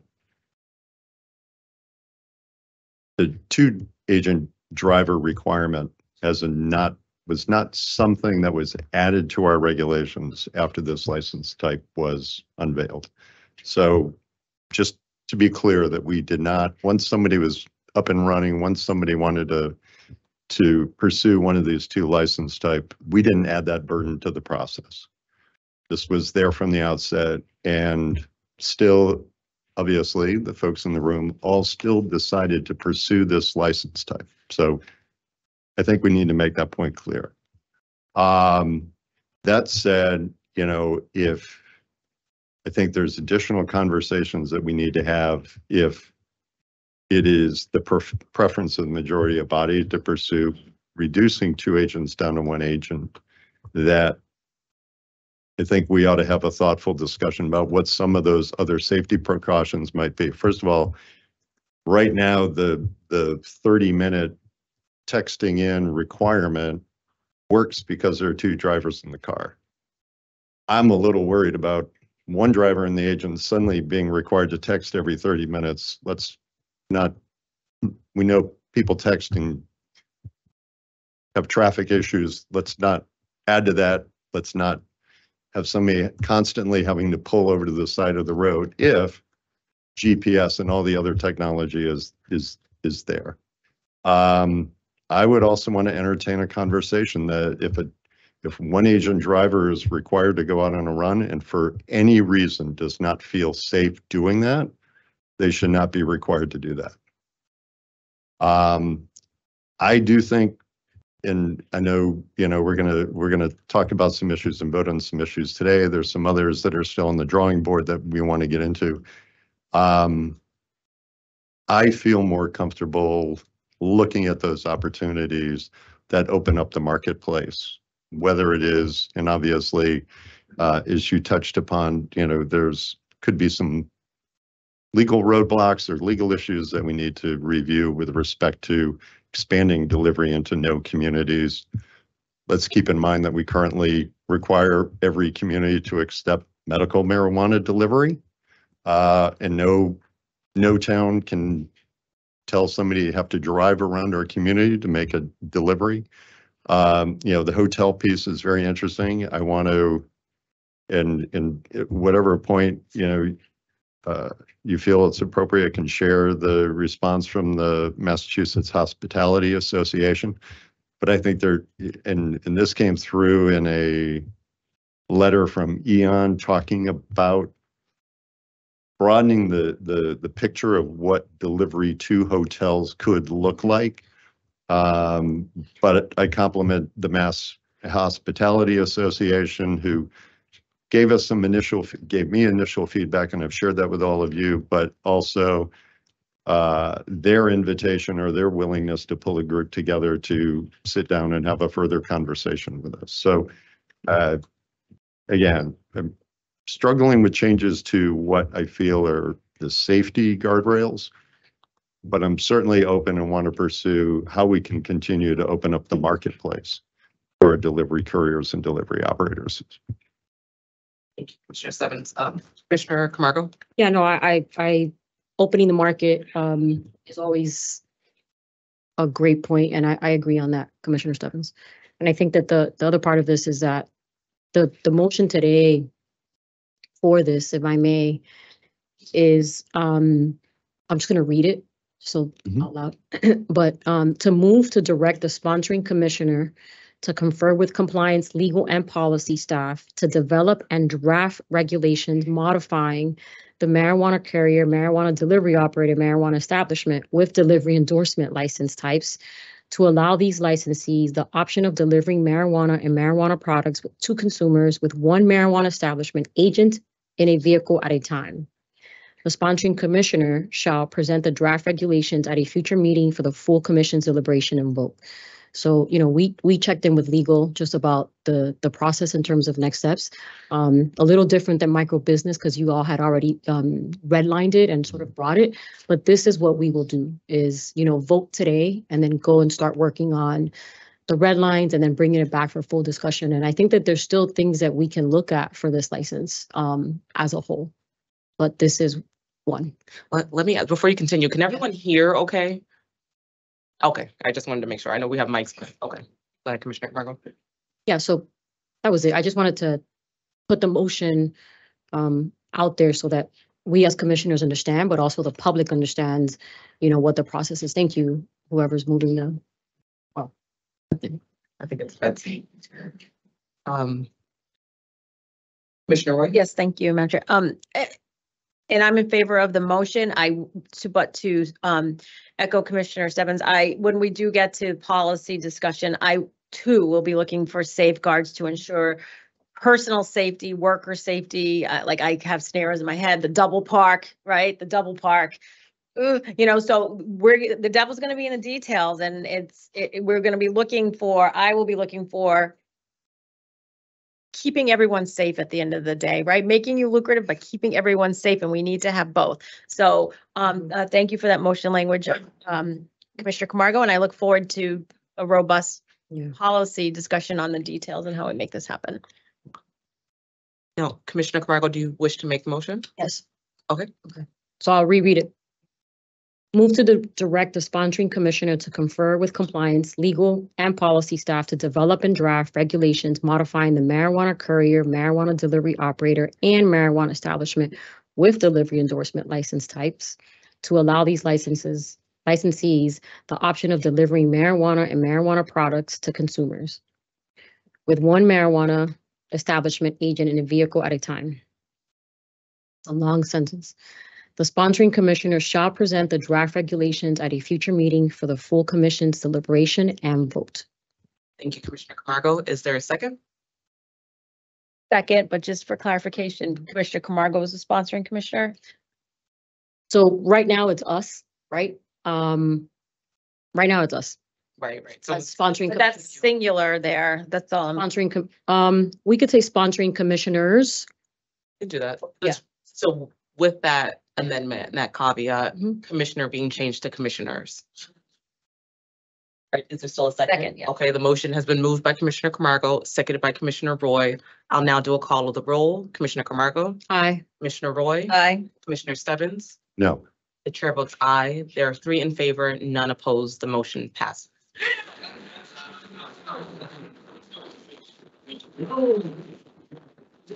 So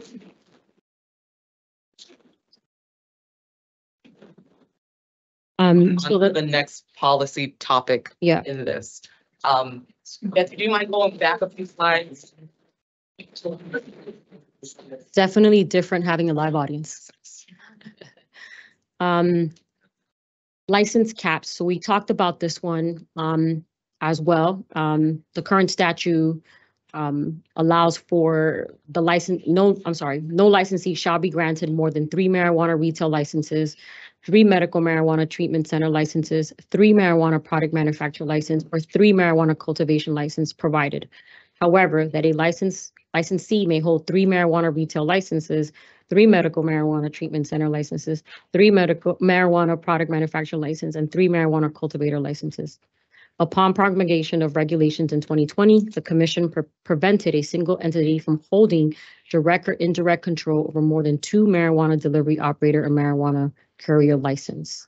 So I believe we had talked about this one in depth and sort of took our temperature on this one, but I will open it up to folks as well. Okay, are there any questions, Commissioner Roy? Yeah, for historical context, maybe Matt or Kyle, Director Potman, the previous cohort of commissioners, I think I understand why it was limited to 2, but if someone could provide historical context, that would be helpful.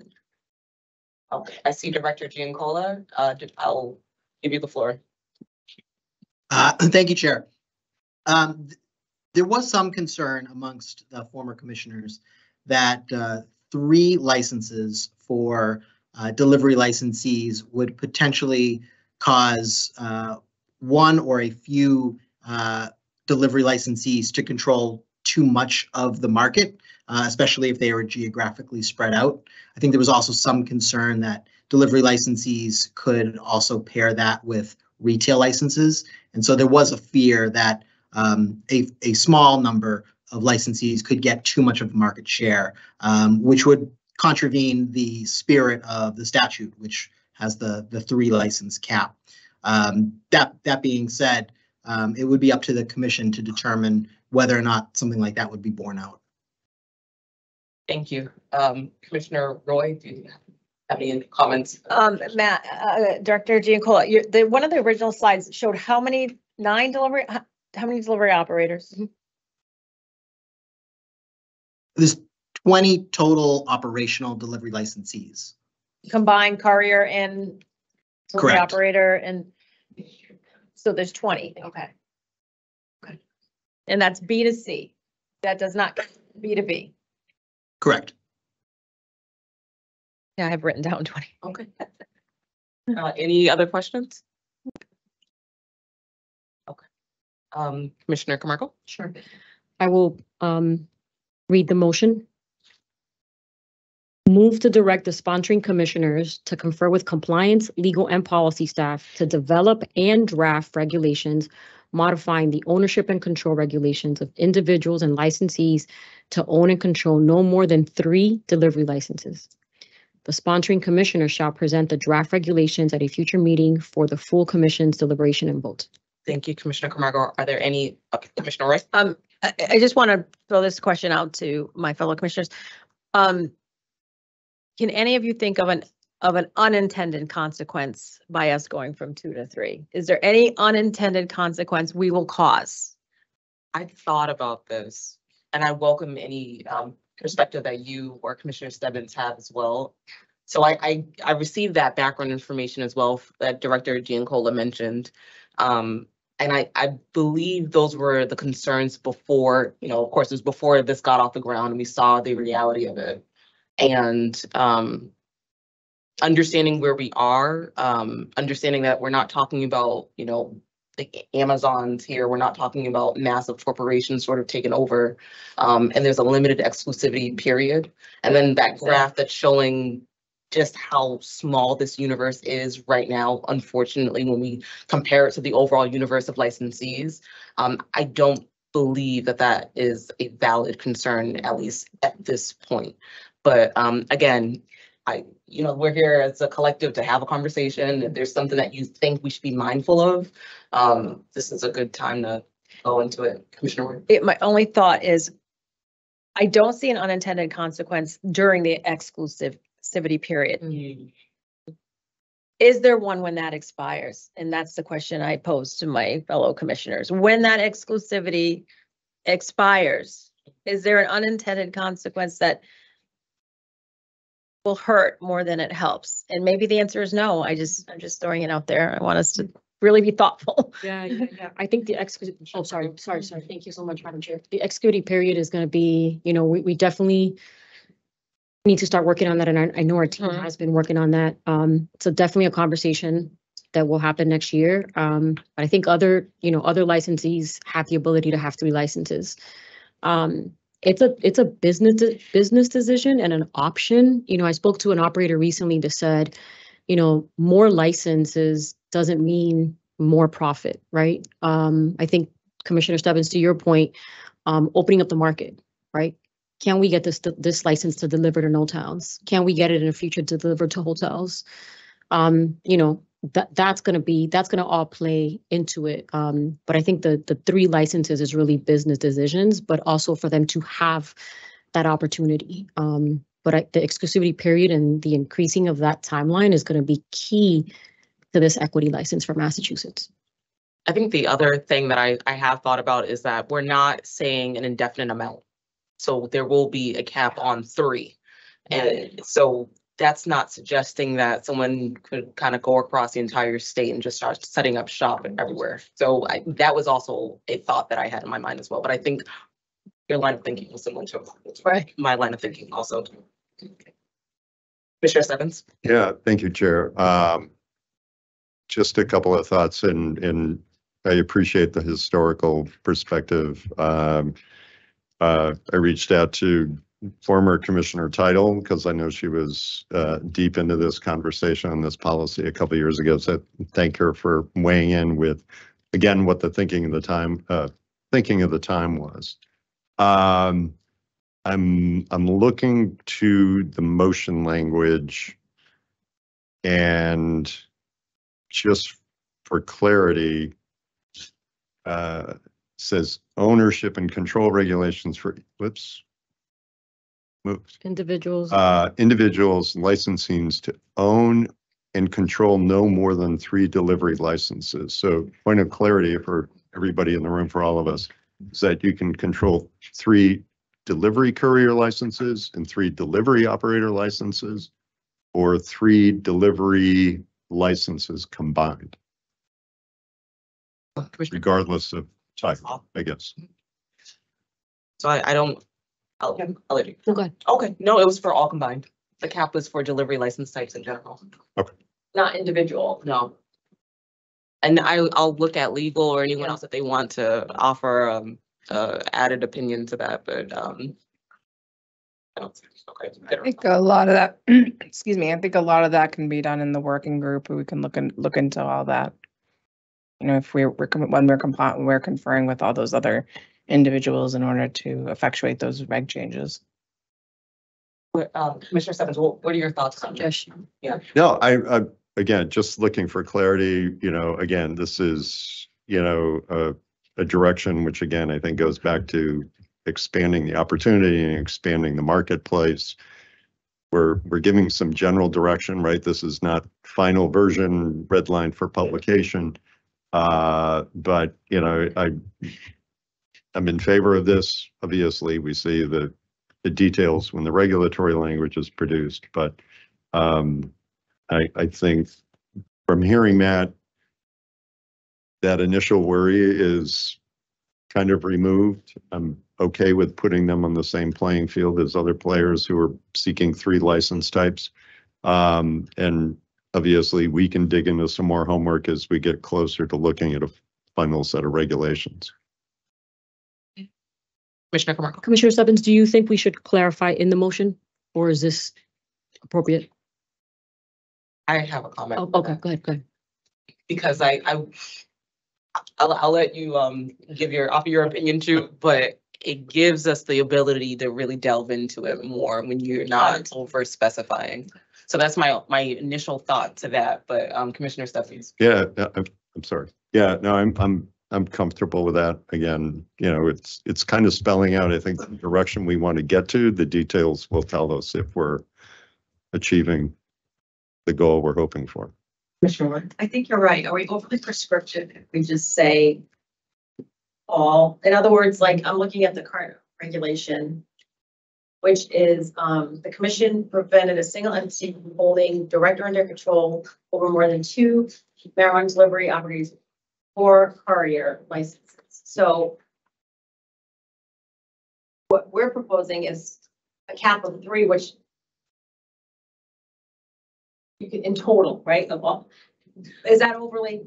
But I will say, that's what we're saying, but the way that the motion is drafted, it still allows us to evaluate both scenarios. You understand what I mean? So you could have 3 courier licenses, you could have 3 delivery operator licenses. So it would give us the And that ability. allows us to do that? It would. So Okay. to at least confer with compliance, legal and policy, and then come back to the table and have a discussion based off of those findings. So how it reads now, they're able to do that. So how it say that one more time? How it reads now, they're able to do that. 2 and 2.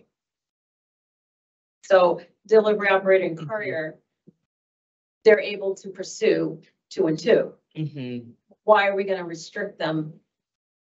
Right, so they could have 4. Now we're going to tell them we can only have 3. We're going to actually. I've read too much now. So you're saying I'm this saying- motion language would do, I think this is the overly opposite. Exactly. It's Got it. too restrictive and overly prescriptive. And I feel that right? it's doing the reverse of what we're trying to do. Do you have a suggestion? I have to reword it. Let me see, live edit it. Yeah. Commissioner Wright, I'll pause you for a second only because I think Commissioner Camargo has a Okay. suggestion. Should we just say something like, all 3 delivery licenses? Like spell it out for. Three code for all delivery endorsement. I don't know if that gets to what we're saying. I don't think. What were you thinking, Commissioner Roy? We're talking about the different B2C. Right. There's different B2Bs. What I understood it is you can get 3 in every B2C. I wonder. I don't read that way. I wonder if we could if we can, and I'll ask for some help if this is not legally sound. But if the language just talked about increasing the cap, if it was instead of specifying no more than 3, just saying licensees to increasing the cap on ownership and control, something around those lines. Yeah. Okay, Commissioner Camargo? Yeah. So, delivery licenses encompasses operator, courier, and delivery endorsement. Right. Delivery refers to delivery to consumers. Transportation generally refers to B2B. So I think, just for clarification. No more than 3 delivery licenses per B2C license type. I think that works. That might do it. On a control, no more than, Per B2C, like 3 delivery licenses 3 per. operator, courier, and So if we added the words per license type after the phrase Yeah. licenses. right. Madam General. Through the chair, I think you could just specify the 3 license types and that would effectuate the purpose. Okay. Or, just indicate that it's separate license types. So I'll say it again into the record about how we're saying it. Move to direct the sponsoring commissioners to confer with compliance, legal, and policy staff to develop and draft regulations modifying the ownership and control regulations for individuals and licensees to own and control no more than 3 delivery licenses per license type. The sponsoring commissioner shall present the draft regulations at a future meeting for the full commission's deliberation and vote. I believe that would work. Okay, thank you. Without actually enumerating those licenses. Do you I want mean, you those in can, there? you can enumerate the license types. I think that would be fine. You would direct the work if you'd like to do that. Okay. So it would be delivery, operator, courier, and endorsee. Commissioner Camargo. Can I ask for 3 5-minute break to talk to me? A 3 to 5 minute break? Yeah. That's what you said, 3, 5. I know. 3 5 minutes. All right, let's take a I want to make pause. sure that we understand this and I want to do it offline. All right, let's take a step. Let's break here. We'll come back at 4:25 with some language to go through. Okay, so we're in recess until 4:25. You might need to go to the bathroom too.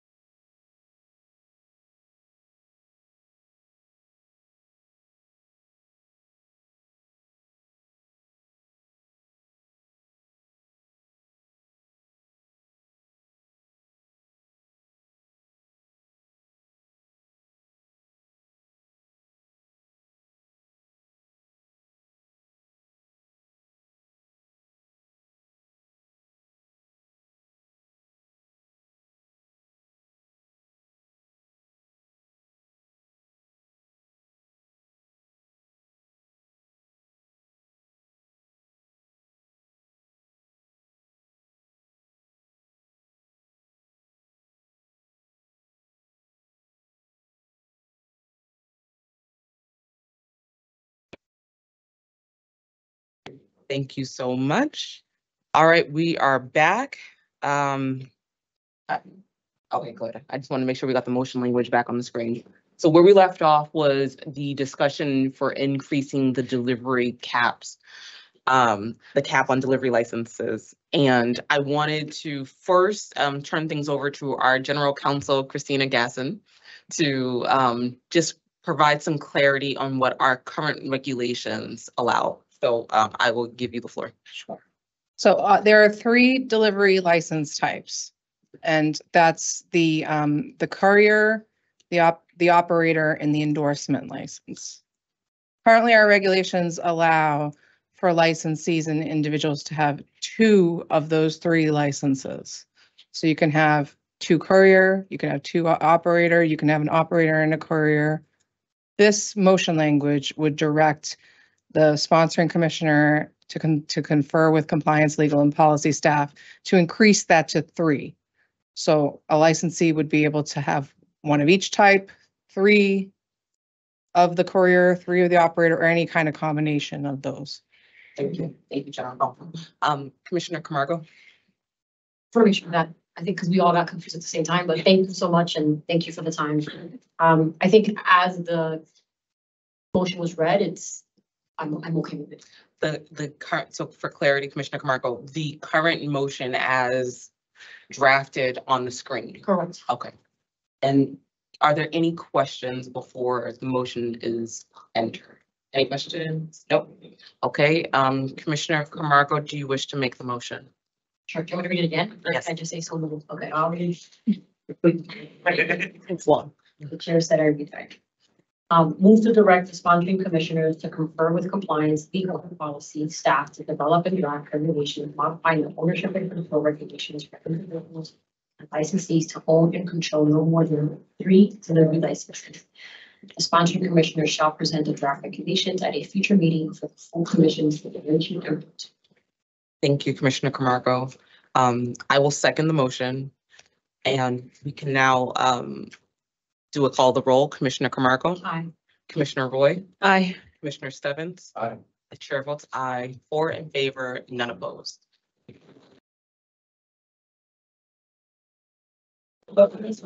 So, Commissioner Camargo. thank you. I'll jump right in to repackaging delivery operators. Repackage means to uniformly wrap or seal marijuana that has already been wrapped or sealed into a ready-made product for retail sale without combining, infusing, or changing the chemical composition of the marijuana. Who can package marijuana? Marijuana retailers, marijuana treatment centers. I can't hear you. I can't even hear you. Oh, I'm sorry. Need a little energy. Who can package marijuana? Marijuana retailers, marijuana treatment centers. So this is the repackaging of for delivery operators.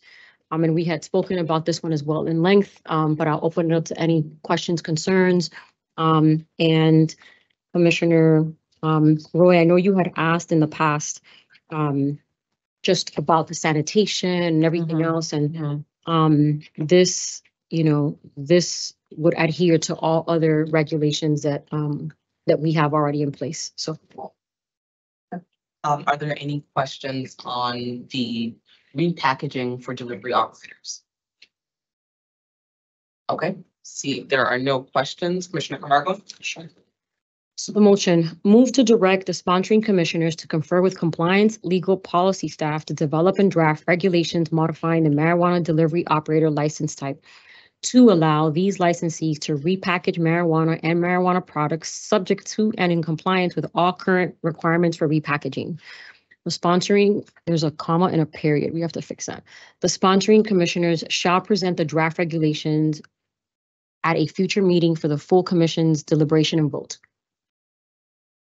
Are there any questions on the motion language? Okay, there are no questions on the motion language. Commissioner Camargo? Do you wish to make the motion? Yes, so I'm gonna read it again. Yes. Someone's okay.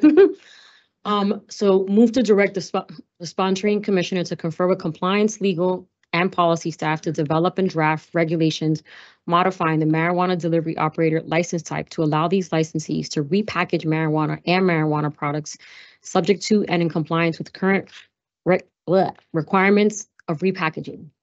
Thank you, Jessica, for editing live. The sponsoring commissioners shall present the draft regulations at a future meeting for the full commission's deliberation and vote. Thank you, Commissioner Camargo. Is there a second? I'll second the motion. The motion has been made and seconded. I'll now do a call of the roll. Commissioner Camargo. Aye. Commissioner Roy. Aye. Commissioner Stebbins. Aye. Chair votes aye, 4 in favor, none opposed.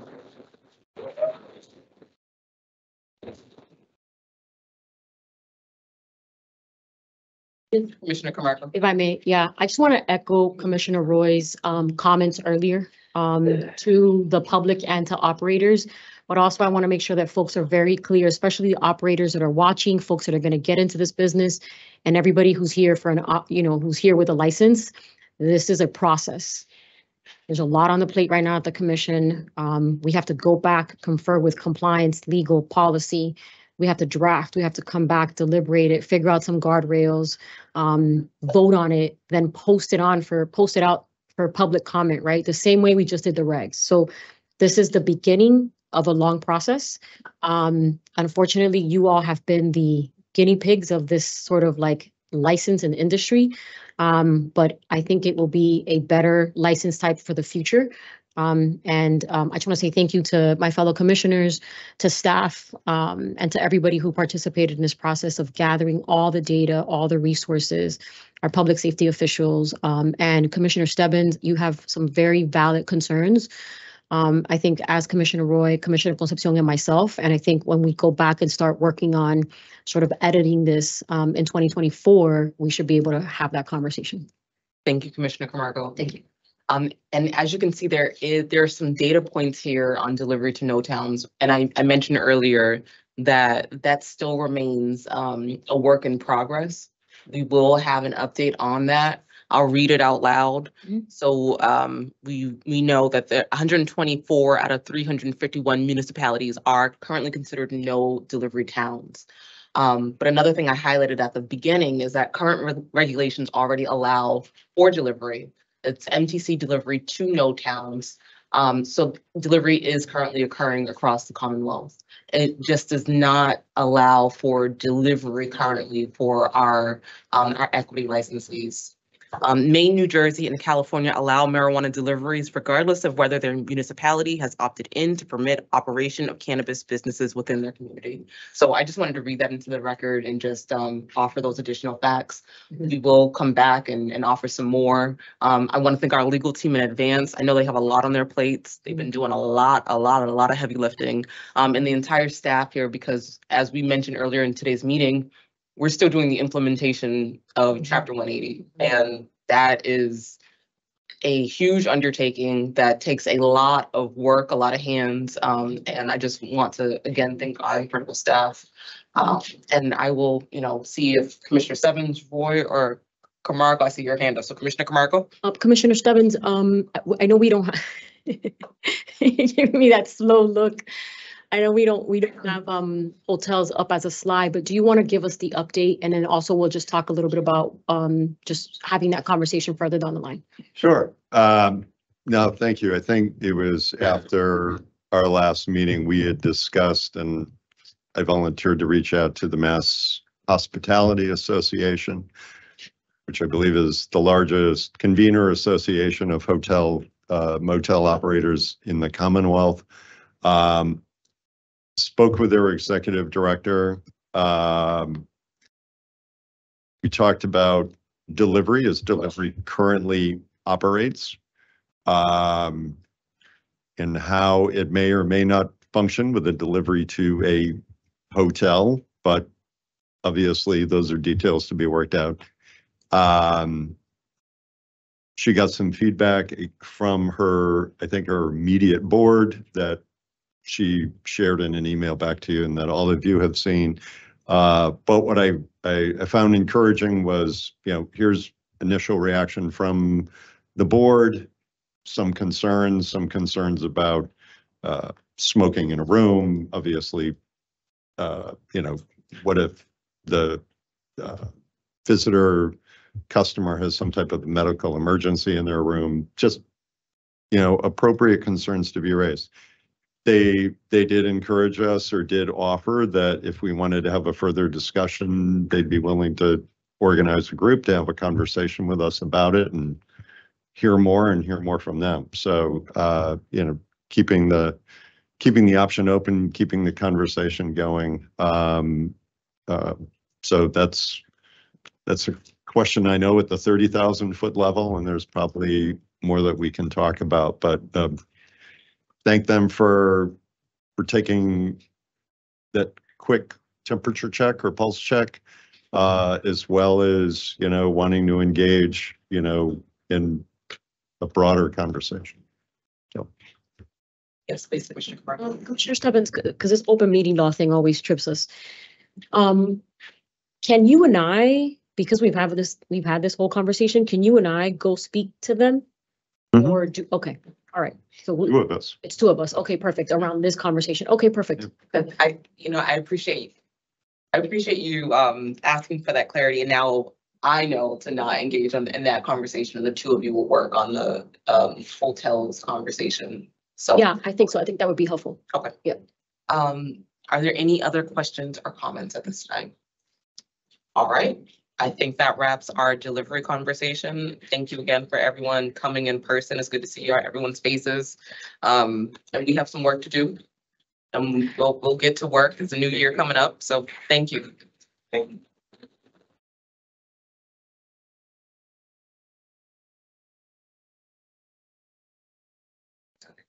Okay. This brings us to another conversation. We have a couple more, so there's three more. The budget, the secretary's report, job.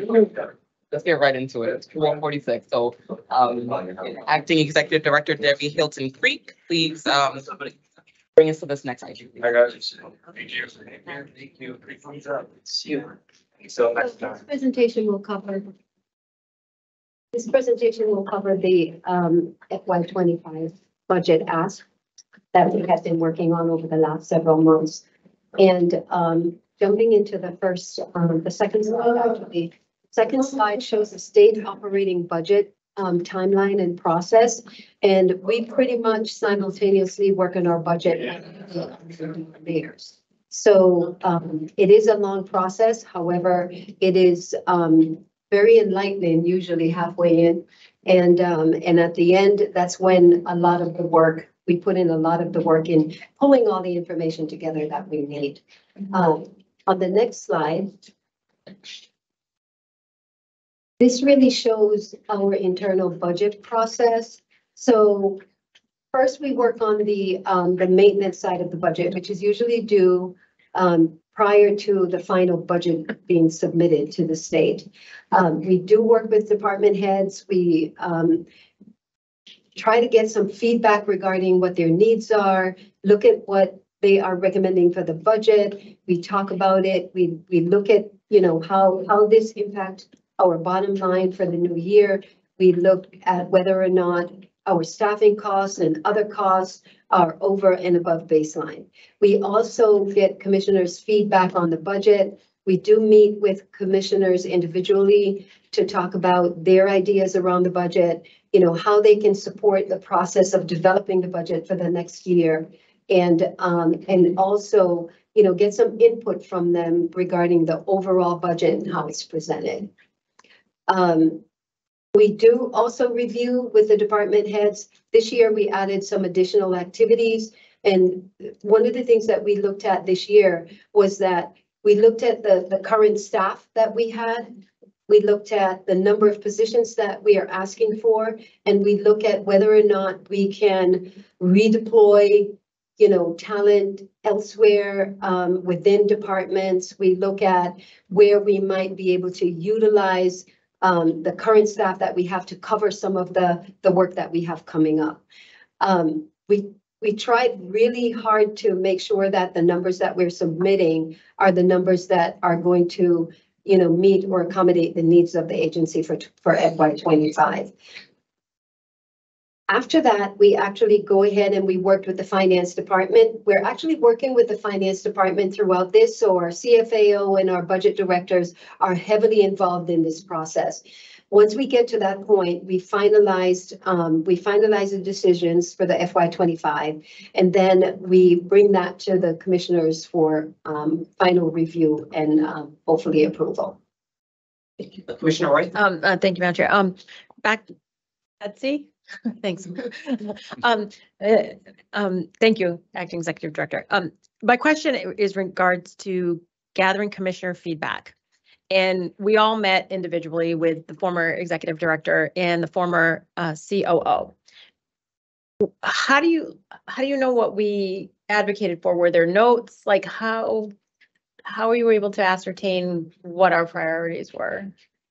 So we actually took a look at what had transpired, and Alyssa, the former COO, she keeps notes. Oh, good. Okay. Yeah, she keeps a spreadsheet and she documents everything on the spreadsheet. So so there is documentation regarding the discussions that you had with Alyssa up to the point I stepped in and took over the budgeting process. Awesome. Thank you. You're welcome. Next slide, please. So in this slide, we thought we would show a little bit about the non-tax revenue collections versus funding. So if you look at the green line is the non-tax revenue. The blue line is the budget request. And the orange line is what we actually got, you know, in those years that we made our requests. So for FY18, FY19, you can see it pretty much looks like this is the startup phase, 18 and 19. So it looks like they were funding the startup during that time. And as we get to FY20, that's when you see the revenue started coming in. And so these are the numbers for the non-tax revenue for 2021, 22, and 23. Now for 24, for FY24, we've already experienced 3 months where we were at our highest in terms of revenue, and that was July, August, and October. Okay. Commissioner Roy? So just to highlight, our non-tax revenue, which is fees and fines, if you will, basically support this agency, because if we collected 21.5 million, and we requested 20 and we received 19.2. So basically we're self-fund. My point is we're self-funding on non-tax revenue. Excellent. Commissioner Roy, I always like the way you phrase things. Yes, okay, sorry. Yeah. And we've been trying to operate on less, Right. you know, in terms of the work that we're doing. So next slide, please. So this slide really shows the, hold on one second, sorry about that.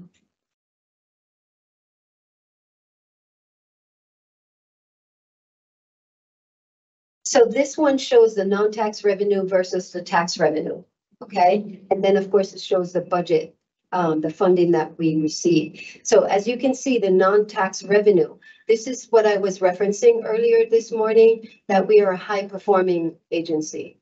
We are performing at a very high level, extremely high level. And this chart basically tells us that. So the non-tax revenue, you can see the increase and how that bar is going up, that line is going up. And then you look at the tax revenue and the budget funding received. You can see those on this chart, they're pretty much in line with. If you think about, if you go back to the prior chart, which is the non-tax revenue and the budget funding received, you see how closely aligned those are. And to your point, Commissioner Roy, we are, you know, we are self-funded, basically. Next slide, please. Let's go back to the other one. Okay, so this is pretty remarkable, right? Because this is where it shows how hard our staff is working. And just this impact, this is a statewide impact, right? This is statewide impact. Coming out of the work that we do here at the commission. So our staff members need to be celebrated. They need to be celebrated. Next slide, please. Oh, And that- sorry. Just for everybody's clarity, that's tax revenue going to the state. To That the does not state. include tax Exactly. revenue in the municipality Yeah. and everything else. Yeah. And it probably doesn't also include the impact the industry has on personal income tax that's coming from our license agents, et cetera. So Right. it's, the industry has been a big boon to the Commonwealth. Yes, absolutely. Pretty remarkable. And thank you. And to that point, that goes into that $255 million excise tax goes to the marijuana regulation fund, and that's spread out into buckets, which impact all Across the communities in state. the Commonwealth across the state. Exactly. And, when I had that roundtable on Friday, the fear is if a host community, won't negotiate and walk away. And I said, I'm quite sure, and I can't speak for our friends in the legislature, but I'm quite sure they'd be very disappointed. This is a legal industry. This is the top crop in the state now, and that it contributes to each and every community. And to just walk away from a good faith negotiation, when in and out this fund, the social equity trust fund as well, and that would cause harm to that. It does. If communities, just walked away. So, between the non-tax revenue and the tax revenue, the cannabis industry has been a major economic driver in Massachusetts. Absolutely. 22,000 plus jobs. So, I just want to recognize the fact that that's a significant contribution that impacts communities all over this Commonwealth. Absolutely. Very broad impact. Commissioner Camargo? If there was an audience here, they would say, Dave, come on. Come on, Dave. Come on. this is remarkable. Yes. It is. Yeah. So let's celebrate our employees. They work hard. They really work hard. They do. They work very hard. Next slide, please. You too. So here, this is actually some of the items or areas we took into consideration as we're looking at the budget for the next year. And this was pretty intense for this year because they did a little bit more work than they had done in the past. And so we did ask department heads to consider how their requests would impact their departments, particularly with the impact to the infrastructure. So all the supportive components within the agency, HR, IT, finance, there's a lot of different supportive components. So as we're growing, I&E is getting bigger, other departments are getting bigger. And so the infrastructure remains the same. And it becomes a little bit difficult. It slows us down in some respect. And it also leaves us more room for error in terms of the complexity of the work that we do and the number of individuals that we have to do the work. So each department developed their FY25 request for the budget. And we actually, in collaboration with finance, we go through it. We look at areas where we might need to tweak. We look at other areas where we might need to say, we need more bodies, or we need more operational funding. And then we land on a number based on our needs for the fiscal FY25. Any questions about this one? This one's pretty just part of the internal, activities that we had employed. So next slide, please. Okay, thank you. So this slide really shows the total budget for FY25 would be 25.9. And so we looked at FY24, we looked at 25 baseline, and we looked at what FY25 approved request total. Okay. 25.9, and we'll jump to the next slide because we want to kind of dissect that a little bit. So on the next slide, if you look at I think this is weird. So the table below breaks down our budget figures based on each line item.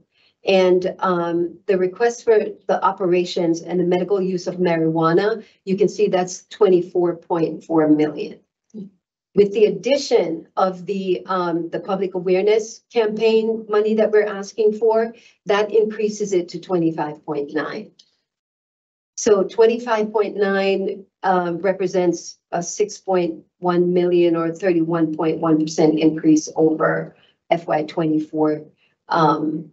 The General Appropriations Act, according to the General Appropriations Act. I have a quick question. Hopefully it's quick. What was last year's request for FY24? What was the requested total?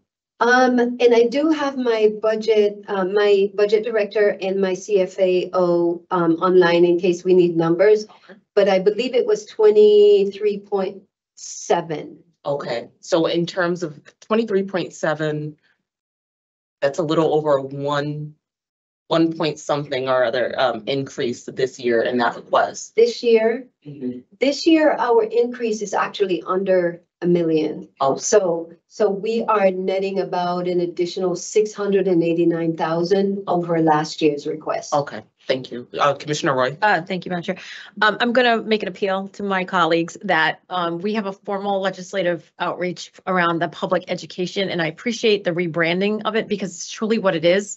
It's public education, and I know there, you know, for me, like safe consumption, and we got social consumption that we're going to need public education around. So I think when the calendar flips, we need to make it a priority to have a letter around this public education, because I think now more than ever, it's really going to be critical that we get funding. So I'm just making an appeal to my colleagues. I agree with you. It's a different time now. Right.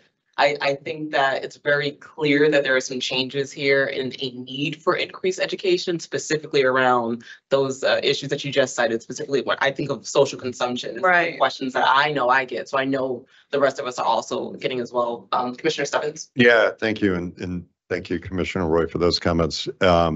We talked about this when we gave our social consumption update. Like, we're still working on the regulatory framework, but it is never too early to start the awareness, the education around the do's and don'ts of what will be social consumption, laying the groundwork for that. I would also encourage us, I know a lot of the, you know, as you can see, we haven't been funded in this category for a couple of years. I think we need to go back to a collaboration with our partners at DPH. I think they're critical to this. And we can have that outreach. Commissioner Camargo and I have already had a great conversation with the commissioner of DPH just to let him know where we were hoping to take social consumption. But when we were talking with the former ED and the former COO about where our priorities, that is a critical piece. I think that's a critical piece that we need to help lay the groundwork for successful rollout of social consumption. I'll caveat that with a conversation Commissioner Camargo and I had just this last week with the state of Nevada, which has social consumption. We were calling for an update on their licensees, their application process, and the executive director was very candid. He goes, and this is without any prompting from us. He said, I think one of the things I wish we had done was we had gone to our legislature to get awareness money prior to the rollout of social consumption. So when we think about talking with other jurisdictions, learning from them, being in partnership with them, I thought that was a great, you know, observation that he made. And, you know, one, I think we should work with all of our partners to make sure that social consumption is coming. As Commissioner Camargo sometimes says, social consumption is already here in some respects, but licensed social consumption coming. And I don't want it just to be a one-year effort. I think it needs to be a sustainable effort, and hopefully the folks that make decisions around our funding will appreciate that. And as much meat as we can provide to them, in advance of these conversations, I think the better off we'll be. Yeah. Just to add that context to it. Thank you, Commissioner Stebbins. Commissioner Camargo? Yeah, I just want to echo my fellow commissioners. Commissioner Roy, you're absolutely correct. I'm with you 100%. Commissioner Stebbins, I'm with you 100%. And I think that, we weren't able to do this in the past, but I think this is a good time for us to collaborate around public awareness and public health. And what does that look like? Because it's not just social consumption, right? It's everything else. Even the conversations we've had today, and my concern all the time is who's educating municipalities. And when social consumption does come to Massachusetts, we're gonna have to see, billboards. We're gonna have to see a lot of education. We've have a curriculum for students in the high schools, right? We did that, but now what are we doing when it comes to social consumption? So, and other things, to Commissioner's point, but I hope that our partners at the State House can support us in that. Thank you, Madam Chair. One more slide, the final slide, please. And this is just a quick snapshot what the budget looks like for 2021. Are there any questions on this slide and the information presented? Okay. Oh, Commissioner Stebbins? Yeah, sorry. First of all, I want to commend our acting executive director jumping into figuring out this budget process long after it had gotten started, but you immersed yourself in it. I know Commissioner Camargo, as our treasurer, immersed herself in coming up with a very thoughtful plan that addresses our needs, a very thoughtful plan that addresses our ability to implement Chapter 180, which is critical going forward. So I appreciate all the work that our entire team did around pulling this together. We've already talked about the public education piece. I think for me is we move ahead, and you walked us through that creation of the budget process. And it was helpful to have a conversation, and as one commissioner to have a chance to share my priorities or my thoughts on the budget. I'd love to see us think about a opportunity where the ED is having conversation with the department chiefs, and some of that explanation around some of the requests. We kind of miss that part until we get here and see how our priorities and what we shared get aligned. But just thinking through the next budget formulation process, looking for more opportunities for us to understand, new positions that are being asked for and everything else. But I, again, commend you on jumping into the process after it started. I think we've come up with a very sound, reasonable request, understanding we're also trying to play a little bit of catch up from last year. So I commend you, and, keep thinking through, even though we now think of ourselves as a mature agency, there are always different ways for us to revisit how we do things. And I think that might be an important piece to build in to the process next year. Thank you. So, Chair, may I make a comment, just to follow up on your comment, Commissioner Stebbins? One of the items of discussion that we had between myself and the finance team, and as we were going through the process with the commissioners and hearing your feedback and getting your input, we realized that the budgeting process should be all year. So we've decided that we're going to start the process earlier. We're going to make it more interactive so that we can collect that data in real time, and we'll have a better chance of, submitting a more compelling budget, because it will be true to what, we really, really need. Not that this isn't true to what we need. It is true to what we need. It's not where we would have wanted to land. We always want more, right? Because we know that there's a lot of work going on here. However, we think it would be a more realistic approach to have an interactive process all year long. So as soon as we get an award for the budget year, we should begin the process for the next year. Yes, I agree. Yeah, that's a great suggestion. I don't see any other questions right now, so acting ED, I give you the floor again.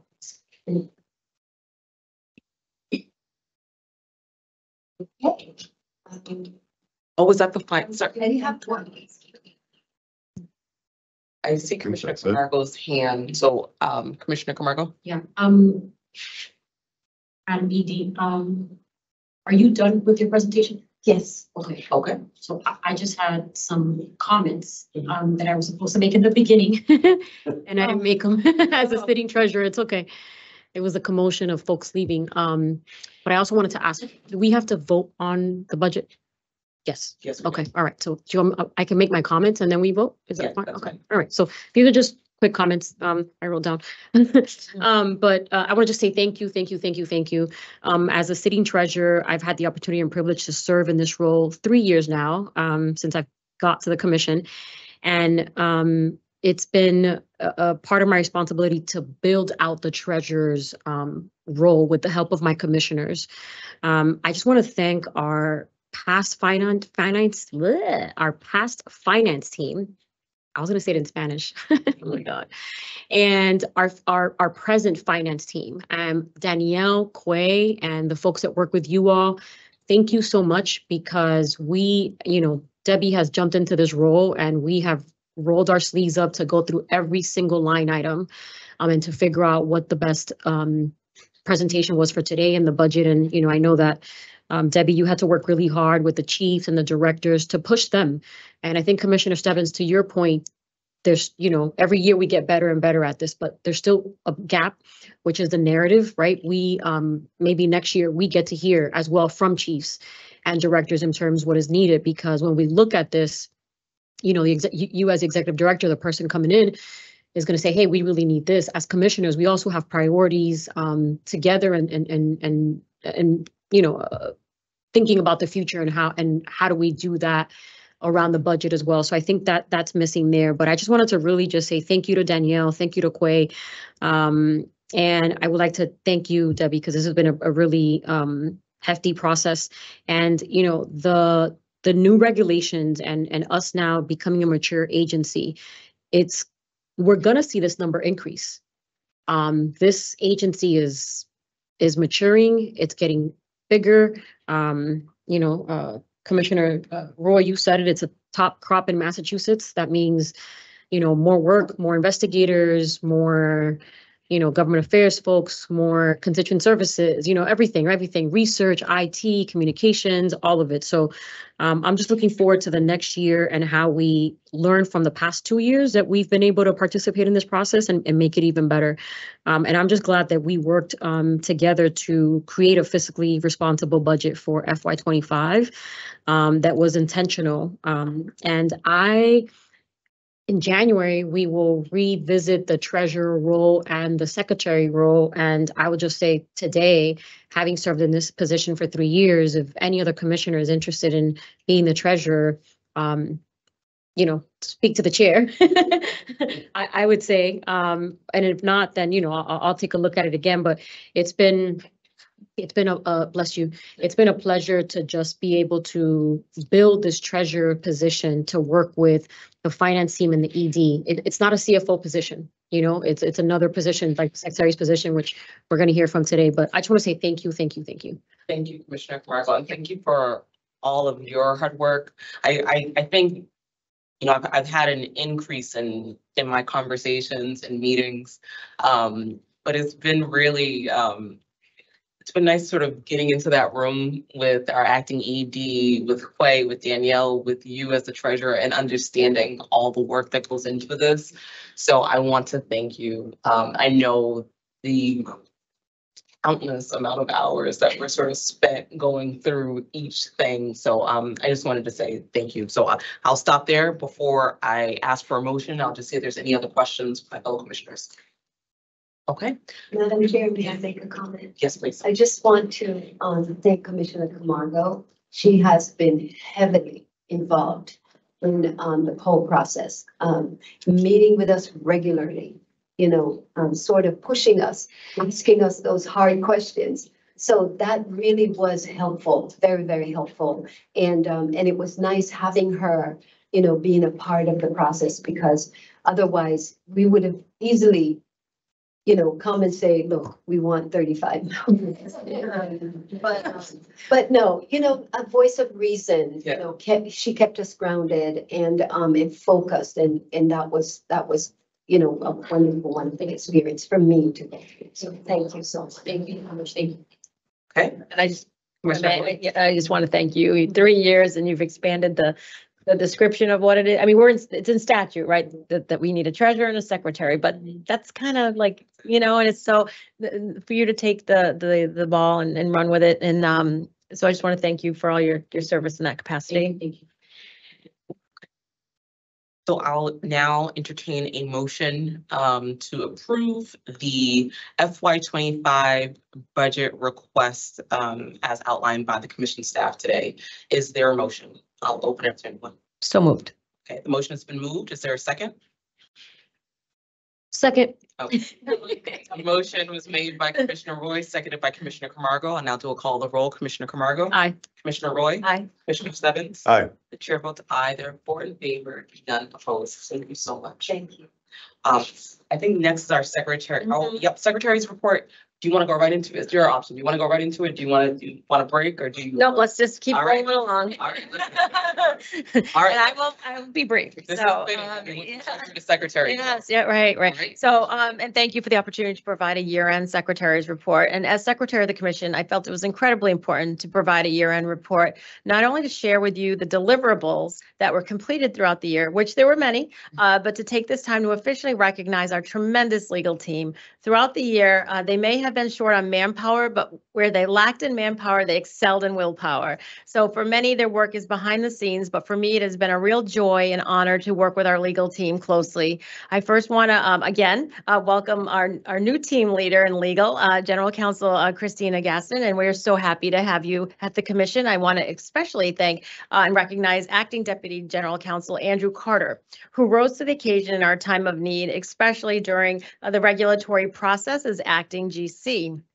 I also want to thank attorneys Michael Baker and Stephen Ladazinski for their expertise and work helping us ponder serious policy questions while keeping us aligned with the statute. And of course, paralegals Ivania Corrales-Solis and most recently paralegal Rachel Ferrara for their tremendous work on the minutes. There's so much time and effort and energy that goes on to these minutes, and we really kind of fly by them in meeting, but as just like a perfunctory approval, but there really is so much effort that goes into them. And I also want to welcome Associate General Counsel Michael Berquist and Associate General Counsel Donald Hubbard. Now for those deliverables I was talking about, for minutes, the commission has completed and approved 25 sets of minutes so far this year. Not an easy task that encapsulated hours and hours of work to prepare. Looking back, we held a lot of meetings, both regulatory and regular. Public records requests. The Records Access Officer received 220 public records requests and has closed out 207 of those requests. For Chapter 180, in addition to drafting, reviewing, editing, providing counsel, and then filing 180 regulations, the legal team, alongside project manager Mercedes Erickson, promulgated the regs 2 weeks ahead of our statutory deadline with a reduced staff. That is a huge credit to Andrew and the rest of the legal team, as well as the other CCC departments that helped make that happen. I also want to thank legal for the review of the commissioner's conditions prior to each public meeting and for routinely providing important counsel upon request and often on the spot during public meeting.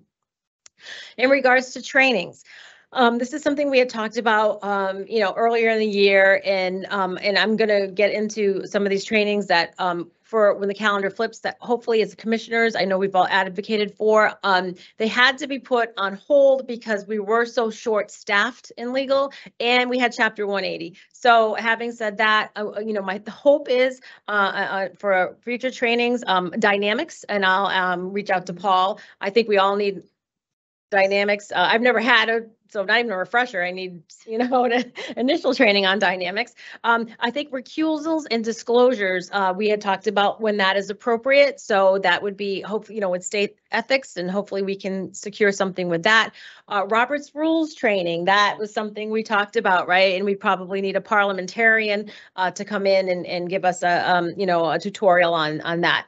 And I would like to make a recommendation to this board that a working group be formed to establish and review both the employee handbook and the enhanced code of ethics. For example, PFML laws have changed since the last iteration, and they're out of date in our employee handbook. So there are sections of our employee handbook that are out of date. So we need to form, my recommendation would be that we form a working group to review both the employee handbook and the enhanced code of ethics. And finally, I just want to say it's been a real joy and professionally rewarding to serve as secretary. I've learned so much, and I just want to thank my colleagues for electing me to serve in that capacity. Thank you, Commissioner Roy. Thank you for all of your work and what you brought to this role too. Oh, because thank you.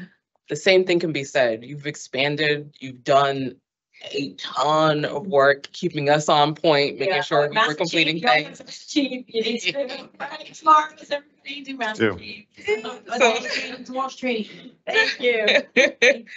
I think one thing I wanted to ask, and that is because the staff are listening, for the proposed working group for the employee handbook enhanced code of ethics, are you proposing a staff-led working group? With either, if we break it into two, like if that, we could combine one working group, or we could break it into two, but I think a commissioner will be on each one working with staff. Okay, that's helpful. And I think that's a conversation that our acting ED can have as well in terms of how that would develop. Okay.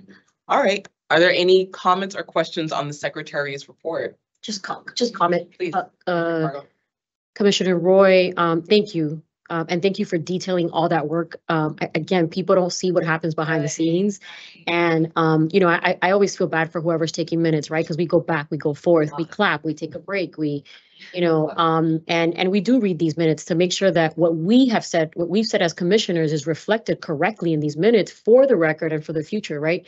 I find myself going back to minutes from 4 or 5 years ago to see what the historical stuff is. So thank you so much for that. And I just have to say, Commissioner Stebbins, you were the former secretary, so it seems like you did a really good job with Commissioner Roy and warming up the scene. Vaulted right by me.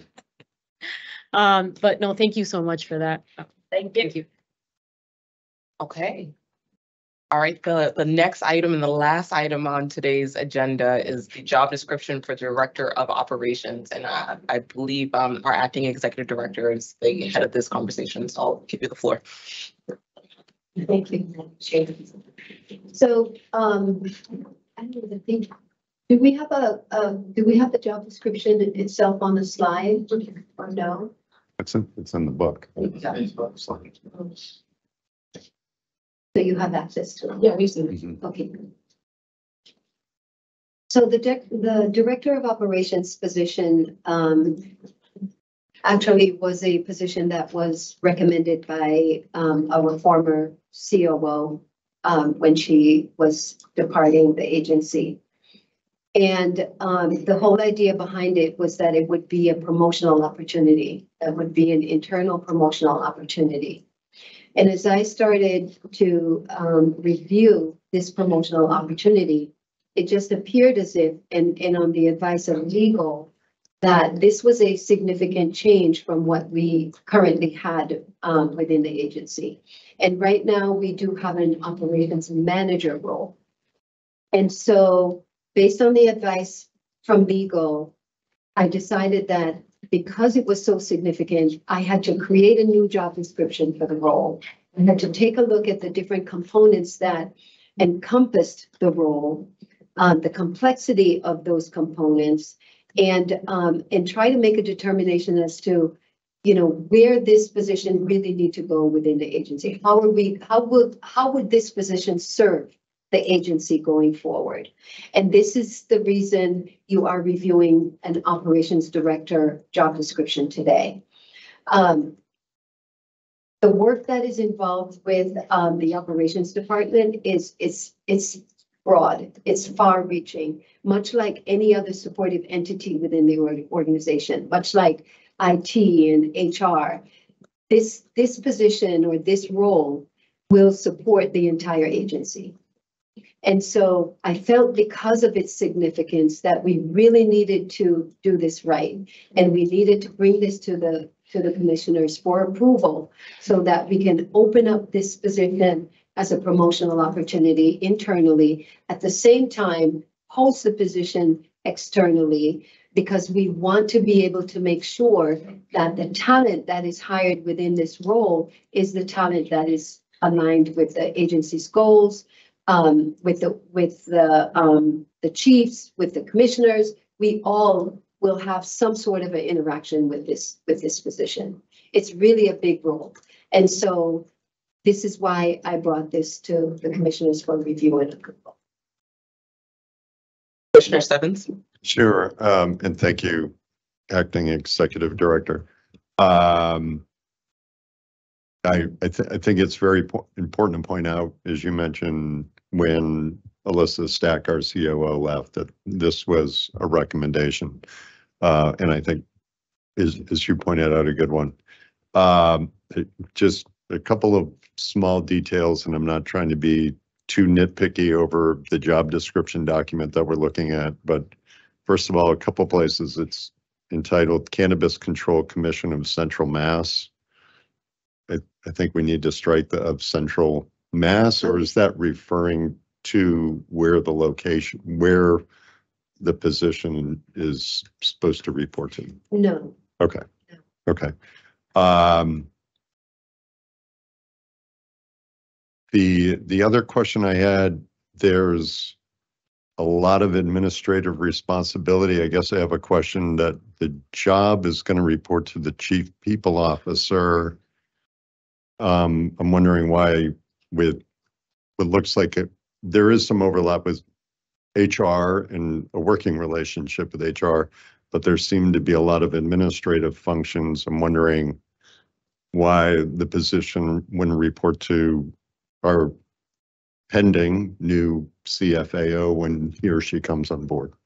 And the position will, if you look where the position is reporting, it should say temporary attachment in the top right corner. Oh, okay, above it. Okay. Attachment. Okay. That really means that that position is now living in HR temporarily. Okay. Because I took on some of the responsibilities of operations when the COO left. Okay. So that's why it says temporary attachment. Okay. So and that's a good question. I did not expect you to, understand. No worries. No worries. No, I appreciate that explanation. It's attached to HR.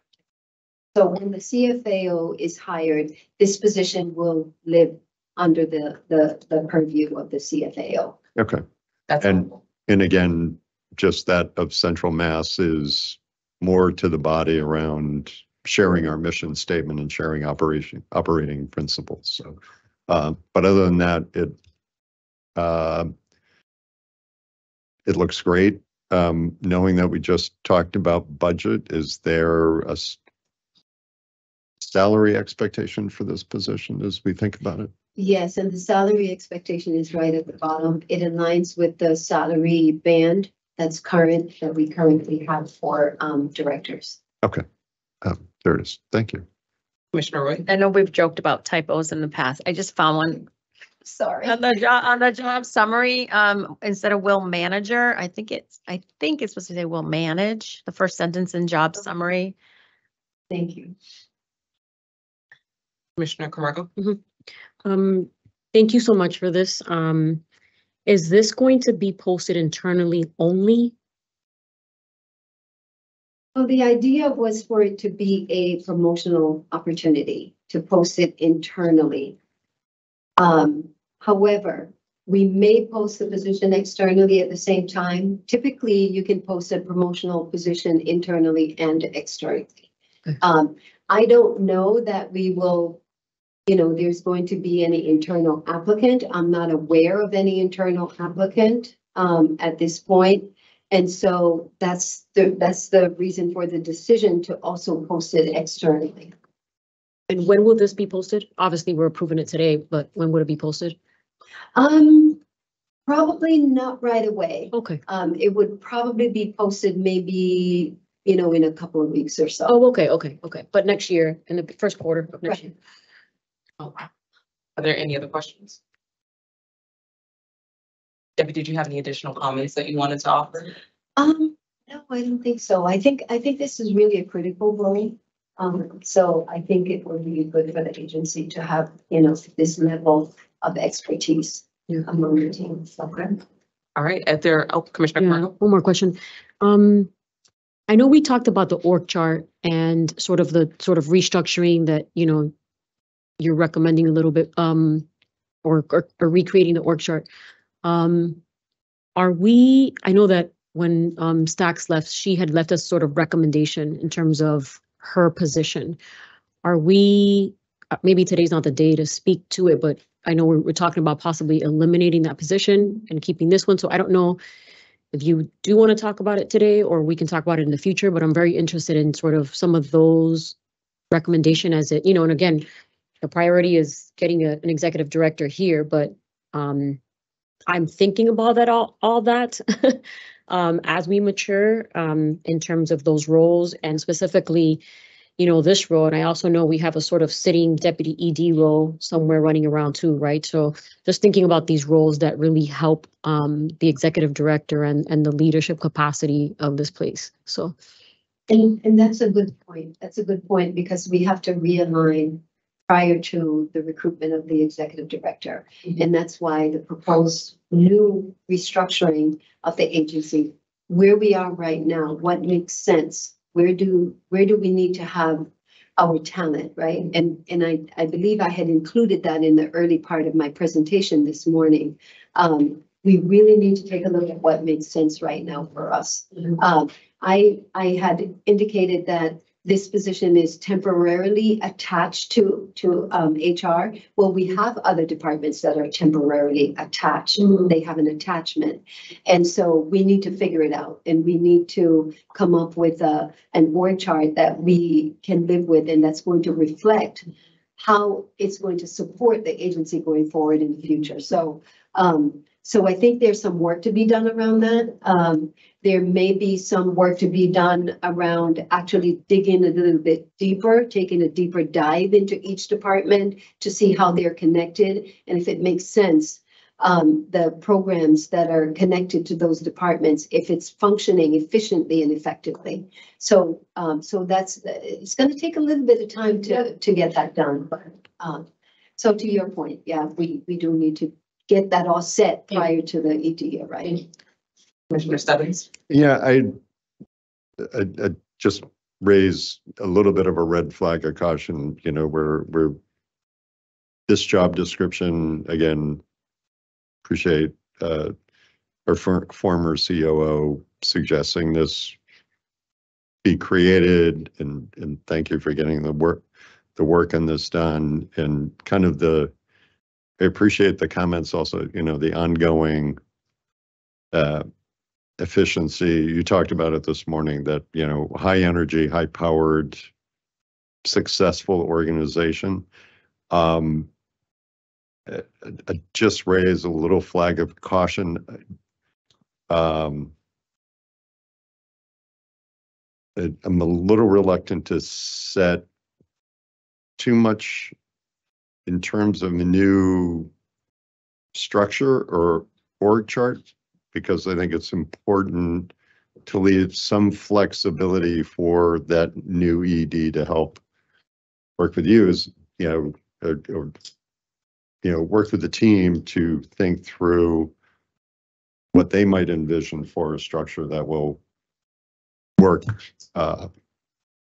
for them, and obviously for the success of the team. So I appreciate the conversation. I'm just raising a caution flag to not get too far down the line, because we're looking for the next administrative leader of the organization, and I don't want them to think that they've fallen in, they walked into something that's too rigid or too established, that they might not be able to change it for what they might see as some functional maneuvering that they might want to make. That was a big statement. Sorry, kind of in the moment, a little unclear, but Commissioner Camargo. No. No, okay, Commissioner Camargo. Commissioner Stebbins, I'm sorry, Commissioner Stebbins and our acting ED, I apologize if I might have confused it a little bit. Commissioner Roy had earlier in the day had talked about us sort of receiving an org chart. And that was where my thought was of like the current org chart and how it is, so that we can look at these positions and look at Alyssa's recommendations prior to the ED getting here. So I didn't refer to, I'm sorry if I sort of confused the conversation, but I didn't mean that you were in the process of reorging an organization, more for us to see where we're at right now. Who's reporting to who right now, what's happening, so that we can prepare to look at some of these other roles that are going to come in. So I just want to make sure that's very clear. Yeah. And this is not a rework. Yeah, no. It's a process, it's an exercise. And the goal really is to make a proposal so that you can see where we are right now and what we're proposing for the organization to look like. We do have some internal issues with the departure of key personnel. We're having to, as I said, temporarily attach other, departments to departments with that larger departments actually, that are within the agency. So it's just a proposal, because there's going to be some shifting. And Commissioner Camargo mentioned that the deputy director role is out there. And so do we take a look at our structure the way it is right now? Do we make a proposal? Do we bring the deputy director position back? Do we want to add another position, or even the director of operations is a position that we need? So my goal really is to make a proposal as to what the agency should look like. I think we need to be in a place of stability before we bring in an ED. If we bring in an ED with these attachments and we're not really sure what's going on, at least if we have a proposal, then the ED can come in and build on that proposal if they want to. So that's really the goal.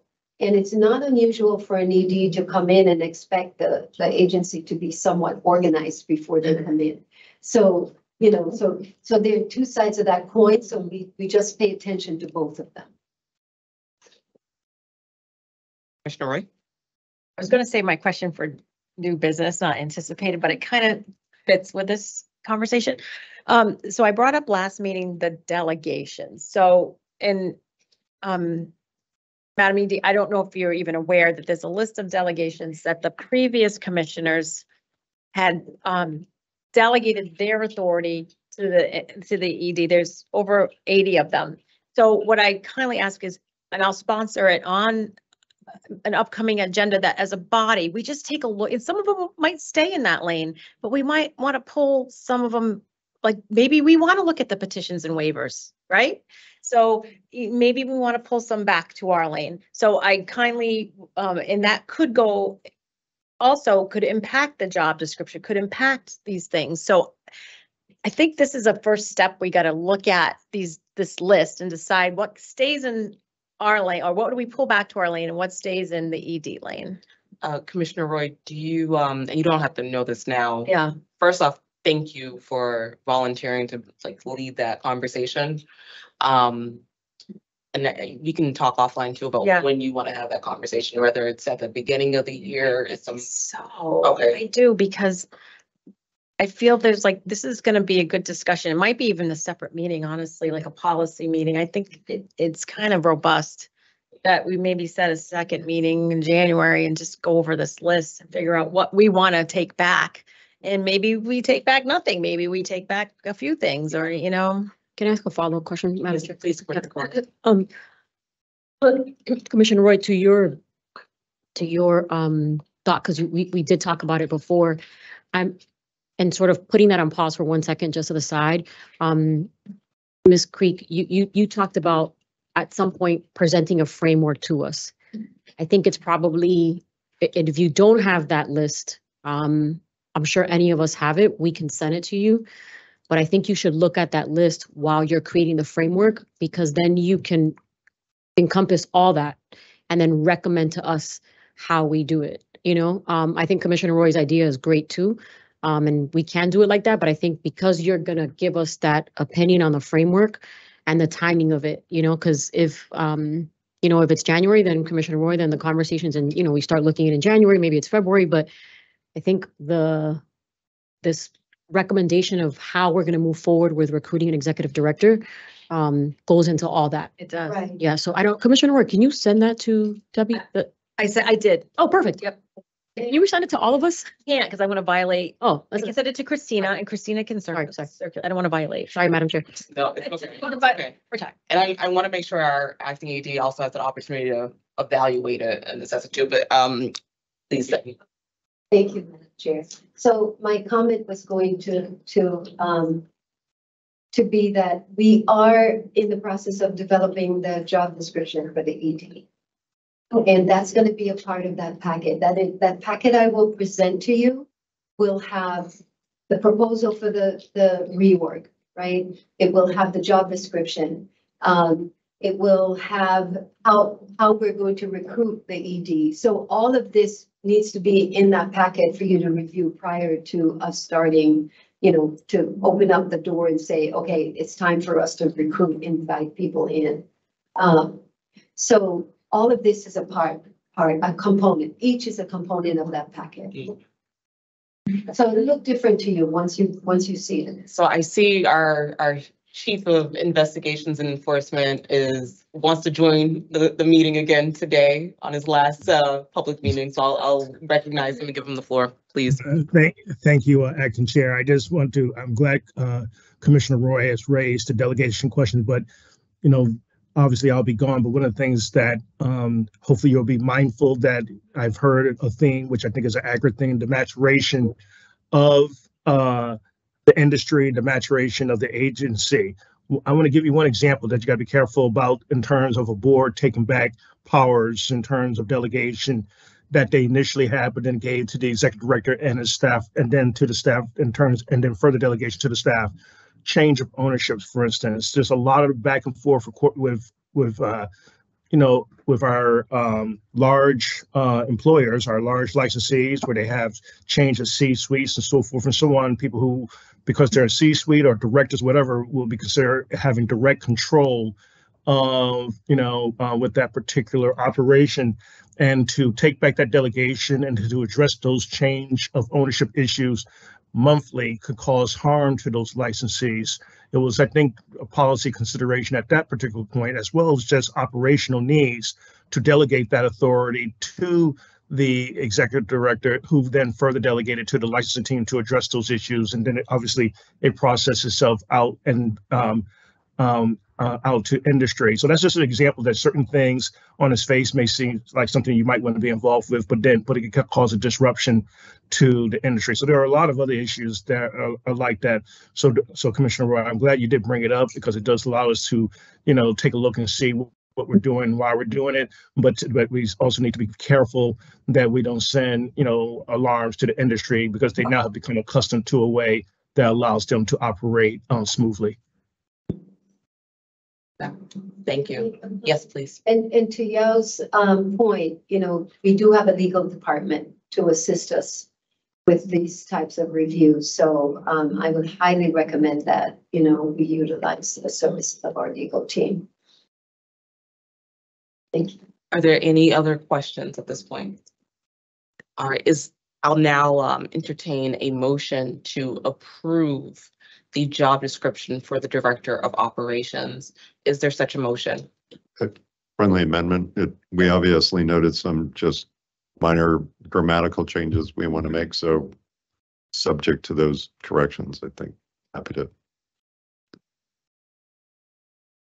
So much today. I'm Sorry. trying to put that into a motion. Madam Chair, if Yes, please. I move that the commission approve the Director of Operations job description as posted in the commission meeting packet and subject to any non-material grammatical changes that need to be made. Thank you. Is there a second? Second. Okay, the motion was moved by Commissioner Stebbins and seconded by Commissioner Roy. And now to call the roll. Commissioner Camargo, Aye. Commissioner Roy, Aye. Commissioner Stebbins. Aye. Chair votes aye. There are 4 in favor, none opposed. You can hear I'm using my voice still. All right. That was the last. And I meant to say non-material, not non-grammatical. So it's getting that late. All right. Our next meeting date is July 11th. January. Or January 11th. You gave us 6 months out. Our next meeting date is January 11th, 2024. This is our last meeting before the new year and before the holidays wrap up. I just want to say happy holidays to everyone. Happy holiday. Happy holidays to the team, to the staff. I know they're still going to be working like mad. So I think we've all just shelled out our appreciation for the level of work, the level of commitment, the people we have here. And I just want to reiterate that. I hope everyone has a good holiday season and Thank you. Likewise. Thank you. and if there are any other comments before we wrap up from my commissioners, Happy holidays. all right, and there's no new business. With that, is there a motion to adjourn? So moved. Second. Okay. Unanimous. Moved by Commissioner Camargo, seconded by Commissioner Stebbins. Commissioner Camargo. Yes, and before I say I just want to say thank you to my fellow commissioners for another amazing year. We agree at times to disagree, and it's all good. And I've learned so much from everyone sitting here this year, and I'm looking forward to next year, and to our team and to our staff and to the public. I always say this job comes with no handbook, no manual of how to do this job. And it's obvious today all the work that has been happening with the maturity of the agency and the transition and transformation of this agency. Debbie, thank you so much for jumping into this role. And to everyone who's joined us recently, thank you. And, hope everybody has a safe and happy holidays. And I hope that people can get some time off. And Commissioner Roy. And I just want to echo Commissioner Camargo's sentiments. I wish everyone a safe, happy, healthy holiday and new year. And I want to thank Debbie for taking on this enormous role here, and thank my fellow commissioners for always such great, robust policy discussion. And I've learned so much, and I'm grateful to all of it. And I just want to thank you all, and to thank our staff for all their work all year long, every day. So having said that, let's adjourn. Okay, Commissioner Stebbins. Ditto. Happy holidays to everybody, all my colleagues and our incredible team. Thank you for all you do. As Commissioner Camargo reminded us, take time to be with family this holiday season. It's so critically important, and I'll vote aye. Okay. And before I vote as well. We're entering our 4th year, everyone here. And so congratulations to my fellow commissioners. We've grown, we've learned. I appreciate you all. But the chair votes aye, 4 in favor, none opposed. We are adjourned. Thank you so much. Thank you. All right.